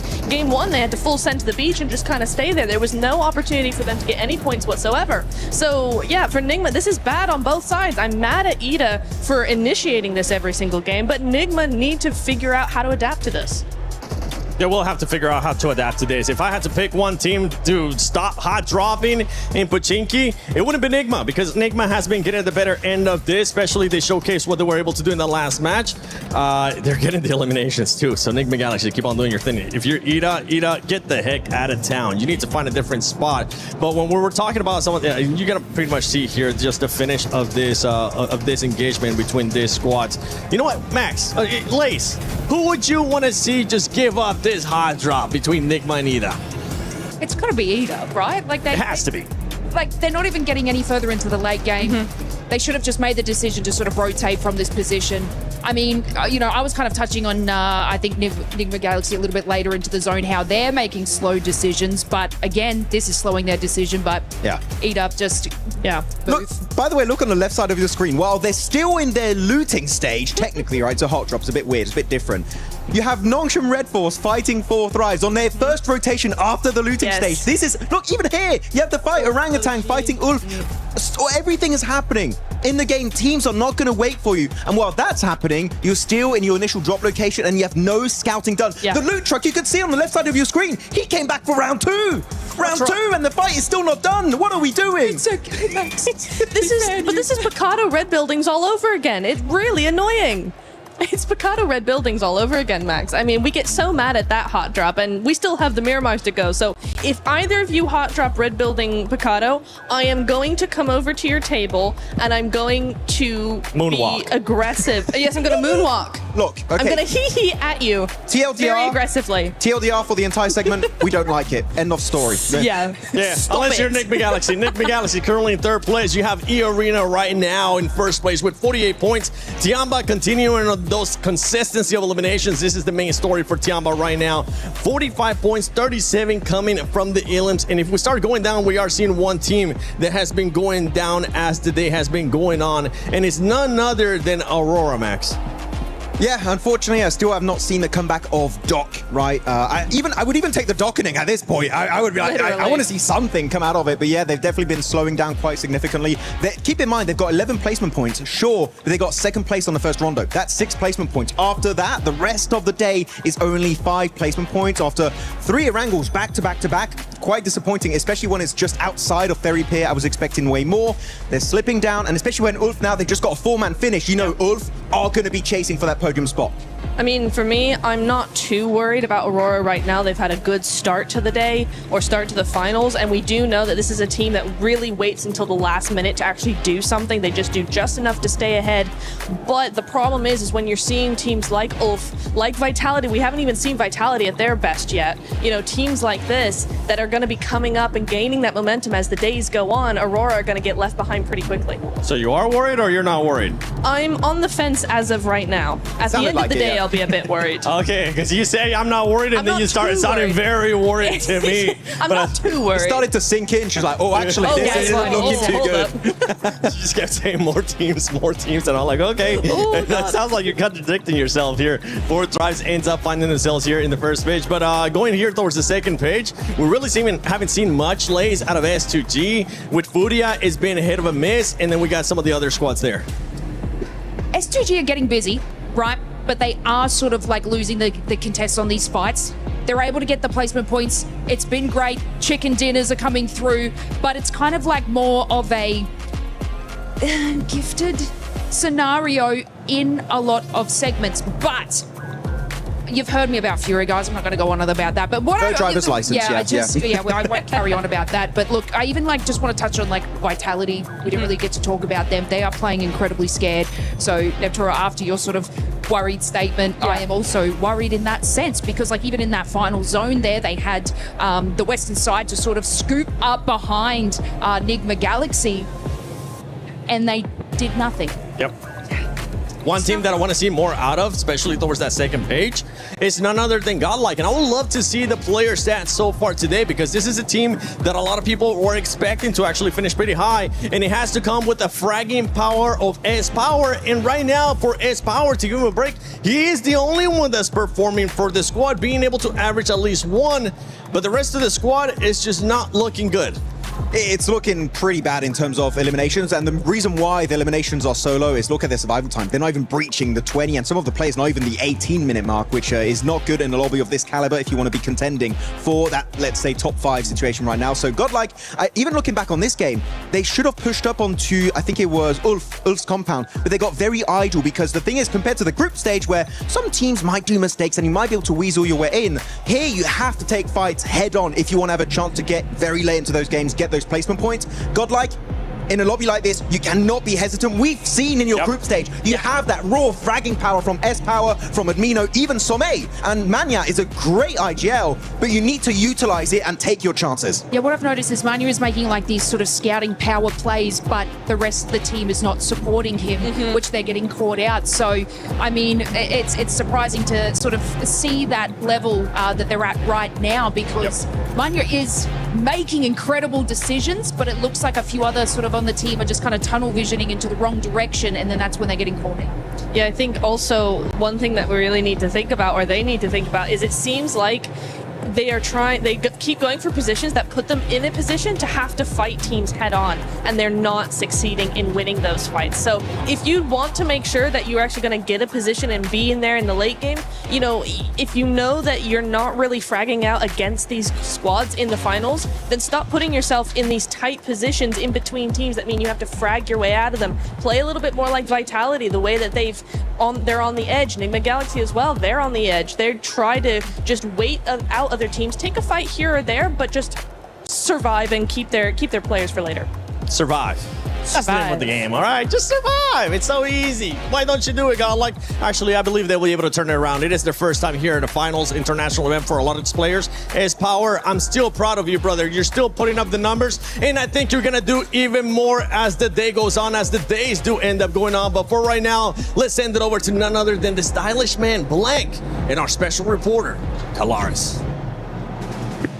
Yes, the stylish man and the short man. I get it. It's fine. Don't worry about it. We've got ourselves Mr. Blank here to talk about everything. Oh, you're my that's been going special on. little reporter, aren't you? Right, yeah. I'll try my very best to rise to the occasion. My special little man here on the stage here. Shut up and go away. All right, we've got Tiamba to talk about as well, of course, as they have looked stellar in terms of their positioning and how they've been playing these games out, Blank. Yeah, they have been really, really good. I'm so sorry. I do love you, bro. But honestly, there has been moments where the decision-making has been fantastic. I think that the way that they are speedily going to sometimes their demise is actually astonishingly good, right? Because I think me and Jackie were talking about this. I don't know if you'd agree, but there are times where they'll make what feels like the best decision in a bad moment, right? Where a lot of teams would just stand by and probably get naded and be like, oh, it's over. Well, Circles haven't been kind to them, so they've been able to kind of fight against some of that adversity. And I think that when you watched as QZZ was able to get MVPs on international stages this year alone, I think a lot of people, including Max and some pundits, etc., wanted extra people to be able to step up to the plate alongside him. Sure. Milu's been able to do that like twofold, which has been really phenomenal to watch so far. Oh, Milu has been amazing. Yeah. Milu's been really, really good. It's fantastic to see. I mean, you were talking about it was FMVP for PMI, where he was able to get 39 eliminations over 7,000 damage for QZZ. But yeah, they have balanced the load in a big way. I think it's a really, really nice thing as well seeing A-King, because it very much reminds me the way that Alpha 7 used to play. They're not playing now. Ignore that bit. Ignore that bit. Let's just put that to the side for the time being. But yeah, A-King's kind of like the Revo of the team. He plays forward, he plays shotgun for the team. Milu's just very good in those clutch moments. And yeah, the load is spread out very, very evenly across the squad. Eagle is also a great survivalist. I think they have all the tools necessary to actually honestly win this at this point. As you're talking, you're getting further away. Come back. It's fine. No. Please. Okay, where's my box? The thing is that I think when you look at Tiamba's performance so far, and we can wrap it up on this and move on to our next team, is that double chicken dinner that they got at the start of survival stage, huge revitalization for them to be able to get themselves Lazarus moment back on the road again and actually push to be able to find themselves in this state that they're in right now. What do you think? Yeah, very, very good. I do think that that's what they needed, because the confidence came through.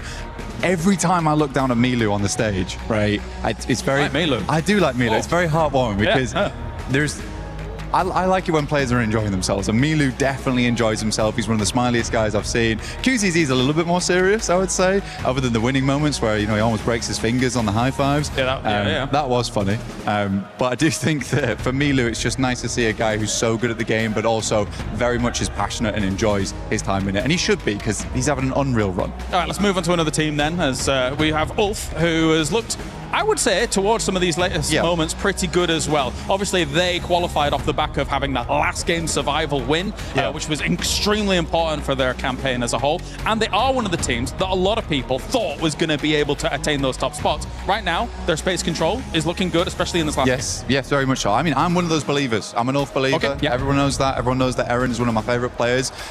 Ketch also from way back when, MVP in PMPL Season 1 Spring. He's not quite as old as me, but he is pretty old. He goes way back. He's old, yeah, but he's still got it in him. He's got the grizzled beard. He's a grizzled warrior, but he looks good. And I think that for Ulf, though, that last game was fantastic for me in particular, because we were talking about it backstage, right? And I said, if Ulf wins this game, I want to talk about them. But it was nice for me to be in like stage 6 and really believe in Ulf to actually win the game that they should be winning if they make the necessary movements, which was to take out Tiamba and slowly corral the rest of the squad. So the fact that they did one, kind of a prideful moment for me, because I was like, get in, lads. This is fine. You've got it. And you liked your prediction. I did, yeah. Also, I was quite chuffed about myself. Yes, that is right. Okay, 50-50. Yeah, okay. Great job, lads. Great job, me. I think as well, you know, controlling that compound, it actually has great lines of sight on the south side. Any vulnerability normally comes from the north, which actually didn't really exist in that game due to the way the circles were shifting. So they had to turn all their attention to the east as the next main threat. And I think you're right. They prioritize those threats very well from a compound like that. So good stuff by Ulf so far. And let's turn our attention as well to E-Arena, who has looked... It's funny because I'm a little bit conflicted by what E-Arena's been putting up so far. Because even in this last game, I really appreciate the wide wraps that they're doing, but Four Thrives have like almost zero opportunity to be able to react to the snowball coming down the hill and, you know, crushing them all. It was tough. It was tough. I mean, E-Arena is just a strange team right now where I'm not sure if they're really good at the game or very lucky, which even I don't think are very sure about at this point in time. I remember a time when Schweppes, you know, was sweeping aside the competition. But again, I think E-Arena just hasn't quite hit that full stride yet. But they do have the massive potential, Caleb. He's been able to win twice on the stage in the past with Schweppes, with, of course, Vampire in the past. But anyway, thank you very much, Blank, for joining me here down on the stage. It is time to head on over to Glitter with an update. Trav, because there's a lot going on in chess today, and a lot of it is very CC heavy. So talk us through what's been going on. So currently the game going on behind us at the moment is Magnus Carlsen, the tournament favourite, playing for Team Liquid against Nahal Sarin for SAUL. Okay. So pretty big game, mainly for Team Liquid. You know, SAUL have popped up across a few games, but not really near the top of the leaderboard. So Team Liquid, I'm not going to pretend like they're near the top at the moment either, to be honest with you, because they're probably lower down than SAUL at the moment. But they're expected to get a win here this weekend, considering Magnus Carlsen being the chess player that he is. And he is up 2-0 at the moment as well. So even if he gets one more draw through the next 2 games, he'll be progressing to the semi-finals.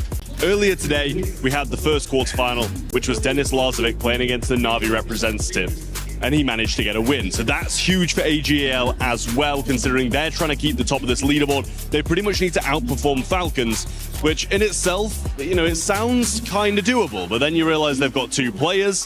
One of them's already progressed through, and Ali Reza Farouja's kind of playing now and beating his opponent as well. Okay. So Hikaru Nakamura already through to the semi-finals, which lines up a Hikaru Nakamura versus Denis Lazovic, AGL versus Falcons in the semi-final. I mean, to be fair, Dennis was trying to almost preempt the win. He was practicing putting the key into the trophy yesterday. So, you know, maybe that's a good omen? I mean, the thing is, he was literally putting his opponent's key that he'd beaten in the winning trophy. So it wasn't even his own key. He was like knocking someone out and then putting them on a pedestal straight away. But yeah, it's been a good one over here in chess. You know, there's so many club championship storylines that kind of lay on chess at the moment, considering, you know, AGL have been knocked out of PUBG Mobile, have been knocked out of several other competitions as well. So Team Falcons have to be outperformed by AGL if AGL want to keep that top spot. But then again, Falcons are in Rocket League as well. So they're kind of in a great position to go far in the club championship this week. And of course, already have managed to secure some points being in the top 4. So it's going to be a very close race is what we're hearing right now. And chess is going to be a big impact on just how close that race for the leaderboard is. We actually have way more matches coming up on the rest of the day. So as we have some more updates, we'll check back in with you, Trev. For now, we're going to say goodbye. Shout out to the amazing Glitter Explosion and the amazing Trav as well for the Club Championship update. But now going back to PUBG Mobile's esports here at PMWC at EWC 26, we got to talk about Aurora. I would love to see Aurora player stats because there is one player in particular that you're not happy with his performance. You're over here like George St. Pierre, Max. You're like, I'm not happy with your performance. That's exactly what it sounds like because for this squad, I mean, they were able to start off hot, but they're just going to keep going down that leaderboard. Yeah, it's not even just Doc, actually. I feel like I kind of want to see more from Rufus as well. That has kind of like been underperforming a little bit. Even Ziol. Ziol, I can give him a pass because he had some incredible grenades early on Rondo. So sure, maybe it doesn't showcase itself in the stats, but in general, I feel like Ziol has definitely also been pulling his weight. But top, it's been the top show. Getting almost 3 average eliminations per game is crazy in a lobby of this caliber. But it's not enough when only one player's putting up those numbers. Niptura, Doc, Rufus, again, Zioli get a pass, but Doc and Rufus, I want to see those guys doing well here in these coming Miramars. Oh, absolutely. We know they can offer so much more than they are right now. I also want to give Rufus a half pass as well, because similarly to Ziol, we did see Rufus have some really cool information scouting off angles, like way across certain areas of the zone, really trying to get as much information as possible for his team. So in that regard, yeah, I do feel like he's kind of pulling his weight a little bit, but yes, overall, I do agree with you, Max, that all of them need to really be stepping up to the plate here. 4th place is okay. It's not far behind first, but we just want to see more because we know that they can do so much more. Yeah, and for me, no pass for Rufus. Okay, Rufus, I expect a lot better from you. You're the only player right now that hasn't gotten one of the international MVPs in that squad, so the pressure is on you, okay? Any passes that I had for him was last year. This is a new year. I want to see more survival time out of him as well, but here we go. We're looking at the overall lace. We're talking about Tiamba. We're talking about Flash. We're talking about some of these teams that we need to see more placement points out of. Yeah, I want to ask Max, if he were to be an embodiment of a coach, you picked Team Flash, right? Oh, if I wanted to coach a team, which team I would coach? No, so I think Flash was, wasn't that your They're my prediction, yeah. Yeah, your prediction? Yeah. Obviously being 7th place there, not doing terribly, but come on. 23 points behind. Inner coach, what do you think they need to do to be able to skyrocket up that leaderboard so your prediction is correct? Oh, it's complicated exactly to pinpoint what's going on with Tell Team us, Flash. Ooh, you're putting me on the spot right now. I didn't prepare a segment for this. But, no, okay, no, Team Flash, I feel like... You thrive on this. There was one fight that was versus 4 Thrives that I find interesting. That was actually the one that happened last game that eventually was won by Ulf. And I feel like what happened with Team Flash, they got caught off guard and they didn't find a good way to get themselves back up on their 2 feet and get ready for the fight, which under pressure, that is what you need to be able to do. Flash is a great team, right? If they take a fight they're ready for, when they're not ready for it, they just tend to crumble a little bit. So I don't think it's a gameplay issue per se. I feel like it's more of a mindset issue that Flash need to try and resolve. Yes, we're looking at the second page here. I'm also going to be looking at Hora Esports, Neptura. This squad, I mean, they have the fan base here. They have the support from the fans. But right now, in the second page, knowing Hora Esports, they're not going to be happy with this performance. No, they're not. And I think it's a bit of an odd one, right? Because I think it's hard to say, like Max, right? It's hard to pinpoint what exactly is going on with them. But typically, this is a team that likes to play edge, likes to survive, likes to wait until the last few phases of the game to really start spreading out and taking third-party opportunities. They're very good at those third parties, and we're just not seeing that from them. They try sort of half-heartedly making good on some of these plays, but they get overthrown very, very quickly by these more aggressive players and more aggressive teams, and so they just seem to be a little bit too passive. I know Hora tends to be called passive a little bit more, but this is not a passive team when it comes to those fights, and except for today, it just kind of feels like that's what they're the name that they're living up to, unfortunately. I mean, it's an incredible start from them, though, from the first couple of matches. So, like, obviously, we talk about teams that sort of start out strong, start out weak. I think they started out incredibly strong, but it seems like, obviously, coming into these later matches and everybody's reading the zones a little bit better in these positionings, they are getting caught out on that. So I do agree with you in that sense. But look, it's just kind of that balance of mentality that they're sort of struggling later in these matches, but I feel like even though it's just today, I feel like tomorrow it's going to be like a little bit of a different scene from them in the start. I do believe so. I do believe they have it. They got the fans to back them up, of course. I'm backing them up. Maybe not for the rest of today, but tomorrow. I was about to say, you're giving them a break until tomorrow. No, these fans, I want to see it. They want to see it coming up in Miramar. I mean, yeah, the thing is, right, is that, okay, if you only had like your typical rule set, sure, fair enough. You can have one day off. We got Smash ruling. You might just have only 2 games there on that day 3, and you just don't know how it's going to go. If it happens like it happened in the Macau Invitational, boy, oh boy, that was crazy. We had 5 teams in the Smash zone at the same time. Eventually, Nongshim Red Force did get the win, stealing it away from Furia, but Smash ruling in play, you just don't know how long you really have, Niptura, so you got to make the most out of the games you're currently playing, because otherwise that gap, it might be impossible to come back from in that final day. Oh, exactly, and there's your point brings up 2 teams to mind for me. The first one we've already talked about, Aurora. I said that they typically are a day 3 team, which makes things very complicated when you get to that Smash ruling. Exactly.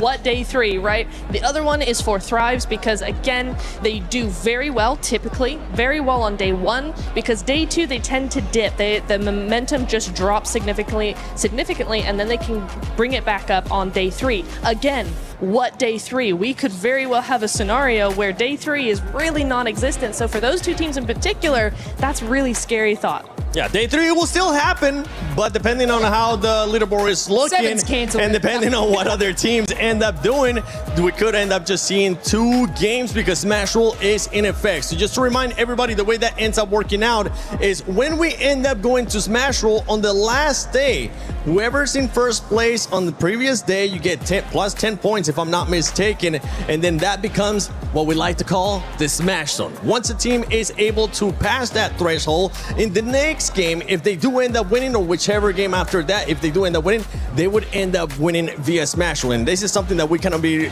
you were especially hitting on just now, Max, because it could come into play. If a team is too far ahead, I mean, especially with Rondo starting off as well, it could be an easy 10 points for that squad, and later on, we can see teams just readjusting their playing style because all they have to do is just win, baby. But it also adds so much pressure. Yes. Right? We do have to highlight it. I mean, I want to take you guys back to PMWC Season 1, Jakarta, right, in Indonesia. 4 Thrives. What was it? 50+ point lead after day 1? Like something crazy like that. They just destroyed everyone in those 6 games. And then comes over day 2. They're like, oh, wait a minute. We try and get into the Smash Zone. They get in the Smash Zone very early. Pressure gets to them. Ulf is like, oh, you're crumbling. You're having a bad time. And they catch back up to that team and almost take it away in that last Miramar. But luckily enough, 4 Thrives do maintain that top position.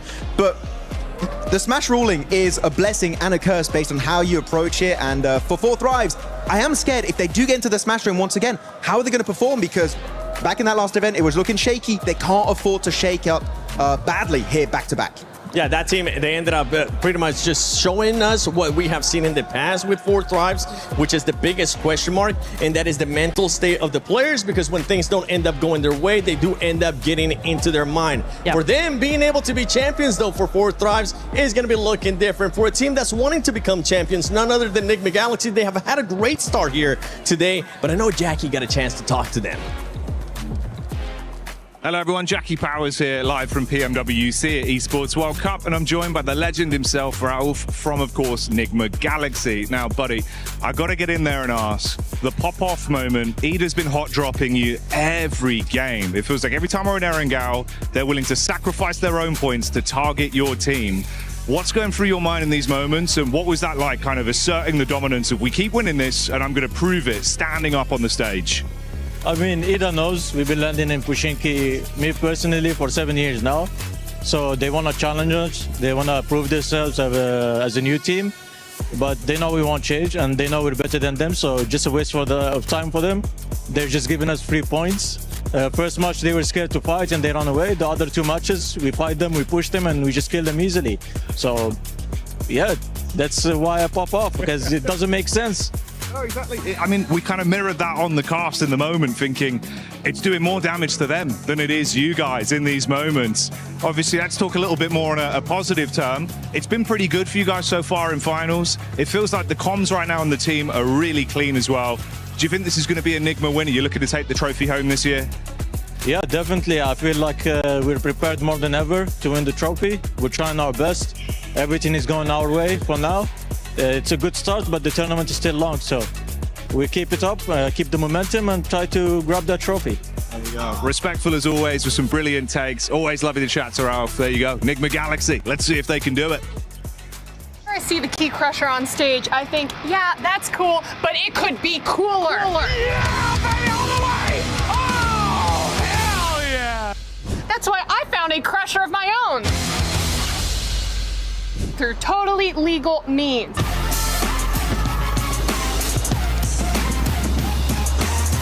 Ah!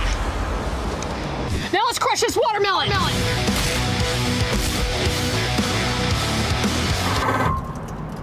That's how esports should be done. Solve this, nerd.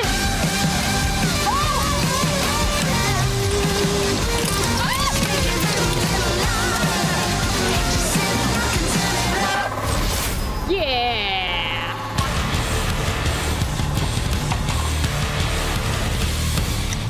For T1.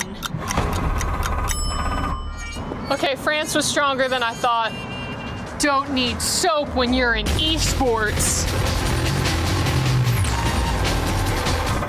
Squeaky clean. Can of beans. Ah! Ah!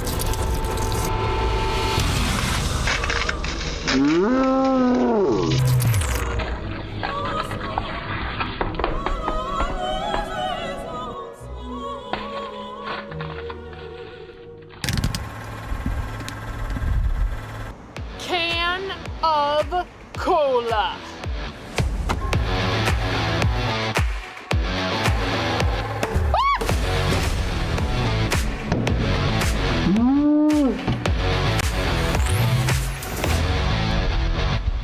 Esports!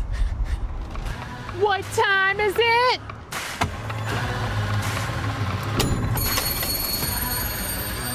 Time to go.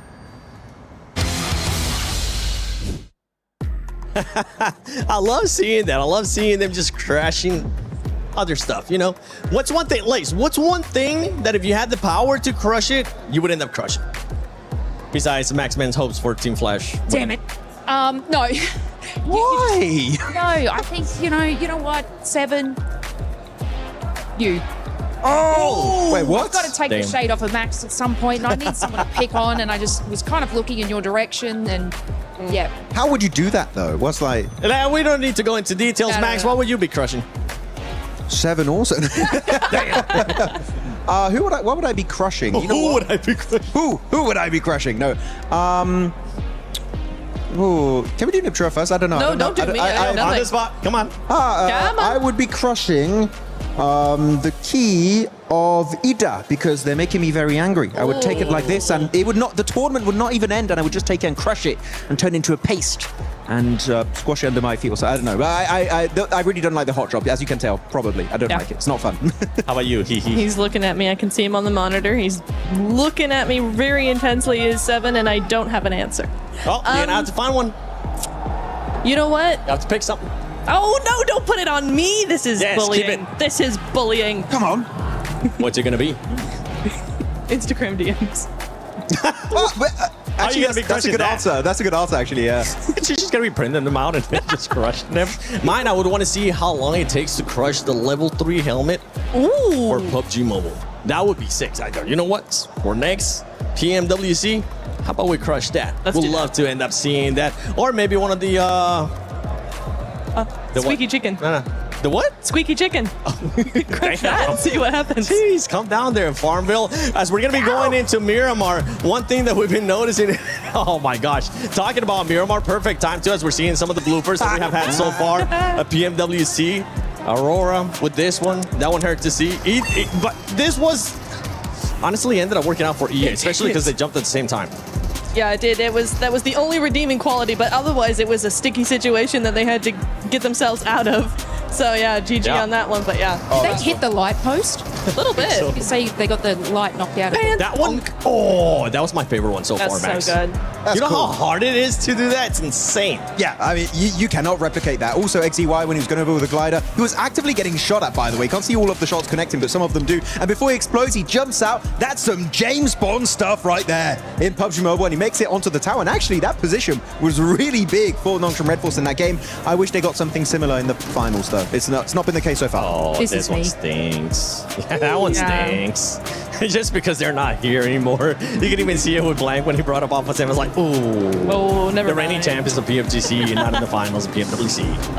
That's like, ooh, maybe not. Hora, we love self-nading in this household. It's just so much fun, and it's dumb. But here we go. You do have it occasionally. Here we go, Aleka. I mean, and it's, any team can do it. We had A7, we've had Hora, 721 GS now. Sometimes you're just such a powerful player that you need to be humble and eliminate yourself from the competition. God damn, we have some humble PUBG Mobile players. We do. Oh! It's like what we do, Max. It's pretty much this is exactly the playing style when we end up playing. We're just so good at the game that we had to give the other teams a chance, give the other players a chance. We're like, okay, time to nade ourselves. You have to intentionally throw sometimes. If you want to give other people, the noobs, a chance, unlike us, they need to be given an opportunity at redemption in these games and get those chicken dinners, because otherwise they're just not going to get anything done. So yeah, that's the best way to do it. Yeah, and as we're going to be going into Miramar, we're still waiting for the matches to be ready here. That's why there's been a bit of a delay. As we're going to be going into Miramar, there is some drops that we've been kind of keeping an eye on, especially for Godlike and Hora, and you can see Max just starting to get even more and more red. I love how the shade just went from like your regular color to now starting to get a little bit more red with this hot drops. But the thing is, with Godlike, one thing that they have adjusted, Lace, is with Godlike, they haven't hot dropped before. They did hot drop at the start of the tournament, but they realized it wasn't going to be going their way, and they stopped hot dropping. I mean, they make these decisions based off of, I guess, all their play styles from previous matches. I like the fact that they're trying to make different decisions to see what can benefit them. Obviously, they need to capitalize on more eliminations, so seeing hot drops come out of them is better, but also they do have the power and the great positioning to go into these final circles. So when we bring into Smash Rule, and if obviously they can catch up that leaderboard in eliminations, this is a team that can finalize it and break it out by getting that win at the end of the day. So even though their eliminations are slow now, say we come into tomorrow, they can capitalize on these eliminations, moving on up the leaderboard, they are a team that will be able to hit the Smash Rule because they can capitalize on the wins. What are you guys doing? I believe so. I think they could put themselves into that position, and we're just showing our support here. We're looking at some of the teams that we ended up predicted, and for everybody currently watching at home, for everybody here in the arena as well, don't forget that you can go into the EWC Play app and put in your predictions. Turn in with just scan that, scan that real quick right here. Just go ahead and scan it and see what teams you're going to be selecting. I ended up selecting Aurora being in the top 3. This is the first time in a long time that I haven't picked them to win. That's fair. I think that is fair. I wish they would win, but they're not the way it's going, at least it doesn't look insanely likely unless they have a massive comeback in the next couple of days. But 4 Thrives, also a team that needs to step up because, look, I've been supporting you guys for ages and ages. And you won PMGO, and I want you to have a back-to-back. I know you can do it. Do it. Yeah, ages. So many ages. Oh wait, this is 4 Thrives. I thought that was horror. I can't touch that. Okay, I thought I was horror. I'm not. Okay, I'm sorry. Okay, I thought. Bad. No. I love that Tura just kicks into it. She doesn't even try to pick it up. Okay, yeah, I can't like, touch any 4 Thrives merchandise. Okay, I need to. By the way, huge shout out to Jackie because while we're waiting for the game to start here, Jackie has been running around getting some interviews, and I think he was able to get another interview with maybe a fan this time. We're still roaming around talking to the fans. We're going to see what sort of teams people are enjoying over here and who they think's going to win. Excuse me, buddy. Who do you think's going to win the event? Ulf, I think he's win. Yeah? Yes. Let's go. Big up for Ulf. Let's go, Ulf. Ulf. What about you, brother? Ulf. All right, hell yeah. So we got some old fans in the house. Thank you, boys. Let's roam in a bit. Hey guys, 4 Thrives! Hey, okay, there we go. Got some 4 Thrives fans in the house. Who's your favorite player on 4 Thrives? Of course, all, but I will go with Huzafa and Falak. Okay. Yeah. But There's been a lot of fans for Falak. What do you think it is? Is it how he plays the game or just his personality? What do you like about him? how is it played? He's an aggressive player, so and personality as well. Yeah, so yeah. What about all 4 Thrives here in terms of thinking they're going to win it? You a big fan of 4 Thrives? Yeah, we are especially came from Pakistan to support them. We are here for our team and we love them all. They represent our country and represent us. So we are here to support them. Have you guys been getting loud throughout the event as well, giving them your energy? I imagine that. I've been hearing a lot of 4 Thrives cheers. That coming from you guys? Yeah, that's definitely us. We are here to support our team, to cheer them. Good luck with the event. Fingers crossed for 4 Thrives. They've been looking great. I'm going to roam on, see what else we got. Enjoy the show. What we got going on down here? Hello, brother. How you doing? Yeah? Who do you think's going to win the event? Okay, particularly I can't say anything for the first day because it's going to be a tough competition. It's the EWC man all over the world. Everyone is competitive in this game. So let's wait till tomorrow so then I can say who can win. I know the game, I know how the game works. So let's just wait patiently. First day is a good day for everyone. Let's hope my team win. Hora. But you want to see Hora win. If they're gonna, you'd love to see a big Hora victory. Yeah. I love to see that, but still, I say no disrespect to any team, but I want my team to win. That's the motive of champions. There you go. We're looking for a Hora win over this side. Let's go find out what's going on in the other sides of the arena. Avli, I need you to cover the STC arena today. Ooh, it's gonna be tough. Why? Because I have no interest in doing that. Come on, we need you over there. I'll tell you what, I'm gonna go to the beach just really quick, and if the games are still going on by the time I get back, I'll say a couple words. The beach is 5 hours from here.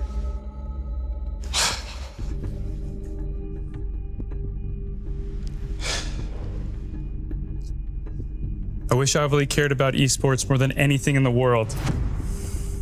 That's a candy bar. It's worth a shot. Avli, what are you doing? I'm here for EWC. I love esports. More than anything in the world? So you can cover STC Arena? I'm gonna cover it all. That's great. Well, let's get you over there. I want a key. No, you can't have a key. Keys are only for clubs. Yeah, okay. We'll figure out your key. Great, let's go. Okay.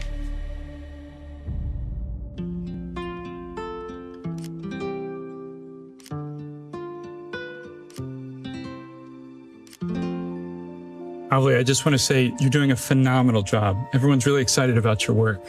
I just love esports so much. Yeah, well, I'm going to ask about getting you a raise because you deserve it. I don't need a raise. I have my key. How did you... Can I see that? Mm-hmm.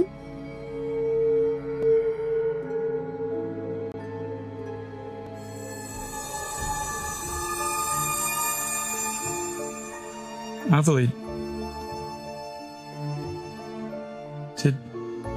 Did you take this from somebody? No. No. No, no, Okay. no, no, Okay. no, no, no, don't do that! We were having such a nice tournament! Why does it matter? We were having such a nice tournament! Okay, it's your key. It's your key.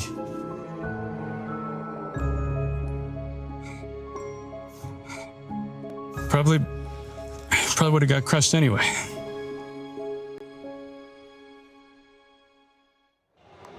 Yeah, I wouldn't want to run into that because that is scary.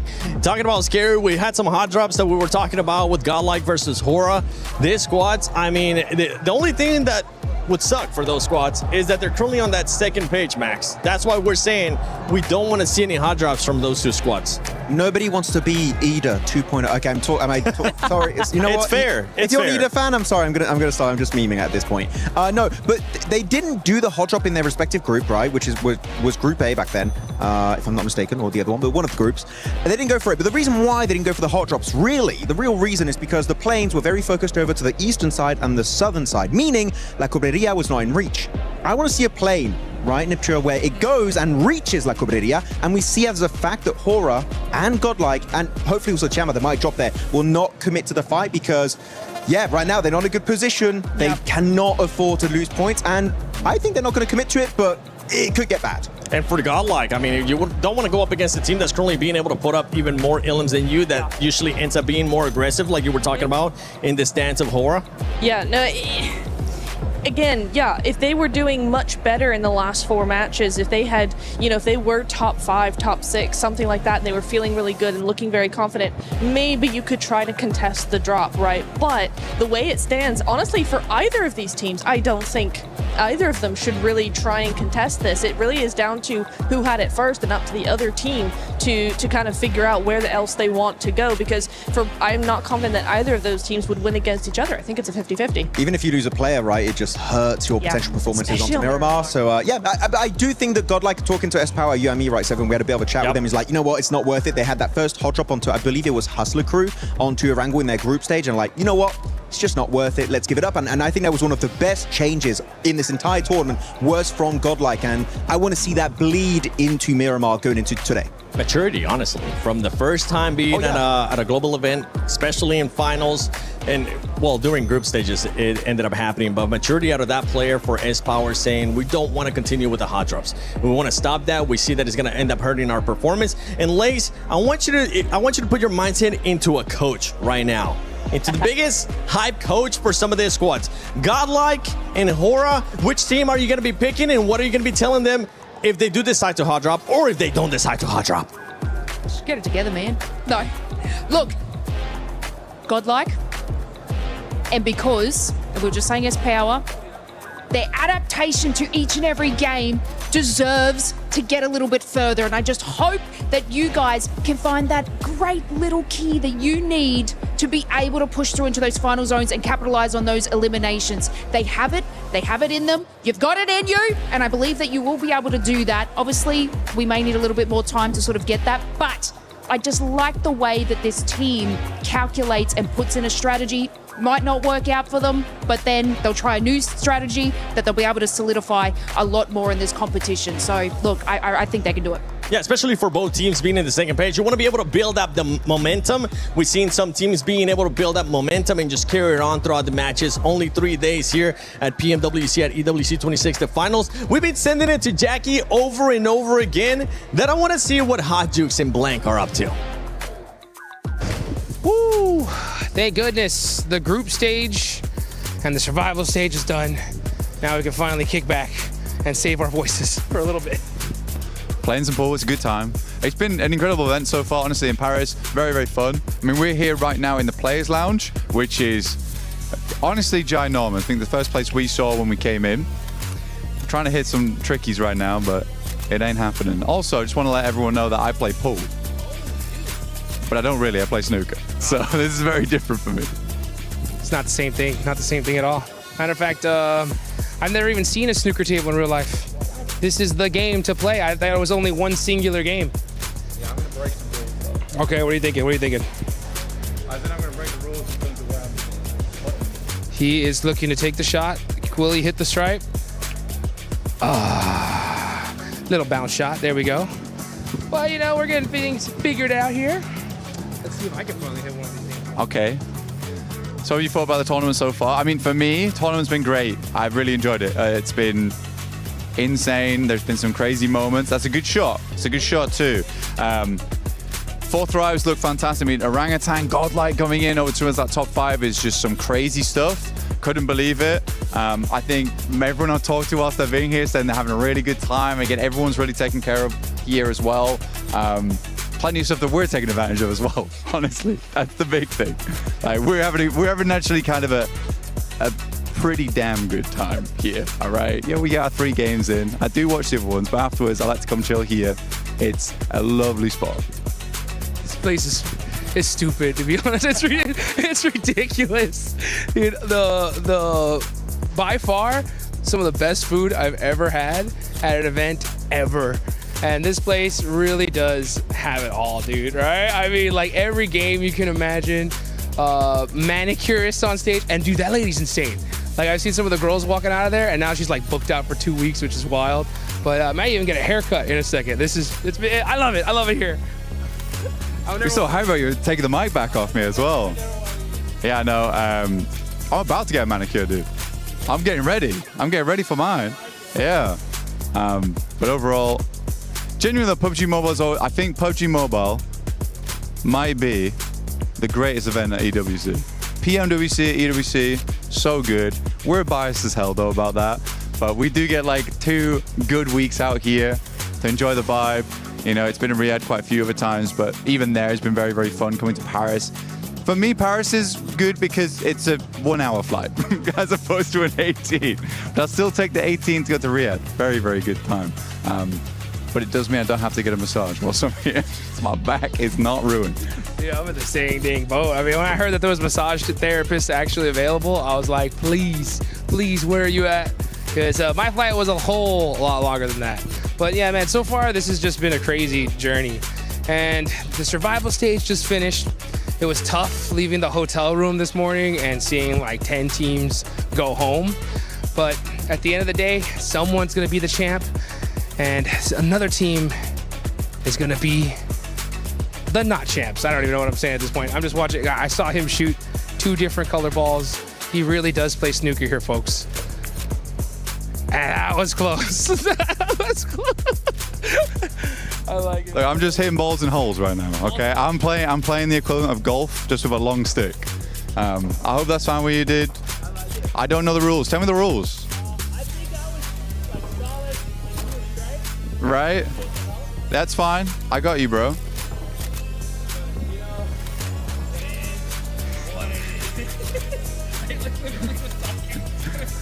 Yeah, I heard you like stop. I heard you stop. You kind of confused what was going on. That's fine.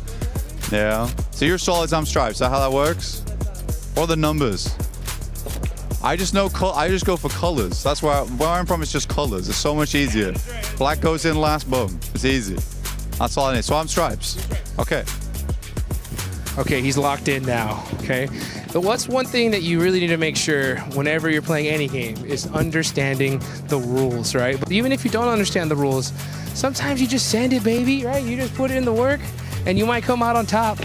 Like, that's what I'm talking about. You see what I'm saying? This guy is, I like it though. You know what I'm saying? That's how you make the plays, baby. Let's get it. Yeah, sometimes you help other teams. That's kind of rough. Okay, I respect it. Sometimes you gotta make some difficult shots in your life. I trust you. It's a long reach. It was close though. It was that. I thought you were gonna really ruin that. I thought you ruined that. Right, like tell me something. 4 Thrives, overrated or not? Hell no, dude. 4 Thrives is insane. I mean, they are coming in champions of PMGO Season 1. I didn't think we were going to see a Pakistani team be our champs, not this soon. And this guy's giving me a chance. I really, really appreciate it. And hopefully, we'll see 4 Thrives try to give some of these guys a chance because in Group A, these guys look like they were unstoppable. They look really good. I mean, they were beat out points-wise by Vitality. but Vitality. It was ridiculous. You're right. It was ridiculous. It was a good time though watching them play. Big return to form for Indonesia. It's not been like this in such a long time. Oh, almost. But yeah, big return for Indonesia. It like feels like the spiritual successors right now to BTR back in the day, but there's no BTR pranks happening. No jokes, just gameplay. Just gameplay indeed, dude. The whole Vitality Day was absolutely insane. I just kept on talking to some of these dudes backstage, and I was like, guys, what do you think about Vitality's performance? And all I heard was, what the, and it was like filled in by any word you could possibly imagine. That's what I'm talking about. That was good. That was good. I like it. Purposeful shots here. Let's see how this one goes for Blank. Side pocket. Oh, just barely off the edge. But you know what, dude? That's the one thing I love about PUBG Mobile. Sometimes you get put in some beautiful situations, but the best teams always find themselves a way out. I mean, AJL is a good example of that. They got themselves in a real good situation. I mean, top team Tiamba going for the crown, and honestly, they completely flubbed it. That was a lovely shot, by the way, dude. Well played. Winning up against Tiamba in that last game, survival stage. They're given all the chance in the world versus Nongshim Red Force, but Nongshim, I would say they're one of the teams looking to continue on. And I don't think AGL had it in them this year, but Tiamba just had a massive turnaround. But these things happen. Some mistakes happen. Oh, dude, I forgot that you're like right at the finish line. I've got like some more steps to go. You got it. But hey, you know what? That's what it's all about. You just take things one step at a time. No matter what kind of situation you put in, you got to just figure things out and make it happen. Yeah. Take another one. Sometimes you got to take a mulligan. Little combination shot. I tried. I like it. I like it. I've made it easy for you, though. I've lined you up. You're lined up. You're ready to go. Look, I've created a runway for you. Look. Say, you come down here and go in this back pocket. Yeah. I've got the lights. I'm guiding you home, dude. I'm guiding you home. Oh! Okay, that was a real. The lights, they guided him home. It was good to see. Let's hope that some of these teams can get themselves guided home to a victory at the end of PMWC here at EWC. Thanks for watching. My name's Blank, and this right here is Hot Jukes. Catch you guys later. This is probably my best acting performance ever. Man, it's gonna be a crazy finals. I think so. Any favors that you want to call it? I mean, we got 4 Thrives who from Pakistan. They won PMGO season 1. They're a huge favorite. Team Vitality, dude, had like, they had the craziest group stage performance I've ever seen.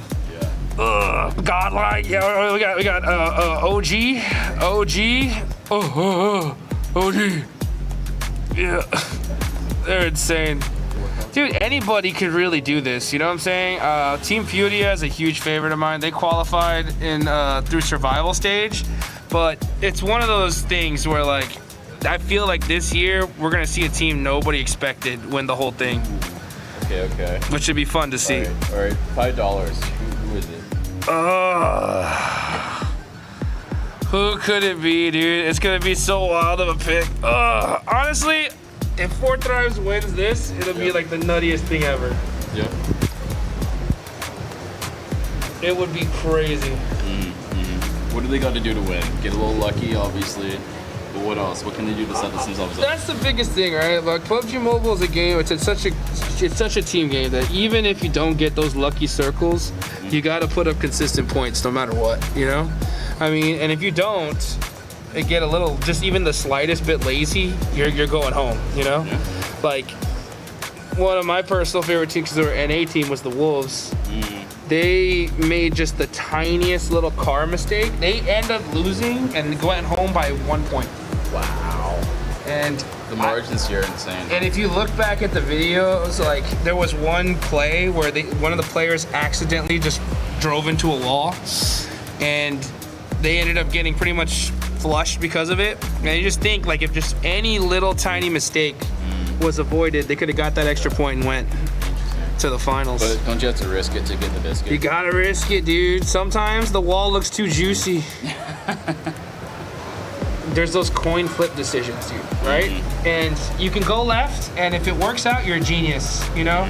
And if it doesn't, you're like an idiot. So like, I think it's just avoiding as many of those coin flips as possible. But if you do have to make those coin flips, you gotta have enough trust in your team to like, for them to just send it completely. Right. Yeah. Oh. They're doing great. Oh. I can hear it. The casting has been so tough. So hard. Okay, try that out. Oh, man. This is officially my favorite part of Paris. A little bit to the right. Yeah. 7, we're live. That's the left. God damn it. Not again. Thanks, Max. That was actually a pretty good massage. That was nice. Hodgix enjoying massages out there, being able to play pool, being able to do a bunch of stuff as well. But for some of these other squads, I mean, Natura, I know you've been wanting to talk about S2G. Yeah. They were cruising very nicely on like one game with those hovercrafts, which I'm still very impressed with. I think the momentum, they saw their opportunity and they took it. They absolutely ran with those things. Really, really nice to see. However, and this is what gives me a little bit of an issue here, is it's because of the hovercraft that they gained that momentum, and then in the next couple of games we've not seen the same come from them. So for me, that feels like that ends up being a little bit of a fluke, which I really hope that that is not the case, that we do see them come back in a more normal way and still have that same kind of momentum, because that's what you really want. You can still get that same speed with those vehicles, it's just not the tankiness of a hovercraft, but you can still do it. It's still very doable. So I'm really hoping that actually they'll be able to do something else that doesn't include a hovercraft. Would be nice. I mean, actually, if you're looking at the overall rankings, right, their position actually, I mean, production, 10 out of 10 stuff. Actually, no, they're on the second page, but S2G, they got that one chicken dinner with a hovercraft, as you already stated here, Niptura, but they only have 10 placement points, meaning, and I always love to say this point, which is you take that chicken dinner away, what do you really have? And you can really only judge a team on their bad games. Do you still get 1 or 2 points only, or your team that on your bad games you get 3, 4, 5 points, a few placement points, sprinkled in with a few eliminations? That is the mark of a great team that generally, right now, I would say that Team Jamba, I mean, actually, look at their 37 points, right? You take away their placements, Nitra, they would still be in, what is that, 4th place? Yeah. Insane stuff from this team in day one. It's so good. S2G, you take away that win, they would have 0 placement points. So going along the lines of what you were talking about. Got a chance to talk about Notch and Red Force. Notch and Red Force, just black and white, honestly. I know we keep talking about this team, Max. Black and white in regards to what we saw during groups, during survival as well for this squad. We were talking about how they would end up getting so many placement points, but they just weren't being aggressive. This time they're like, okay, we hear you. How about we just flip it upside down and we end up being more aggressive and end up getting only 1 placement point after 4 matches. This is not the Nongshim Red Force that will crown your PMMI 2026 champions. I'm just going to be brutally honest right now. They look like a shadow of their past selves. We know they can do so much more, and I mentioned it earlier, right, is that especially they got caught on their rotation on that previous game, which was a while ago now, by actually the side of 4 Thrives outside Potato Hill, and they just didn't have a plan B. They just didn't know how to catch up. And actually, a team that, in my opinion, Niptra, is a great team when it comes to getting a second, like, plan B, plan C, the entire alphabet, right, is Jamba, in my opinion, because looking back at that Rondo, they were getting chased with Eagle, that recall player, outside in Tinglong Garden, and man, they booked it because they're like, if we lose that solo player, our game is done. Eagle, literally, by doing so, saved the game. I would love to see a similar kind of mindset and approach to the game from Nongshim Red Force, and even maybe Team Flash. Yeah, no, because I think if Nongshim played the way Tiamba are doing, they would be so scary, right? Going back to our previous point of the Smash ruling, right? I watched the last game of PMMI, where Nongshim Red Force won by Smash, right? I watched that game on my couch in my living room, and I was still scared. I was scared and I wasn't even playing because that team, they knew what they had to do, and rather than fall underneath the pressure of, like so many other teams do, quite rightly, this team knew exactly how to play this. It was like they weren't worried at all. They were like, yeah, we just have to get a win. That's all we got to do, and easy peasy. So for me, if this team can just move forward, step up, get that momentum going over the next day, basically, then what we could see is a team in the Smash point, and then good luck to everybody else, because that team is insane. talking about other teams. Lace, you want to say something? I just want to say I agree because like the fact that they could have those placement points early on, and the fact that there was one scenario where they absolutely just steamrolled Furia. If they just can add that together. Yeah, I just had to add on that. Like, I agree that they would be scary as heck. A team that could be scary as heck as well are the reigning champions of PMGO, and it's none other than 4Thrives. 4Thrives, I mean, currently being able to outperform what Nongshim Red Force is doing. Average placement, the exact same. I would love to see 4Thrives player stats, though, because for this, I want to see who's currently performing, who's currently not performing. We saw who's Sci-Fi earlier on being able to clutch it up for the squad, and I feel like he's currently being the standout player when we usually end up seeing Falak. Yeah, I mean, there was even a scenario where they were sort of bunkering in a building and it just looks like their communication is not as tight as we're used to seeing. So yeah, if we bring up like player stats behind it, it looks like they're sort of just feeding and funneling into these, I guess, fights one by one, which is obviously catching them out. And generally, they will have sort of like a nice little split hold strategic way of actually pushing a team into the position that they want them to be able to take them out. So I think it was this spot actually here where, you know, they were sort of bursting and it just was a little bit miscalculated.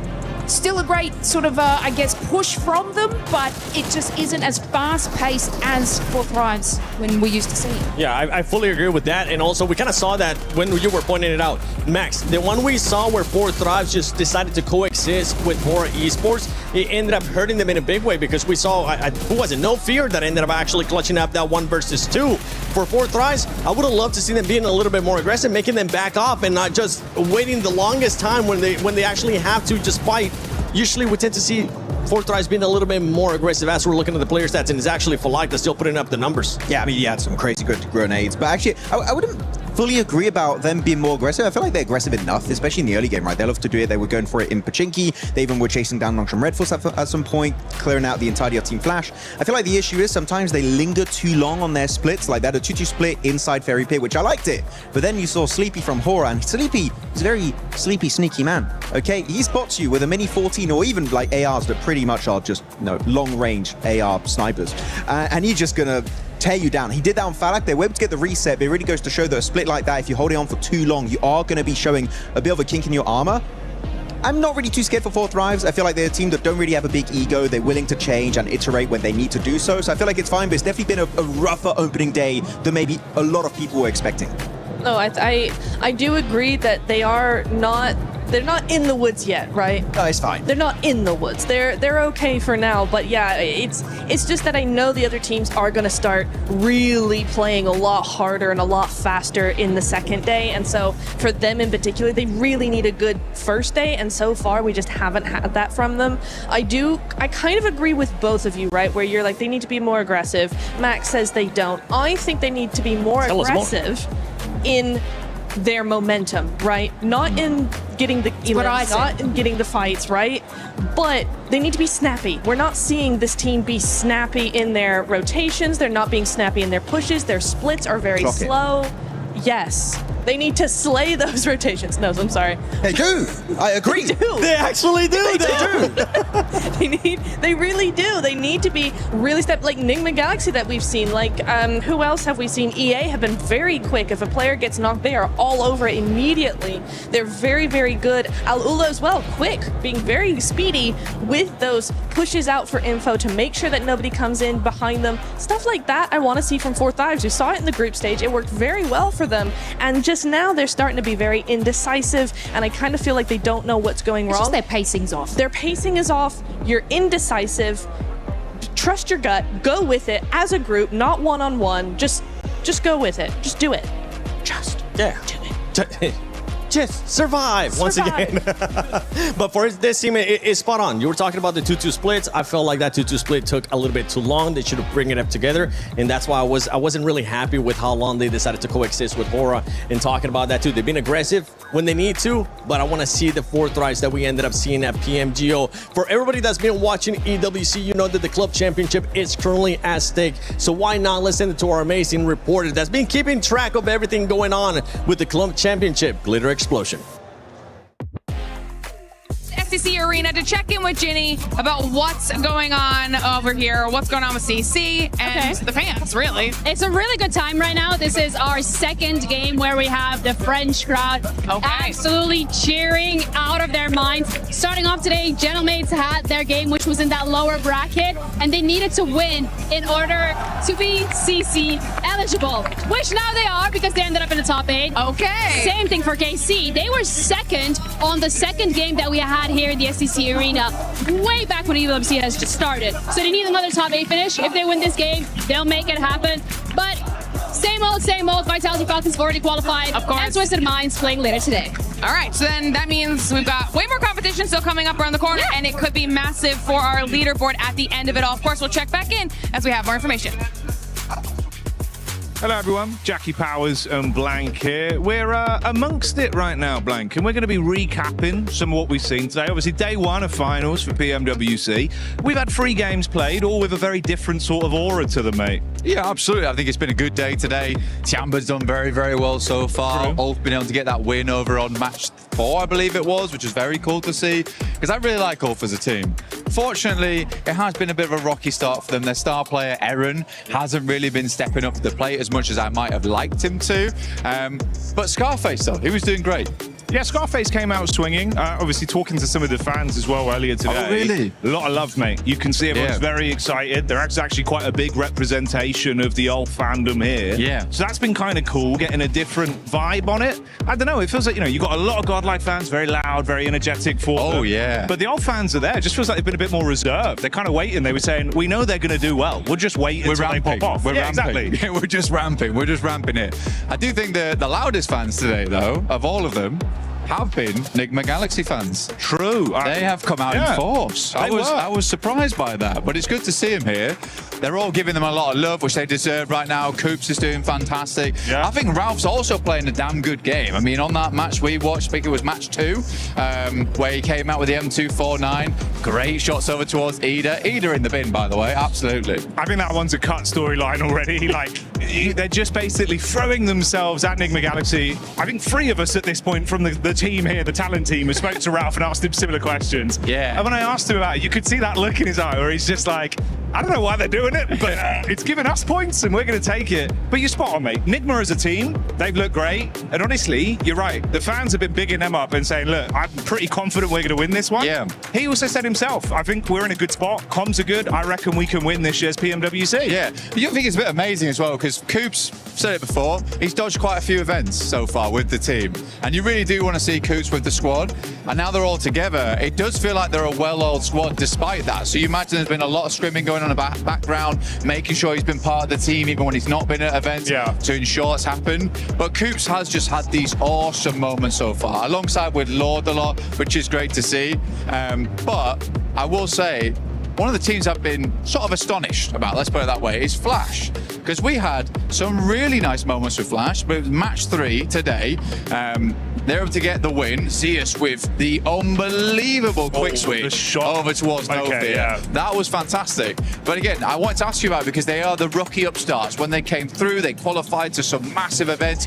Some of them by playing behind a random loot crate out in the open on Miramar. It's so fun to see a team like this, but they were down on your luck. And I mean, my question to you really, throughout all your years in esports, is like, for a team to do so well as a rookie squad, do they tend to have that downtrend, do you think, before they come back up again? You know, I think if anything, it's kind of generally a bit easier in most other games. It seems kind of harder in PUBG Mobile because it's very intimate in the way the teams look into each other. They're always researching, always prepping. So even if you are an underdog or a little bit more unknown, someone knows your drop, someone knows your playstyle, they know what weapons you use, they know the way you approach the game. It feels like it's harder to counter. Yeah. But that was always my theory. Of a team like that, I think if they do start to hit that form, you could go really far because maybe a few players aren't suspecting the best play from you at times. You can pull it out the bag. Max was saying they'll do well. I think they could have been a little bit better in the early groups. I think now, though, they keep it up with the shots we've seen. Mechanically, they could go really far this finals. Yeah, they're lucky because it's very mirroring the fact of like Tiamba, where you're making these quick snap decisions on the fly. And I think a team like them has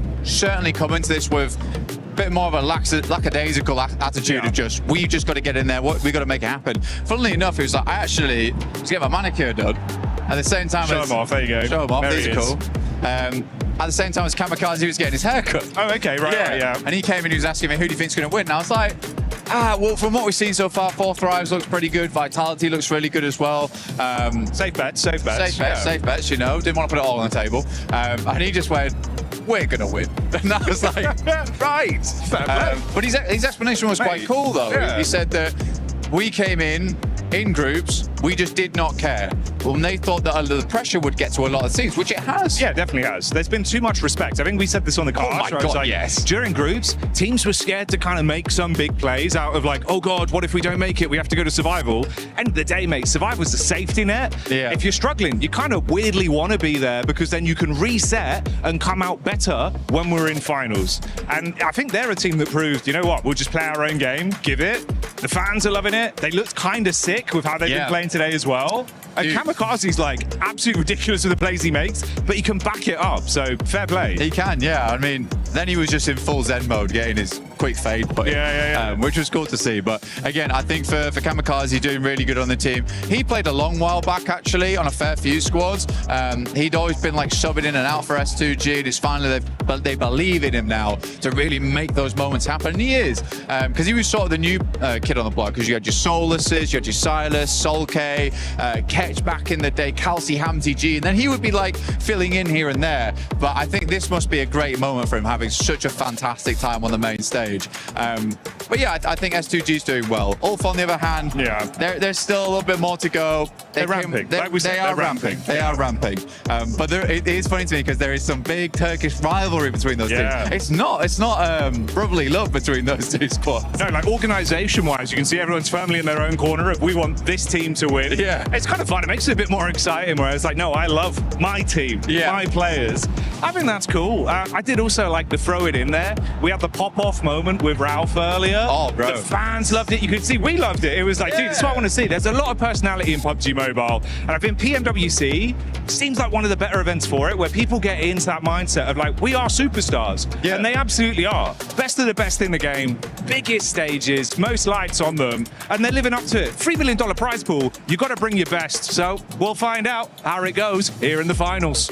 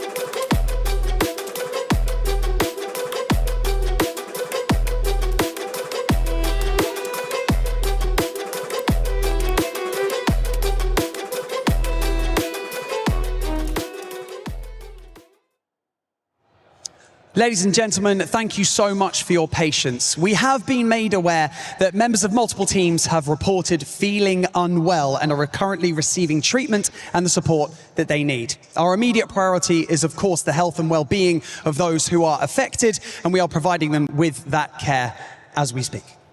In the interest of all players having a fair opportunity to compete, 2 of the matches that are remaining today will be postponed until tomorrow. We will, of course, continue to assess the situation and support the teams that are involved.